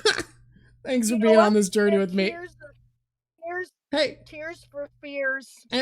And thank everyone for being here, especially because, like, level 14 goddamn hype train? That's insane. Thank you, guys. 14. Well, thank you, Zerbeat. Thank you, Zerbit. All the blues are filled with our tears. Come and join the Discord. Come and hang out with us. Oh wait, the raid happened. I forgot the raid is a countdown. Raid. We ran out of time. All right, bye everybody.